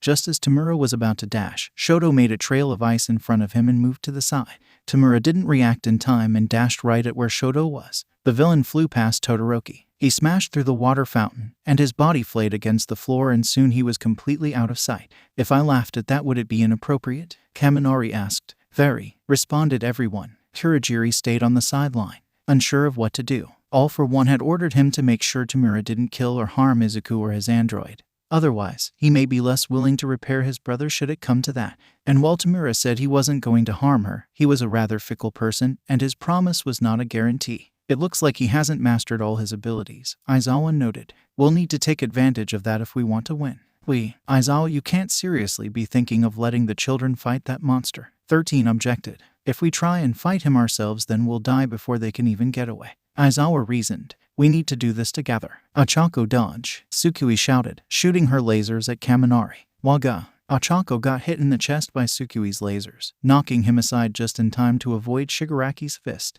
TCH. Kurogiri, take care of the girl, Tamura ordered. Kurogiri appeared in front of Tsukui, the robot girl glaring at him with red glowing eyes. I don't know how you managed to get past my lie detectors, but I'm not buying your shit. Tsukui fired more blasts from her eyes, using her targeting system to aim for Kurogiri's body. My dad would never work with pieces of shit like you. You can ask your creator after I send you away from this place. Kurogiri opened a portal in front of him to redirect the lasers. This guy's gonna be annoying to fight. I need to find a way to attack him in a way he won't expect, Tsukui thought. Tsukui jumped back, avoiding a portal that was opening beneath her. Kurogiri opened a portal behind Tsukui, hoping she wouldn't be able to dodge in the air. Unfortunately for him, she could. Tsukui sent a high-power blast to her side, changing her trajectory away from the portal. Tsukui took a look at the battle with Shigaraki. Her classmates and teachers currently had her hands full trying to fight off the multi-quirk villain. Bakugo of course rocketed towards him and exploded the ground where Shigaraki stood. The villain easily dodged the attack and was about to attack the still airborne Bakugo from the side, when he was forced to duck one of Ida's kicks. Tamura's arm extended, stretching out and aiming for Ida. The attack landed and knocked Ida aside with a heavy blow. Shigaraki smirked to himself while he recalled his arm. He had finally gotten off a good hit. However, what he hadn't noticed is that he had been standing still with his back turned to his opponents for several seconds now, leaving him open to a second attack. Hey, handjob. Eat this. Boom. Bakugo unleashed a full-power explosion right to Shigaraki's face, knocking the villain back a significant distance. Tamura tumbled back, spinning out of control for a while before digging his fingers into the ground and slowing himself until he reached a stop. He snarled with rage at the students before realizing something. His father was missing. The explosion had knocked the hand off his face, and Tamura could see it a few feet away from him. Shigaraki reached out to the hand, his arm extending and grabbing it and bringing it back to him. He reattached it to his face, taking a moment to compose himself before turning back to the students, and then immediately getting decked in the face by Kirishima and Sato. Take that, Kirishima shouted. Tamura turned his head, revealing that he was completely unharmed. Crap, Kirishima said before Tamura punched him right in his hardened chest. Kirishima spat out blood as he was launched all the way across the facility. Sato was next. Shigaraki kneed the large student in the gut, making him fly across the floor before landing in the nearby flood zone. I'll get him, Tsuyu said, hopping into the water to save Sato. Zero shot out his tape at Tamura. Minter rapidly threw out his balls. Mina squirted out acid and Yama shot his laser. Shigaraki easily dodged all of the attacks being thrown at him with a smug expression on his face. It doesn't matter how many times you hit me. Your attack and speed stats are too low, Tamura said. Enough with the video game analogies. You're not cool, Kaminari shouted. Shigaraki scowled. Then let me put it like this. Using his super speed, Tamura appeared right in front of Kaminari. You can't touch me, is that right? Said the invisible girl standing next to him. Then there was a blinding flash.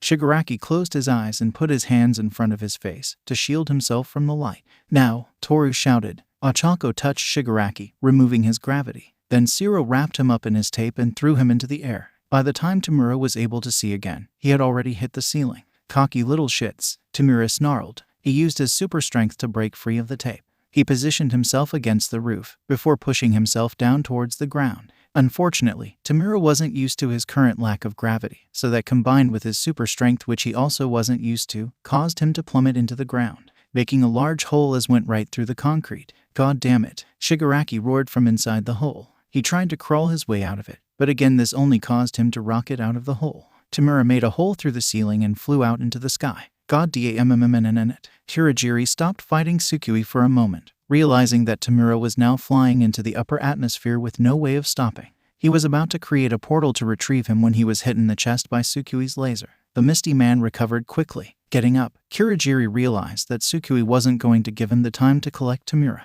and the UA students probably wouldn't wait either. He needed to find a way to stall her without doing any sort of permanent harm to her. He saw the flood zone and got an idea. Kirigiri opened a large portal to the bottom of the floor zone, before opening another large portal above them all. Tsukui was hit by a strong wave of water and was swept off her feet and pushed back the tide.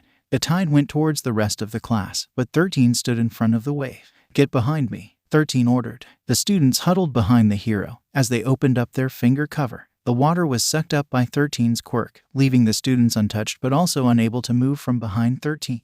Meanwhile, Kirigiri was also taken by the wave, but now since he wasn't being directly attacked, he was able to open a warp gate and get himself to the landslide zone, far away from everyone else. He didn't know exactly how high Tamura had gone at this point. He just opened the gate at the max altitude he could open, one above the spot where Tamura had been sent flying, and hoped that he hadn't already gone past it. Fortunately for him, after a few seconds, Tamura came out of the portal and smashed into the concrete. I should have gotten an anti-freeze quirk. Tamura shivered. The high altitudes he had been at caused parts of his body to freeze over. He was fine of course, but he was still very uncomfortable. Kirigiri, kill that girl. I can't fucking move because she got rid of my fucking gravity. Have you tried turning off your super strength? Kirigiri asked him. Of course I've fucking tried to turn off my super strength.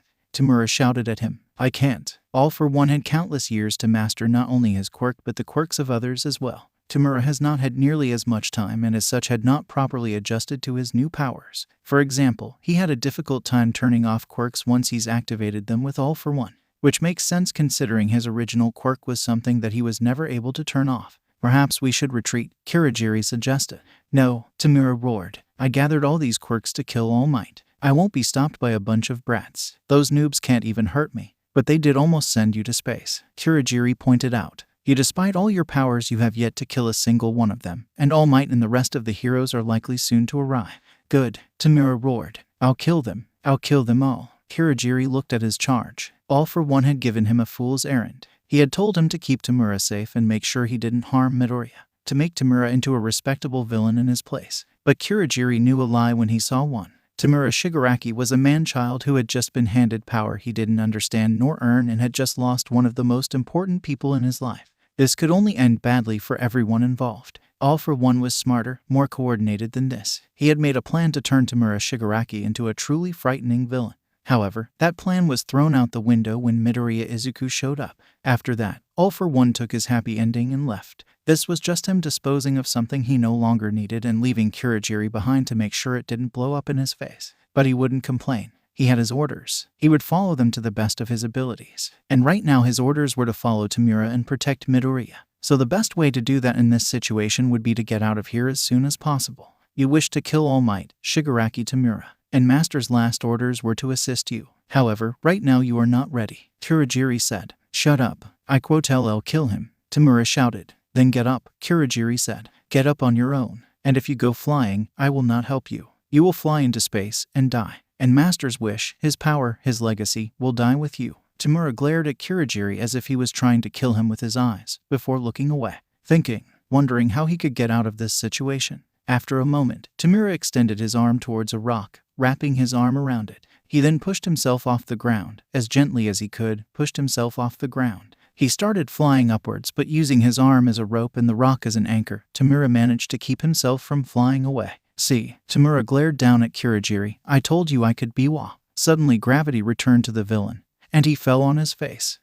It looks like whatever that girl did to you is no longer in effect, Kirigiri noted. I hate those kids. I really do. Shigaraki mumbled into the floor. Back with the students. Sorry, I couldn't keep it going any longer. Achako apologized while holding her stomach. You did what you could, Uraraka, Aizawa reassured her. 13, is the water letting up? Not that I can see, 13 said. That portal villain has probably already got his ally back. I doubt that trick will work twice. We need to come up with a plan, Zero said. Then, the portal closed, and the water stopped. It stopped, Mina pointed out. Then, Tamura zoomed in and glared furiously at the students. You brats, he snarled at them. I planned to come here, kill All Might, and leave you to my minions. But you screwed that all up. Now you have my attention and I am going to kill you all slowly and gah.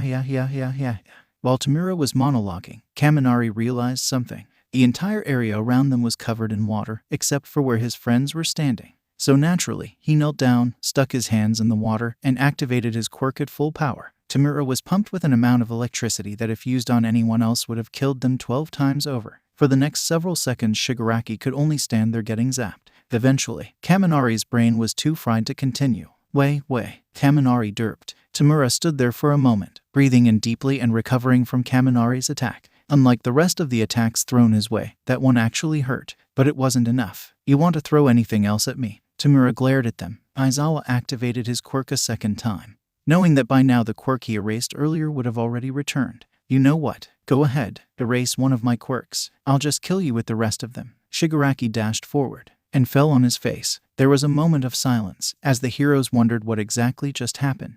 I think you erased his super speed, 13 said. Tamura pulled himself up, absolutely livid. He readied himself to fight them without his super speed, thinking of how he was going to kill them with his remaining quirks. I am here, said a booming voice from the entrance. Oh fuck off. All Might wasn't smiling. His face was dead serious, and he was shooting a burning glare at Tamura, while Tamura shot that glare right back. For a moment, all was silent, as All Might and Tamura locked gazes. Then, a deranged smile broke out of Tamura's face, and he started laughing like a madman. You know what? Screw it. Even with this stupid debuff, my build is more than enough to kill you. Tamura readied himself for combat. Oh, let's see about that, was All Might's retort. Suddenly the wind roared, and All Might was right on top of Tamura. Texas smash, All Might cried, his fist hitting Tamura right on the top of his head. Wind swirled around them, and the floor underneath Tamura split and broke apart. But Tamura himself was unaffected. What? All Might was shocked. That was the maximum amount of force he could use on a normal person without causing serious lasting damage. It normally knocks people out instantly. Even people with endurance quirks normally were at least a little affected.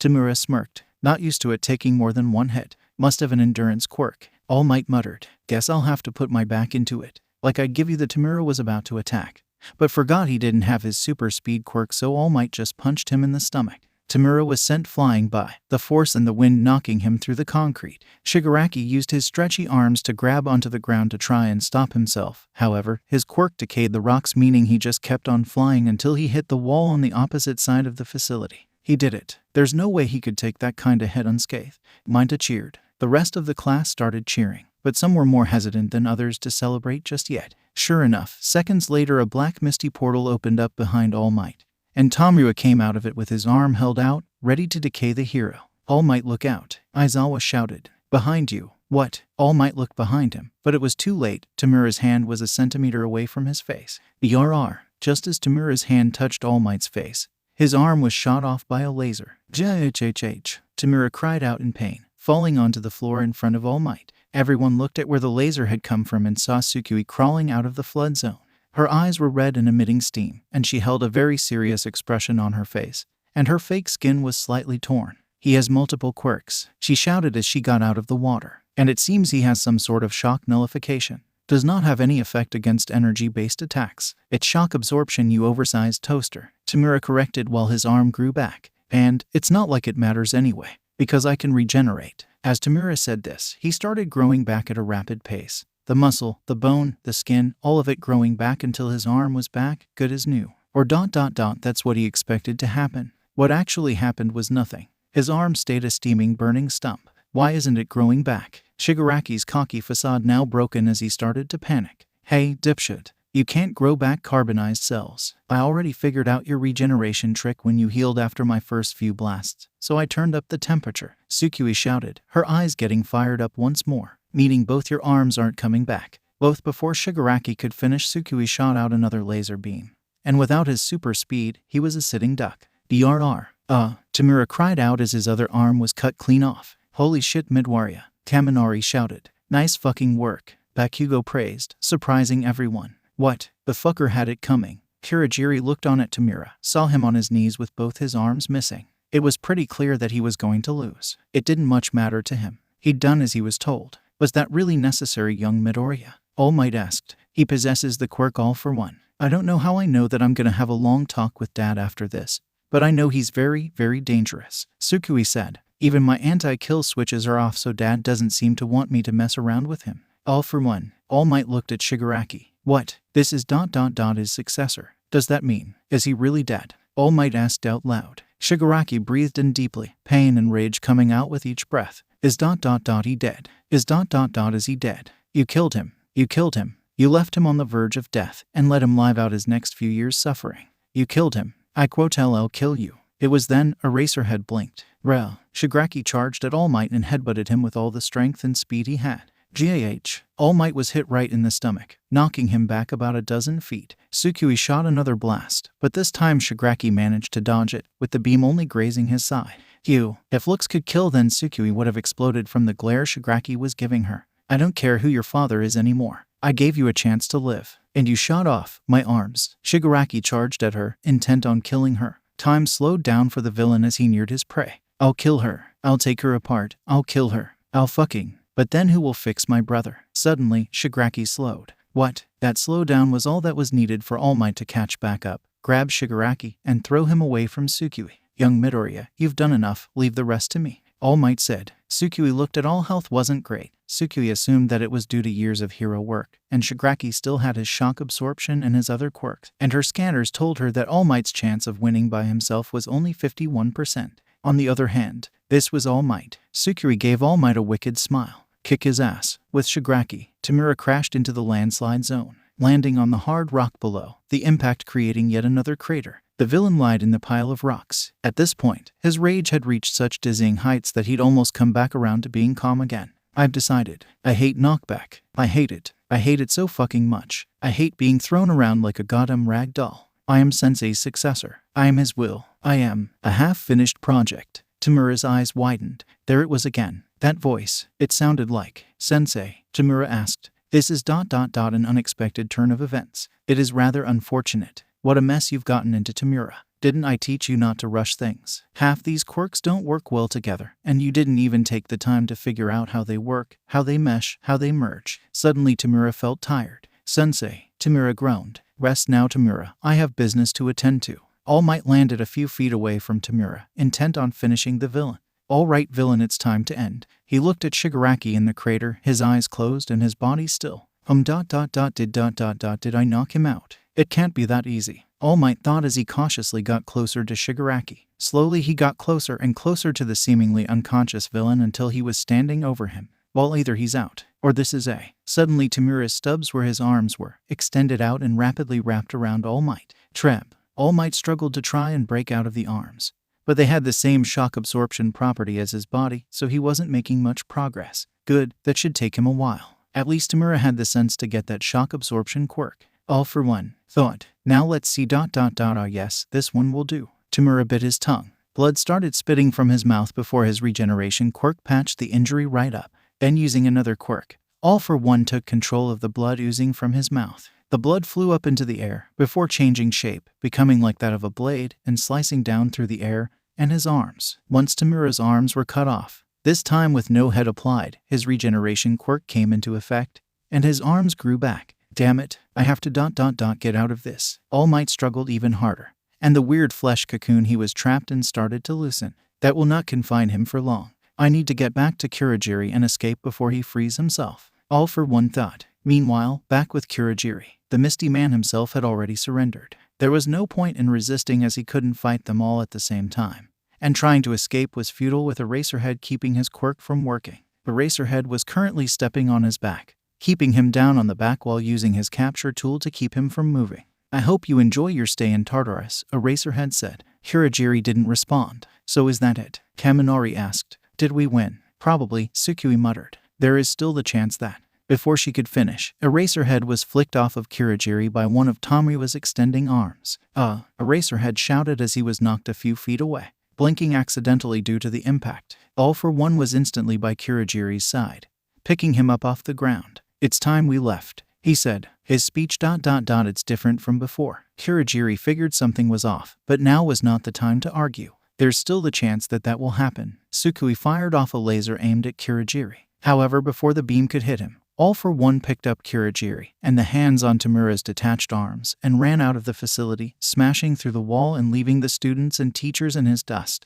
Damn it, Tsukui cursed before using her sensors. He's moving too fast. We don't stand a chance at catching them before he warps away. Where's All Might? Zero asked. Scanning. Tsukui looked around until she found him. He's in the landslide zone. He's trapped by what looks to be the villain's discarded arms. He'll break out in about a minute, but they'll be long gone by then. As the information sunk in, everyone reacted differently. Some of the students revealed that everyone got out alive and relatively unharmed. Others, namely Bakugo, were pissed that the villains got away. Tsukui, however. Midoriya, where are you going? 13 asked as Tsukui started walking away. I tapped into the security system for the building.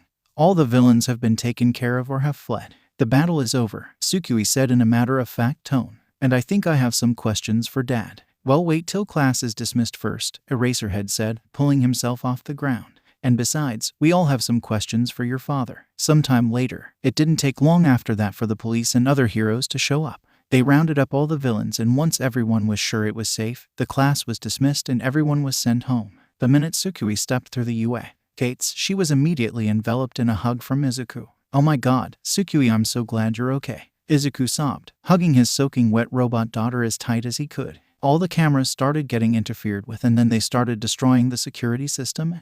Dad, Tsukui interrupted him, her tone completely devoid of emotion.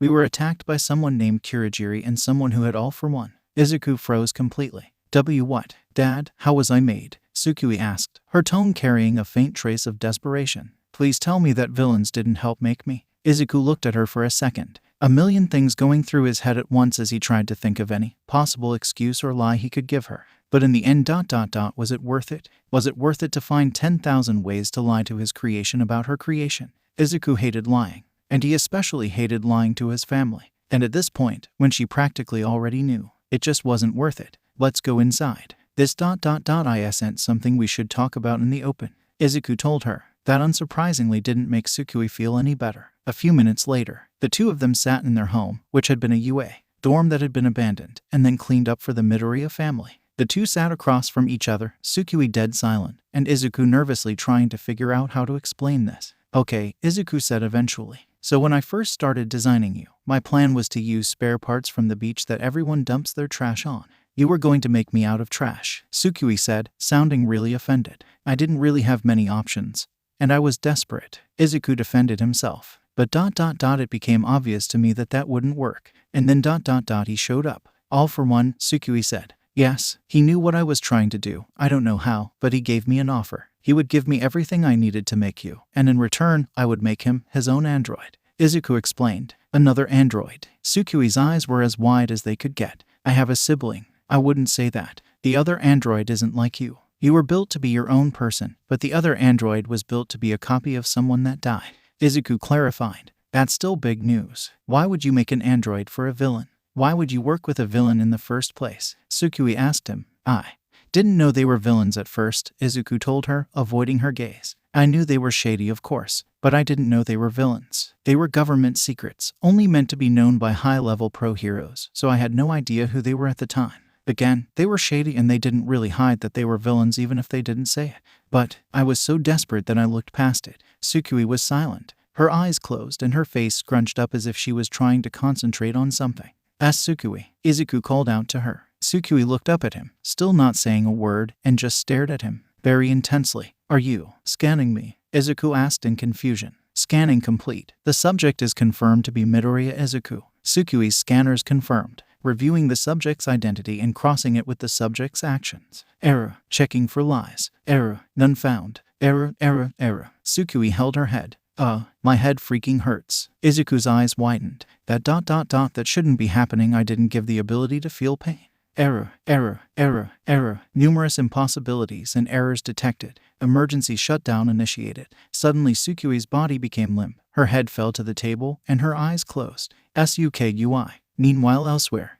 Another failure, the doctor said as he watched another one of his Nomus dies. Having trouble, old friend, said a voice coming from behind him. The doctor jumped and quickly turned around, seeing none other than Tamura Shigaraki standing behind him. Shigaraki, the doctor asked, freaked out at first. I didn't know that All for One told you about this place. I didn't, Tamura said, confusing the doctor. It seems that something rather unexpected has happened. Wait, that way of speaking, your movements. The doctor started putting two and two together. All for One. Indeed, All for One said. It seems that my quirk has somehow duplicated my consciousness, and it has now supplanted Tamura's. Incredible. The doctor gasped. All for One has even more secrets than I could have imagined. Tamura is still here, of course, but his will cannot beat mine. All for One explained. I see. So, what will you do now? The doctor asked. Are you still planning on retiring? No, All for One answered. I don't know what it is. Perhaps something to do with my quirk or Tamura's presence in my mind.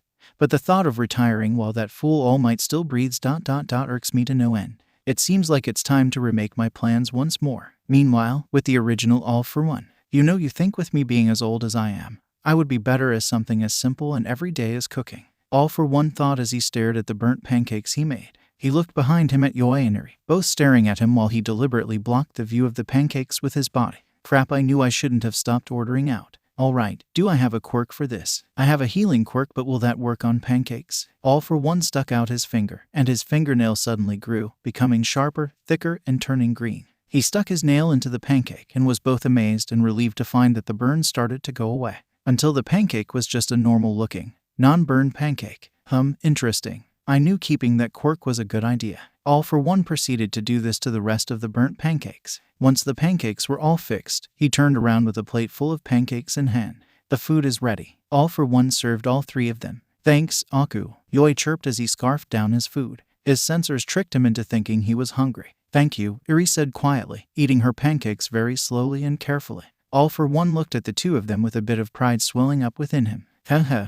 Here I am, All for One, nightmare of the underworld, slaughterer of countless heroes, feeling pride at having failed to cook pancakes, and then fixing them with a quirk, like that required any skill. Still, perhaps with a bit of practice, I can improve. And if I make a mistake, I'll just fix it with that quirk. After all, it's not their complaint. These taste kind of bland, Yoi commented. All for One paused for a moment, before sighing. You'll say my food is bland, and yet here you are devouring it as if it was your last meal. And here I had nearly forgotten how ungrateful you can be. I'm not ungrateful, Yui objected, pouting slightly. It's called constructive criticism, and Sensei says that it's a good thing. Well, let's see how she reacts when she's on the receiving end of that criticism. All for one deadpanned. I like the pancakes, Eri said in her meek, quiet voice. All for one smiled, patting her on the head. At least you're on my side. That's because Eri's an angel and wouldn't say a bad thing about anything, Yui said. I am not an angel. Eri looked down at her feet. I'm a monster. Nua, Yui objected. Monsters are bad people that use their power to hurt people. And you don't hurt people, so you're not a monster. But, Eri looked at him. My quirk. Oh, are you on about that again? Yui gave her an annoyed look. You can't control your quirk. That's not your fault. Yes, listen to him. All for one wasn't exactly good at comforting people. He was good at using people's grief to manipulate them. He was good at bringing people's worst qualities. He was good at manipulating people's egos. But comforting little girls, not so much. Whenever Eri got into her dress state, he mostly just let Yui take care of it.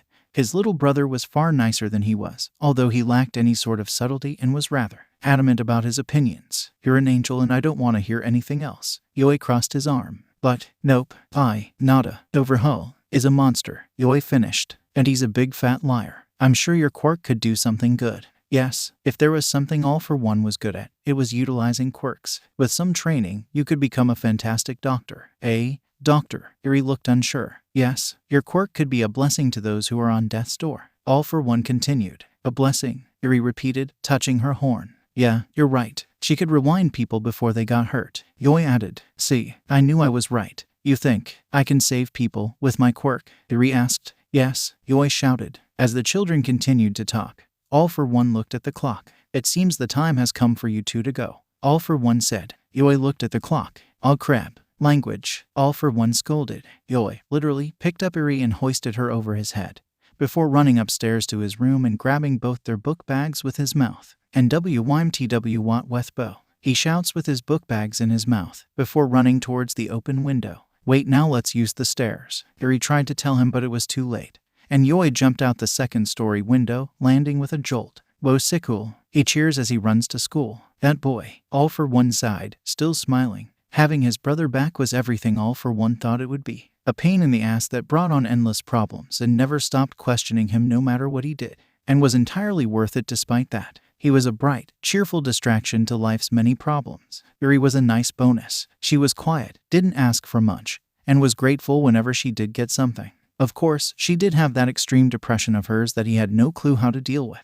I should probably get her to a psychologist. I'd need to make up a story for why she had all these traumas though. Can't exactly tell them the truth. All for One suddenly felt a weird disturbance. It feels like Tamura's fucked something up, and in spectacular fashion. Well, hopefully, it has nothing to do with me. Aizawa could feel the tension in the room as he came in. He couldn't blame them for being anxious. After a villain attack like that, he would be two at their age. It didn't help that one of them was currently absent. Aizawa-sensei, do you know what happened to Midoriya? Achako asked. Concern for her friend filled her voice. Izuku Midoriya suffered a programming error, Aizawa explained. A programming error? Like she got blue-screened? Kaminari asked. I doubt the most technologically advanced being on the planet could get something like a blue screen, Gyro sarcastically remarked. Apparently, it was serious enough that her father is going to have to perform the robot equivalent of brain surgery, Aizawa explained bluntly. The shocked and concerned looks on the faces of students almost made him wish he sugar-coated it a little. Almost. He knew at the end of the day that if they wanted to be heroes, they would have to deal with the uncertainty of one of your friends entering surgery and not knowing if they would make it out.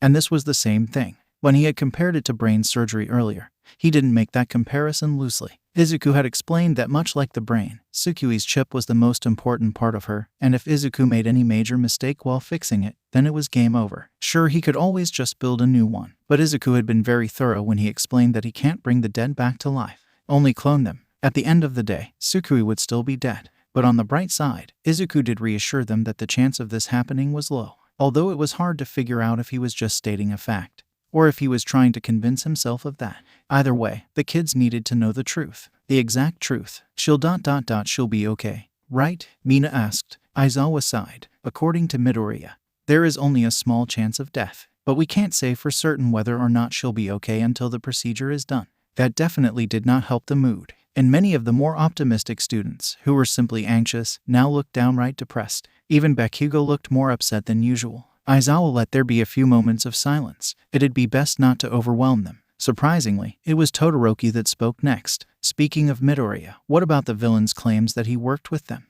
The bi-colored hair boy asked, earing several glares from other classmates. What the heck, man? Kirishima asked, seemingly offended. No, I was going to get to that. Aizawa sighed. We can confirm, yes, Midoriya did unknowingly work with the League of Villains. There were a few gasps as well as some murmurs from certain students. However, there was one student whose response was quite louder. Bullshit, Bakugo shouted while unleashing an explosion upon his desk. No way in hell fucking hero-obsessed Deku would work with the most obvious villains in the fucking universe. Coming from anyone else that would have been vouched for faith. Something Aizawa couldn't blame them for. Coming from the person who made Izuku desperate enough to be put in that situation, it was an insult. Aizawa glared at Bakugo and activated his quirk for intimidation. As I said, Midoriya was unaware that his associates were villains, probably because he was so desperate because of the hopeless situation you put him in. Bakugo winced slightly before standing down, albeit with a very angry expression on his face. He confirmed this rather quickly. Did UA already know about this? Momo asked with some trepidation.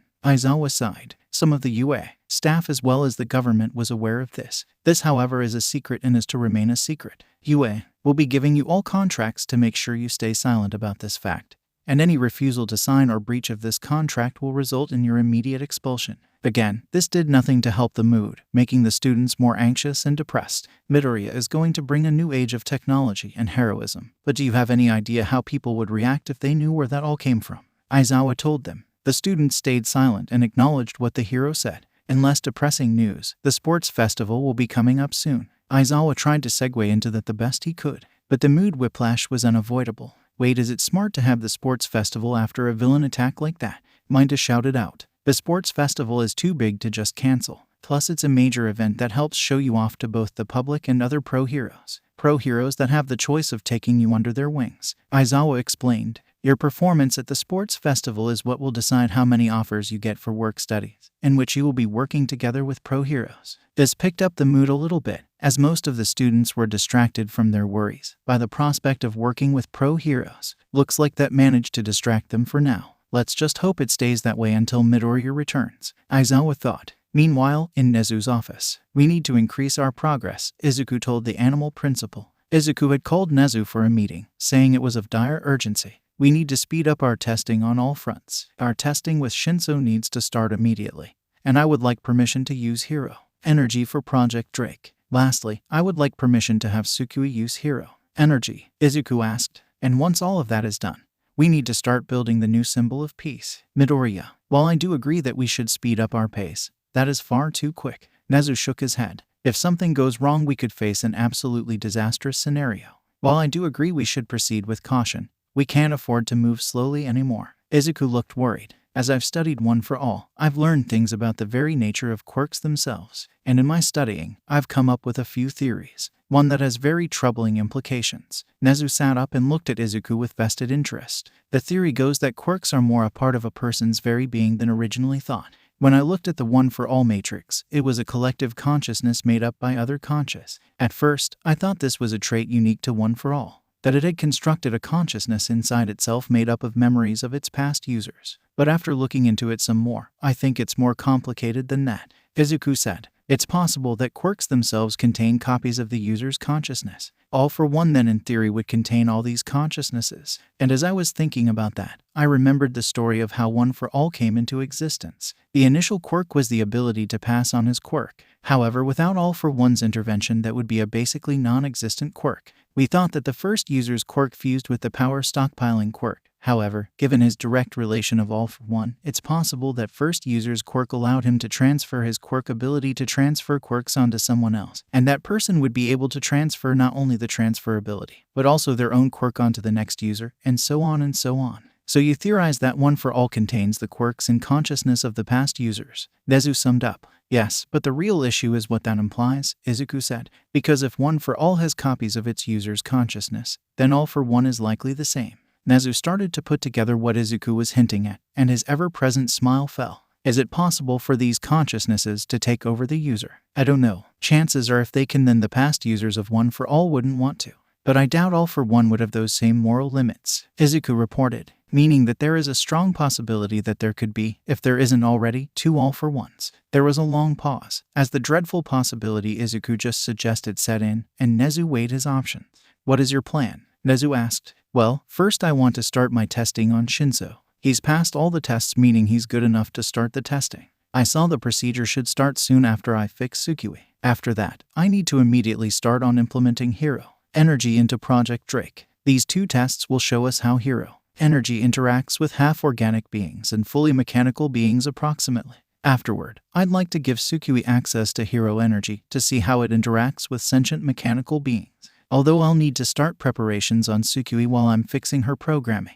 If everything works out, we can start building the new symbol of peace immediately. Izuku laid out his plan. Nezu thought it over. I don't like how quickly we're moving, but with the possibility of 2 All for Ones, and with All Might's time coming to an end, we need a symbol of peace more than ever. I approve of this plan, but I need constant reports on all projects. And I'm also giving Ms. Hatsum permission to assist you on Project Drake. But doesn't she need to prepare for the sports festival? Izuku asked. Oh, I have something else planned for Ms. Hatsum. Something I think she will be quite happy with, Nezu said. But you'll need all the help you can get with this massive increase in workload. Fortunately, your daughter doesn't need to train quite as much as the other students, so she can help keep you company during the development of Project Drake.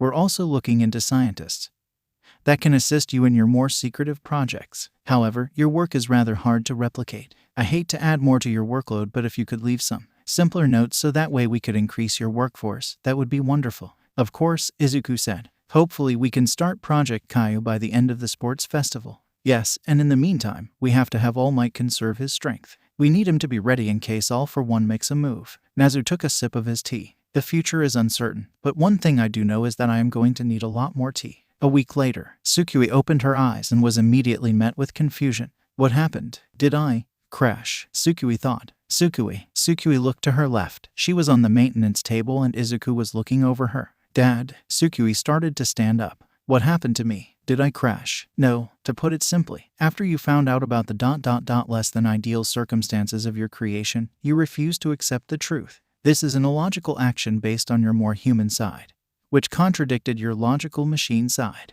This caused an error and put you into emergency shutdown, Izuku explained to her. Oh right, that. Tsukui grimaced as her systems rebooted and she remembered their previous conversation. Wait, what about that headache? Well, that wasn't really a headache. The error caused an unpleasant feeling which you, not knowing what pain actually felt like, perceived as pain. This actually made the errors worse, as you know you can't feel pain yet we're feeling it anyway, causing more errors and more perceived pain and causing more errors and so on until your emergency shutdown kicked in. So I had a bug, Tsukui asked. Well, yes, Izuku said. But I fixed it, well, I fixed that bug. Wait, I have more bugs that you didn't fix. Tsukui started to freak out. Why? Well, let me explain it this way. A human being is a very illogical being, and a computer is a purely logical being. So sometimes those two sides of you will come to a conflict, or a decision decreed as impossible by your programming. Then it will cause errors that will put you into emergency shutdown. For example, there are 2 tracks, one with 5 people and one with only 1 person on it.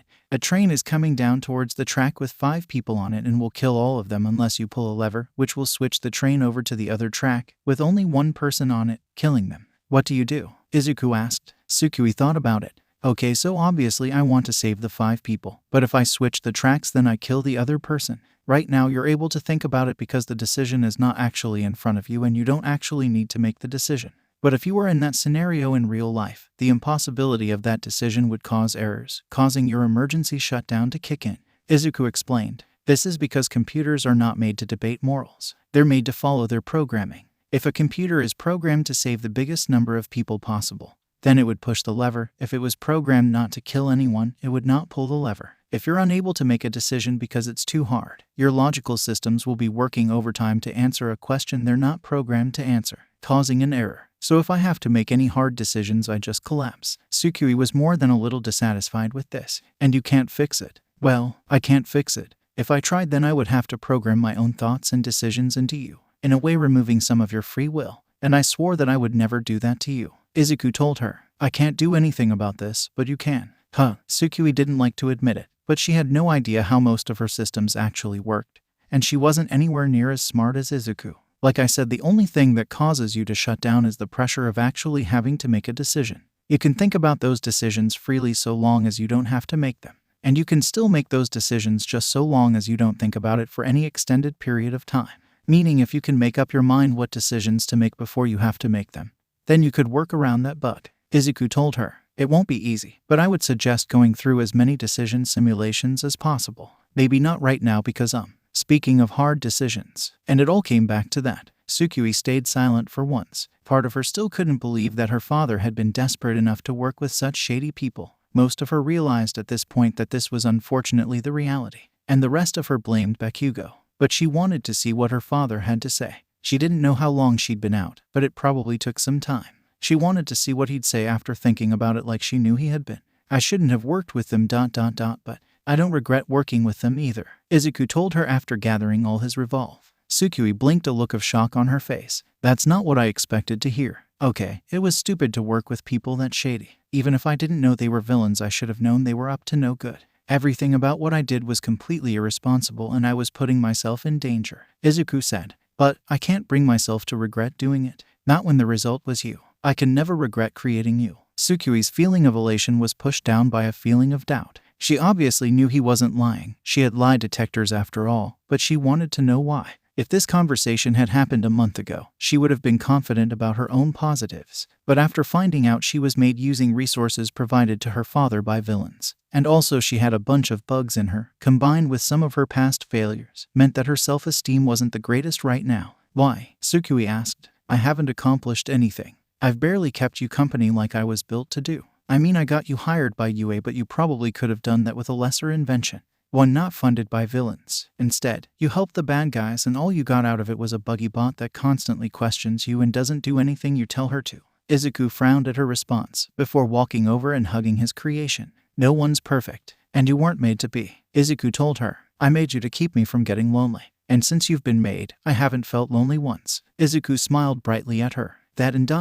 you're my daughter. My own creation. I love you. And I know all the good you'll do will outweigh whatever bad comes from your creation. Dad. Tsukui paused for a moment before hugging her father back. Damn it, you know my weakness is praise. The two embraced for a while until eventually separating. So, do you forgive me? Izuku asked her nervously. To be honest, I was never really mad, Tsukui admitted. I was more shocked, confused, and disappointed. I can't really be mad at you for my creation because if you didn't do that I wouldn't exist. Oh, Izuku said. So, since you already know about your creation, I think I should tell you about the last dark secret of your creation. Tsukui groaned. Oh, come on, more dark secrets. What did you use Bakugo's brainwaves to make me too? Izuku winced. Tsukui looked at him for a moment, blinked, and then her logic sensors kicked in. Dad, Dad, please tell me you didn't use Bakugo's brainwaves or whatever. Izuku continued to wince. Sorry, Nuo, no. 3 black armored trucks moved swiftly through the night, carrying their cargo with discretion. The cargo in question was a bunch of metal pods,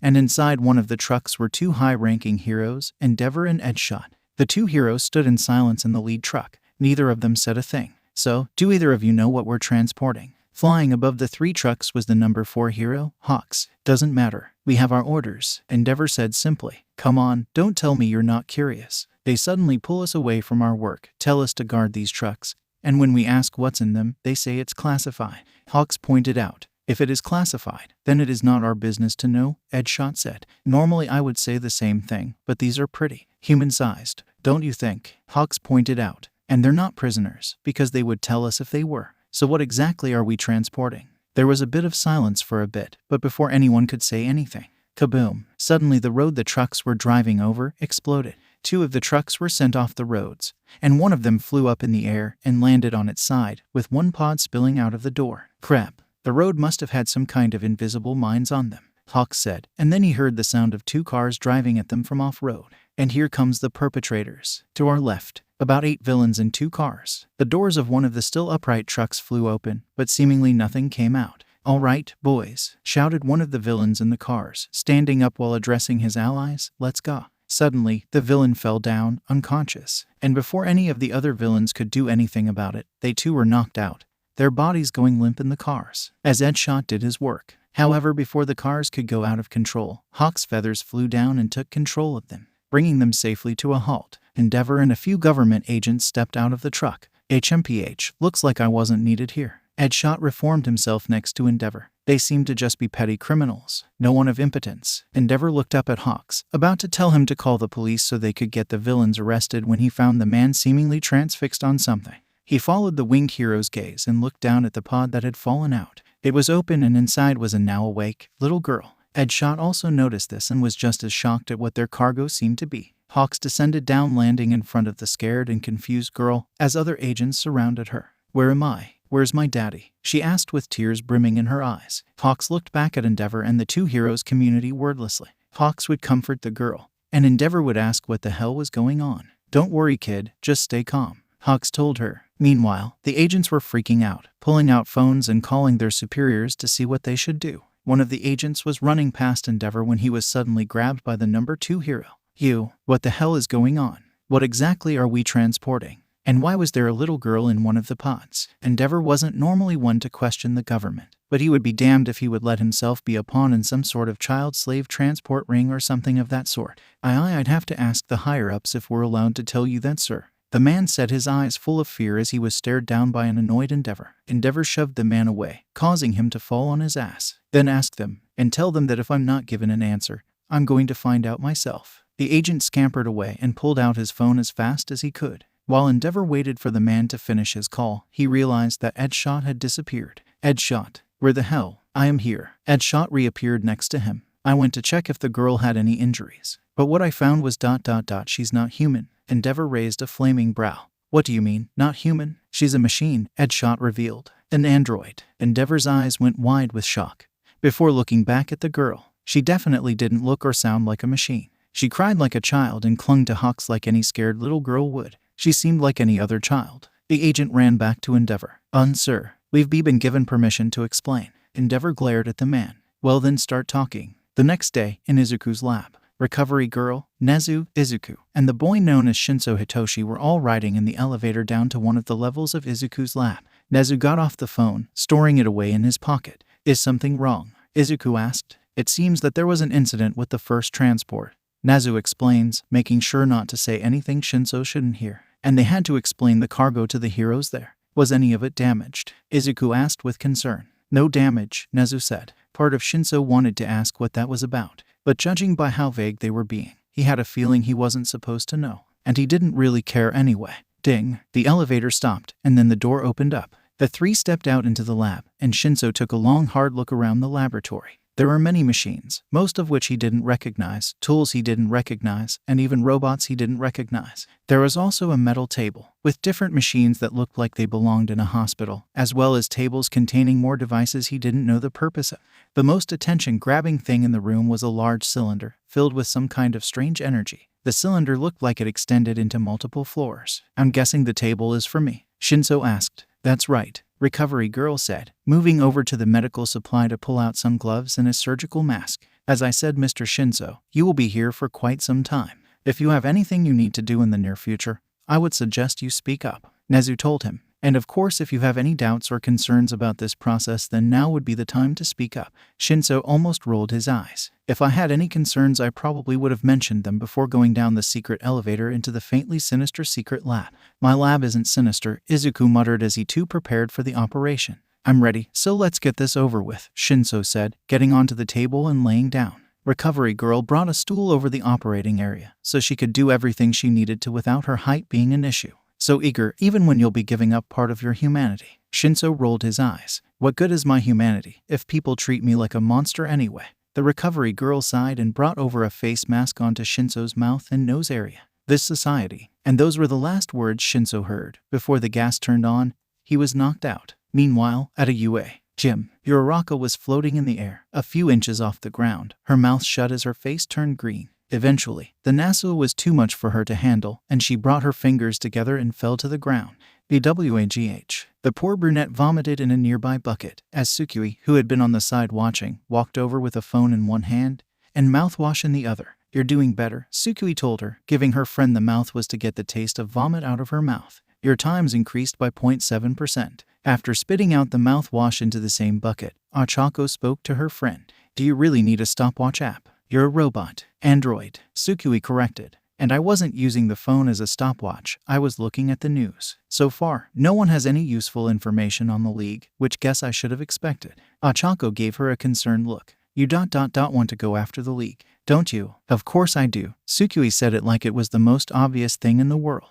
Those bastards are a stain on my creation and my father's reputation. The sooner I put them away, the better me and Dad can sleep at night. And she wanted to find her brother, but she couldn't say that. Even if she knew the secrets of her creation and Class 1A knew a bit of them, most of it was still classified to them, as well as the public. Well, we are only students right now, Ochako pointed out. Maybe we should focus on the sports festival for now. Well, it's not here yet, Tsukui countered. And it's not really like I can prepare for it. I can't develop muscle or train my quirk or anything. I mean, there is some training I can do, but it's not important for the festival. That's why I'm helping you train instead. You're welcome. Thanks. Ochako shook her head at her friend's antics. Well, at least she's out of her funk. So that's good. I should probably keep her distracted so that she doesn't do something crazy. Although to be fair, not like I had much better to do. Tsukui sighed. Everyone else is busy training for the festival too, and not all of them want me around. Their loss, and Dad is super busy with some kind of super secret project. Again, so he's not going to be available for most of the day, for most of the next few weeks. That sucks. Ochako sympathized with her friend. I mean, Dad's trying to make time for me, but you know work. Tsukui gave another sigh. I guess I shouldn't complain. You have it worse than I do when it comes to not seeing your parents. Ochako's expression fell. Yeah, I miss Mom and Dad. Now that I think about it, why did you come here anyway? Tsukui inquired. Why become a hero in the first place? Suddenly Ochako turned sheepish, blushing as if she was embarrassed about something. Well, promise you won't judge me about it. Promise. Tsukui gave her a reassuring smile. Ochako took a deep breath and blurted out, I did it for money. I mean, my parents aren't really well off and we've been having money problems for a while. But they've always still managed to make me feel so loved and cared for, so I want to give back and make enough money so they can live comfortably. I know it's not really the noblest reason, but… Stop. Tsukui brought up her hand to shut her friend up. I'm going to stop you right there. First of all, the whole noble reason for being a hero is silly. So long as you do your job and save people's lives, it doesn't matter why. Saving people is an inherently good thing. If someone saved my life and later they said they did it for money, I would still be happy to be alive. Also, being a hero so you can repay your parents is plenty noble to me. Heck, it's basically the reason I want to be a hero too. So don't ever feel ashamed of the reason you want to be a hero. Ochako kept blushing but with a big smile on her face. Thank you. That… it means a lot to me. Tsukui, without warning, hugged her friend, encompassing her in a crushing hug. Don't worry about it. And if anyone ever gives you crap about it, I'll beat the shit out of them. Please don't. Ochako struggled to breathe in Tsukui's embrace. Why do you have to be so violent? Because Dad decided it was a good idea to add Bakugo's shitty brain waves to my programming. Tsukui thought. Hate that I had to go through that twice. The error in her programming caused slight memory issues, so she had to learn that nasty piece of information twice. Tsukui let go of Ochako, allowing the girl to finally breathe. All right, back to training. If you want to look impressive at the sports festival, you'll need to give your all. We're not stopping until you've vomited up your last 3 breakfasts. Let's not go that far. Ochako was pumped about the sports festival. Maybe not that pumped. Many hours later, Izuku walked into his living space, completely exhausted and covered in sweat. The operation had been both physically and mentally exhausting. Hours of standing up, performing very careful and intricate work, was hard to say the least, especially since he was not used to more biological work and the more than slight gruesomeness entailed, not helped by the fact that this was just the first day of operation, meaning he would have to do this for several days, more if the testing didn't go well. And that wasn't even the only project he'd worked on that day. He spent a few hours on Project Drake as well, although thanks to May he didn't need to spend as much time on that as he did Project Hybrid. May had been ecstatic when he introduced Hero, Energy and Project Drake to her. She looked like a child who had just tasted candy for the first time… and then was left in a candy store with $1 million. The girl was a natural with machinery. And while he did have to explain a lot of things to her, she got the hang of things pretty fast, allowing him to focus on the more complex and delicate parts of the construction while she handled everything else. A true prodigy, despite her eccentric nature. With her help on Project Drake and Recovery Girl's help on Project Hybrid, those 2 projects would be able to progress smoothly. The last project Izuku needed to worry about was Project Kin, or rather, giving Tsukui Hero Energy, while he already adapted Tsukui's brain to be able to handle Hero Energy. When he was fixing the bug in her system, the next step would be creating a body that utilized Hero Energy. The issue was that Izuku wasn't sure how Tsukui would use that energy. He did adore her as family, but sometimes the less admirable parts of Bakugo showed through. Ultimately, he needed to give her this upgrade to see how hero energy interacted with a fully inorganic being. But he wanted to wait until he thought she was ready. Hopefully during or soon after the sports festival. Izuku crashed onto the couch. Mom is probably asleep. At least I was able to make sure she could relax. But I'm gonna be busy. Even once all these sports festival things are done, I'll still have to worry about Project Kaio. The door opened, and Tsukui walked into the common room, immediately seeing her father on the couch and smiling. Hey, Dad. Izuku gave a tired smile back. Hey, Tsukui, how was your day? Pretty good. Most of the girls were busy, but Achako let me help her train. We went for food after. I'm trying to convince her to do karaoke. Hey Dad, can I sing? Tsukui asked. Well, I made your voice sound nice, but I didn't really take singing into account when I made you, so you don't have any inherent sense for rhythm or tone or anything. So you'll need to learn that on your own. Izuku explained. Sorry, no, don't apologize, it'll at least give me something to practice. Tsukui gave an overdramatic sigh. One of the disadvantages of being made perfect is that you can't improve yourself. Izuku wondered what she was talking about for a moment, before putting it together. I guess it's a little frustrating not being able to train the same way everyone else does. They're all out working their muscles, improving their quirks, and all that, while I'm here, at the peak of my existence, as I will always be. Tsukui bragged. Well, you can't train your muscles, but you can still train your mind, Izuku told her. Tsukui gave him a confused look. But I have scanners and stuff. Yes, but those take time to work, Izuku explained. In the middle of a fight, you might not have time to sit and process all your best possible options. Also, sometimes you just choose not to use it, so you might want to get used to fighting without it. Tsukui thought about using her processors because Izuku pointed out how little she did that. I guess you're right, but how do I do that? Not like I can just go outside and fight villains until I get better at it. Well, I could ask Nezu if we could use one of the training grounds, and I could make some unique villain robots for you to fight, Izuku suggested. I could watch you and give some pointers. It could be like daddy-daughter time. Tsukui finished his sentence. Yeah, that sounds great. But aren't you busy? I'm sure Nezu will understand. We don't spend as much time together as we'd like, Izuku admitted sadly. Tsukui nodded. Which is ironic considering why you built me. Yeah, but at least we can finally do something together, Izuku said with a small smile. We played catch, Tsukui pointed out. Something other than that, Izuku said a bit too quickly. What do you mean? That was fun, Tsukui objected. If you say so, Tsukui. If you say so, Izuku said. Tsukui wasn't sure how her father gained access to one of UA's fake cities. If she had to guess, it would be part of the benefits of being important.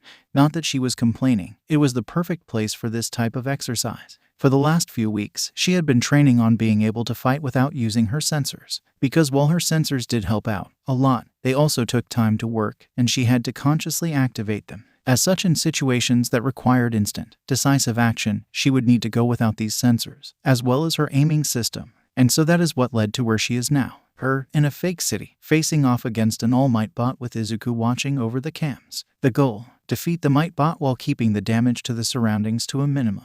All without using her sensors. Alright, starting the villain program now. You know what to do, sweetheart, Izuku told her using the comms in her head. Of course, Tsukui smirked. Let's do this, Dad. After a few seconds, the Might bot stood to attention, and a blue glow illuminated his eye holes. I am a rogue Might bot, here to do evil and tarnish the name of All Might. Try and stop me, the All Might bot shouted out in All Might's voice. Tsukui couldn't help but giggle at how campy that was. Then again, All Might was a very campy person, so Izuku had been spot on. Although given that Izuku was Izuku, that was to be expected. Bring it you ...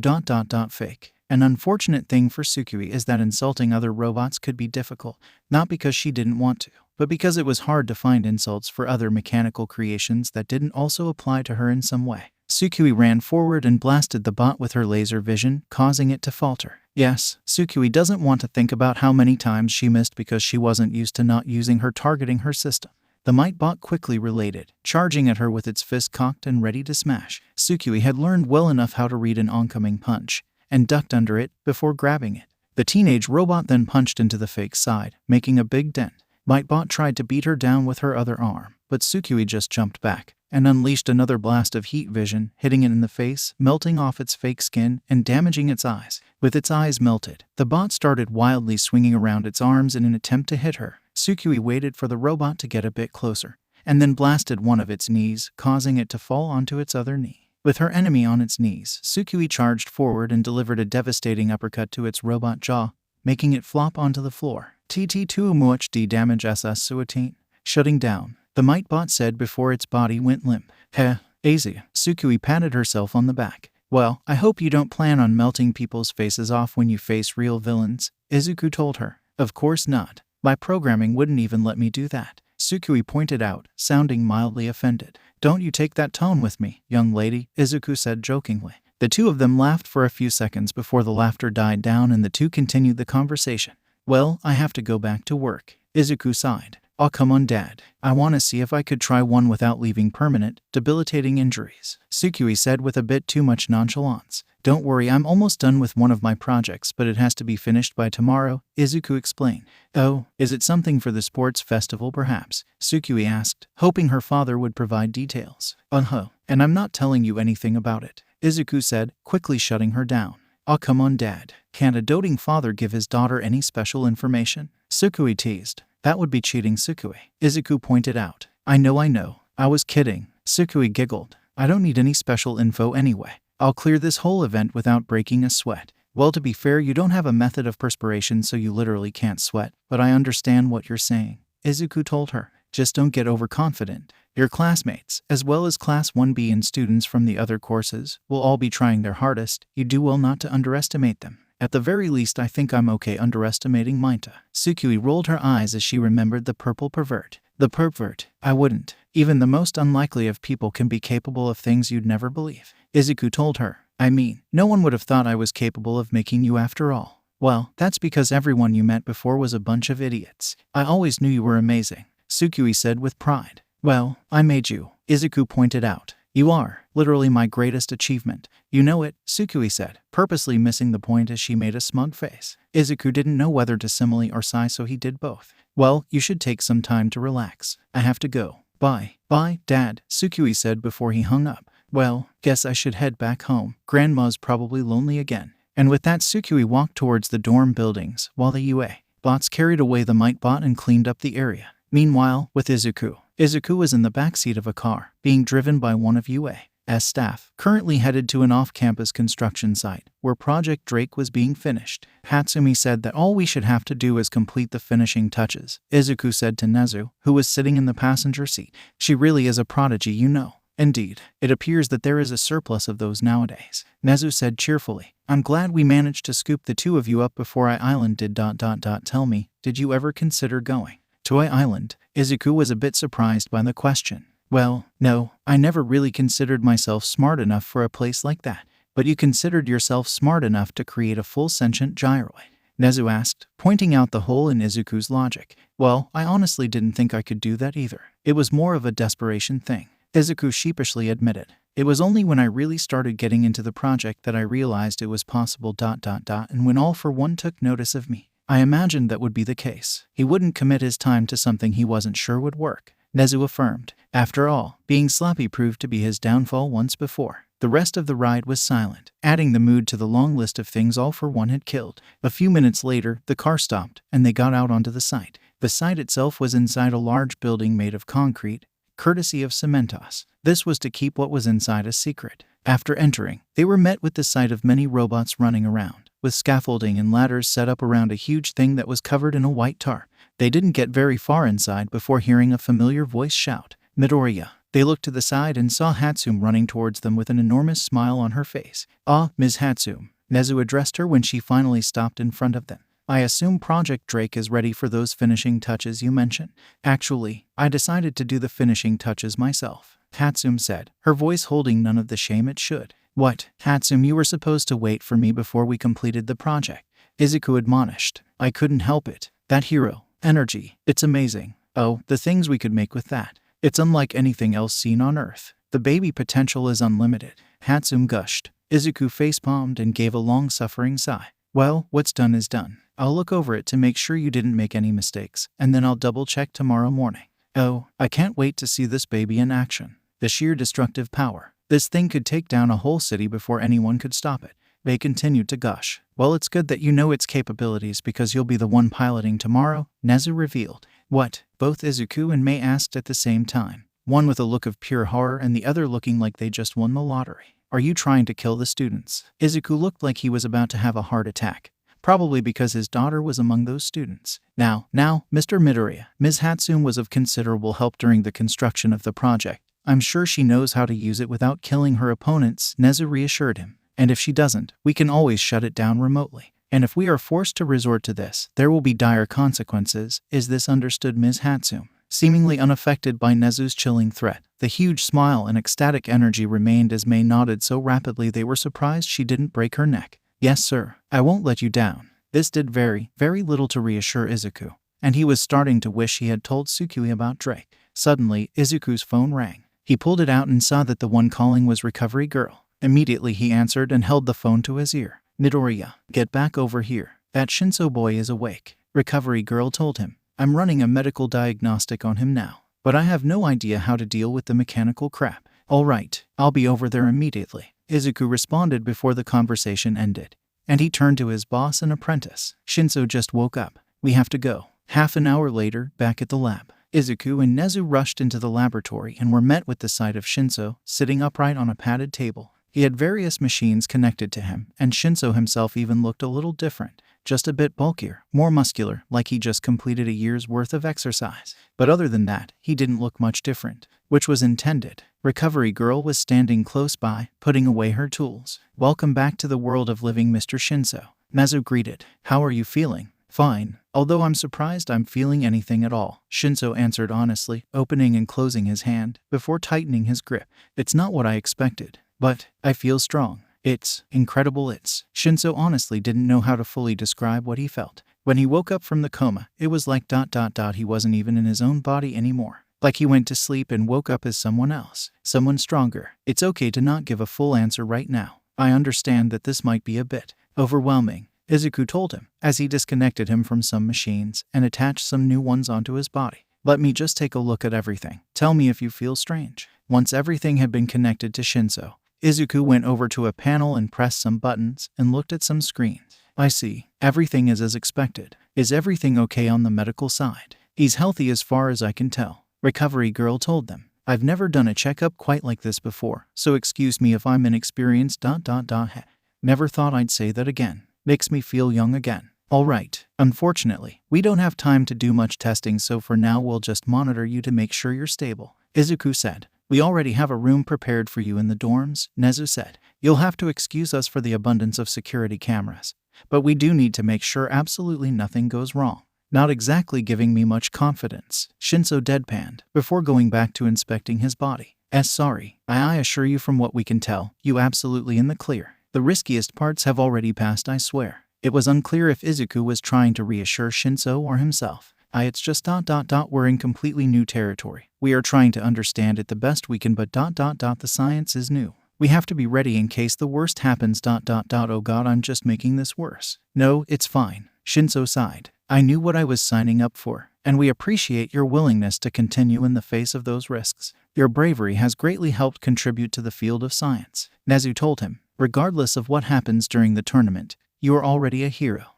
Shinso hummed, still not looking away from his arm. Well, in that case, can you do me a favor and not treat me like I'm about to die any moment? Fair enough, Nezu agreed. In that case, let's let Mr. Shinso test his new legs, shall we? Oh right. And with that, Izuku started unplugging Shinso from the machines until he was finally clear. All right, let's see how well you walk. Shinso nodded and hopped off the table and stood up for the first time in weeks. He moved his legs up and down a bit and took a few steps in a circle. How does it feel? Izuku asked him, taking a notepad. Effortless, Shinso responded immediately. Do you mind if I damage the floor a bit? Not at all, Nezu responded before Izuku could, leaving the green-haired roboticist to sign and accept that decision. Stump. Shinso raised his foot high and then slammed it into the ground, causing the sturdy floor under him to crack, and even made Izuku lose his footing a bit. Incredible. Nezu's ever-present smile grew a bit larger. Are you still okay? Izuku asked Shinso as soon as he regained his balance. Shinso just stared at the cracks made in the floor by his foot before a smirk made its way onto his face. Doc, for the first time in a long time. Yes, I am. The next day, at the UA Stadium, it was finally time. The UA Sports Festival had arrived. There was a truly enormous crowd gathered in the seats, with many of the participants' families being present. In the center of the stadium was a huge grass arena, with a wooden stage in the middle of it. On the grass were all the students of UA, with Class 1A. Sans Bakugo gathered up all together, and the teachers and Izuku being gathered up on the stage. Tsukui was standing next to Ochako, with a confident smirk on her face. Unfortunately, her friend didn't share the same confidence. To be fair, it's not like Ochako was a nervous mess. Tsukui had been with her father long enough to know what that looked like. Most people would have just thought she was simply determined, which she was, but her scanners could also tell she was quite nervous. Rapid heartbeat, excess sweat, slight trembling, the works. "Hey," Tsukui whispered to her friend, getting her attention. "What are you so nervous about?" "Nervous? I'm not nervous. What are you talking about?" Ochako denied. "Acha, I'm a robot. I can literally see that you're nervous." Tsukui reminded her with a cocky smirk. "Ooh, can you blame me?" Ochako asked her, letting a bit more of her nervousness show. "Look at all the people watching. And my parents too. That just means more people get to see how great you are," Tsukui told her. "Again, why are you so worried? We are the shit." "I wish I had your confidence," Ochako muttered. Before the conversation could continue, Midnight stepped up to the mic. "Hello everyone. Welcome to the UA Sports Festival," Midnight said, getting a round of applause and cheers from the audience that drowned out any other sound for a bit. "God, I'm so glad Dad didn't let me feel pain. That would have killed my ears," Tsukui said. "Lucky you." Gyro was physically recoiling from how loud the crowd was. Midnight went on a bit with the introduction, before getting to an interesting part. "Now, normally we would have a speech from the student that earned the #1 spot at the hero entrance exam. However, due to complications, that is not possible." Bakugo grumbled from within the audience. "Why the fuck am I here?" "Because you're gonna cheer on your classmates and you're gonna fucking like it." Mitsuki Bakugo reminds him with a smack on the back of the head. Back on stage, Midnight continued. "And so instead we decided to do something different. I give to you the head of UAS Engineering Department, Izuku Midoriya." Midnight moved aside, and Izuku very tentatively walked up to the mic, visibly shaking and sweating enough to fill entire buckets. He had been told about this ahead of time. That didn't do much to make him less nervous about talking to the entire world. Hello," Izuku awkwardly introduced himself, getting a mostly silent reaction from the crowd. Many of you have probably heard about the rumor of a robot or an android going to UA. This caused some murmuring amongst the audience. It was true that after Tsukui revealed herself as not being human, many of the people who witnessed it told a bunch of people. Of course, with no proof of this, many people had simply written this off as them seeing someone with a weird quirk playing a prank. That's not to say the rumor died. No, there were still a few people who believed it, and even certain reporters had tried to ask UA questions about this, only to get stonewalled. So hearing UA themselves bring it up suddenly caught people's attention. "Well, it's mostly true. I have created the world's first fully sentient gynoid ... That's a female android," Izuku explained. The audience gasped, and after a few seconds of shock, the murmurs increased dramatically, getting much louder than before. Izuku trembled a bit more at the sheer weight of the attention that was now on him. It took him a few minutes to summon the courage to speak again. "And now I understand some of you might be confused about this, and you have a lot of questions. And UA will be holding a press event specifically about this. But for now, I think the best thing to do would be to introduce you to her. So this is Tsukui Midoriya, my daughter." And Class 1A's eyes turned to Tsukui. And then the other class's eyes turned to Tsukui, and then the audience's eyes turned to Tsukui. Tsukui was taken aback at suddenly being put on the spot, but quickly got over it and walked onto the stage. The robot girl stepped up to the mic, getting an "I'm sorry" look from Izuku before he stepped back. "So, I wasn't really told about this. Thanks for that, Dad." Tsukui gave her father a look, once again receiving an apologetic look from her creator. "But since I'm up here ... I know ... this doesn't feel right." And then, suddenly, without any warning, Tsukui ripped off her shirt and pants. And of course, she wasn't wearing a bra or panties because ... why would she? So she was completely naked. Shouted pretty much everyone. Sukui. Izuku screeched at the top of his lungs. "What are you doing?" "Oh, relax, Dad. You gave me the body of a Barbie doll." "See," Tsukui pointed to her lack of nipples and private parts. "And if we're gonna show me off as the world's first robo-girl." Tsukui then proceeded to start taking off her artificial skin, starting with her head, then her torso, then her arms, and then her legs, until her true metal body was revealed for the world to see. Might as well show them the real me. Tsukui laid her entire body out for the world to see, letting everyone know that she was in fact mechanical and proud. The crowd was in shock. Some of them couldn't believe that they were looking at a real, sentient gynoid, and some of them weren't sure if they should be aroused or not. So, I know what a lot of you are thinking. Of God, it's the Terminator, Judgment Day is coming. Sukui jokes. And I'm here to say, don't worry, I can't access the internet. I can't make 100 of me and put myself in different bodies. And my programming doesn't let me kill people without cause. So, no robot apocalypse. This got more murmurs from the crowd, but Sukui ignored them and kept talking. Now I know some of you aren't going to be happy about a robot being able to be part of the hero course ... And to that, I say fuck you. Sukui put up 2 middle fingers, causing the entire UA staff except for Nezu to facepalm. I'm gonna be a hero, just like everyone else. Except you know better. And that's really all I have to say about that. Accept me? Don't accept me. I don't give a shit. Bye. Sukui then grabbed her fake skin and torn UA tracksuit and walked off stage. Midnight quickly took to the mic. Well, she certainly is a character, isn't she? If she didn't literally take her skin off, I wouldn't know she was a gynoid. Moving on. Let's start the UA Sports Festival with the first event. It was obvious she was trying to take attention away from what Sukui just did. And it didn't really work out too well, as pretty much everyone's attention was still on Sukui. Fortunately, UA had something that would do a better job. Now, normally we start off with a race. However, Midoriya has been working on a special project, and we think now would be the time to unveil it. Midnight said. Suddenly, a giant shadow covered the stadium. Everyone looked up and saw that the thing casting said shadow wasn't a cloud ... and it was getting closer. All the students in the center of that stadium started running away, leaving space for whatever it was to come crashing down. Smash! And then, touching down in the stadium, hitting the ground so hard it caused the earth to shake and plenty of students around it to fall on their butts, was a giant, building-sized, mechanical dragon. Introducing the Dragoon. Okay, sadly the chapter is over. And if you enjoyed the video, just leave a like and subscribe with post notification, so when the next chapter is ready, you will be notified. Okay, see you in the next video. Bye.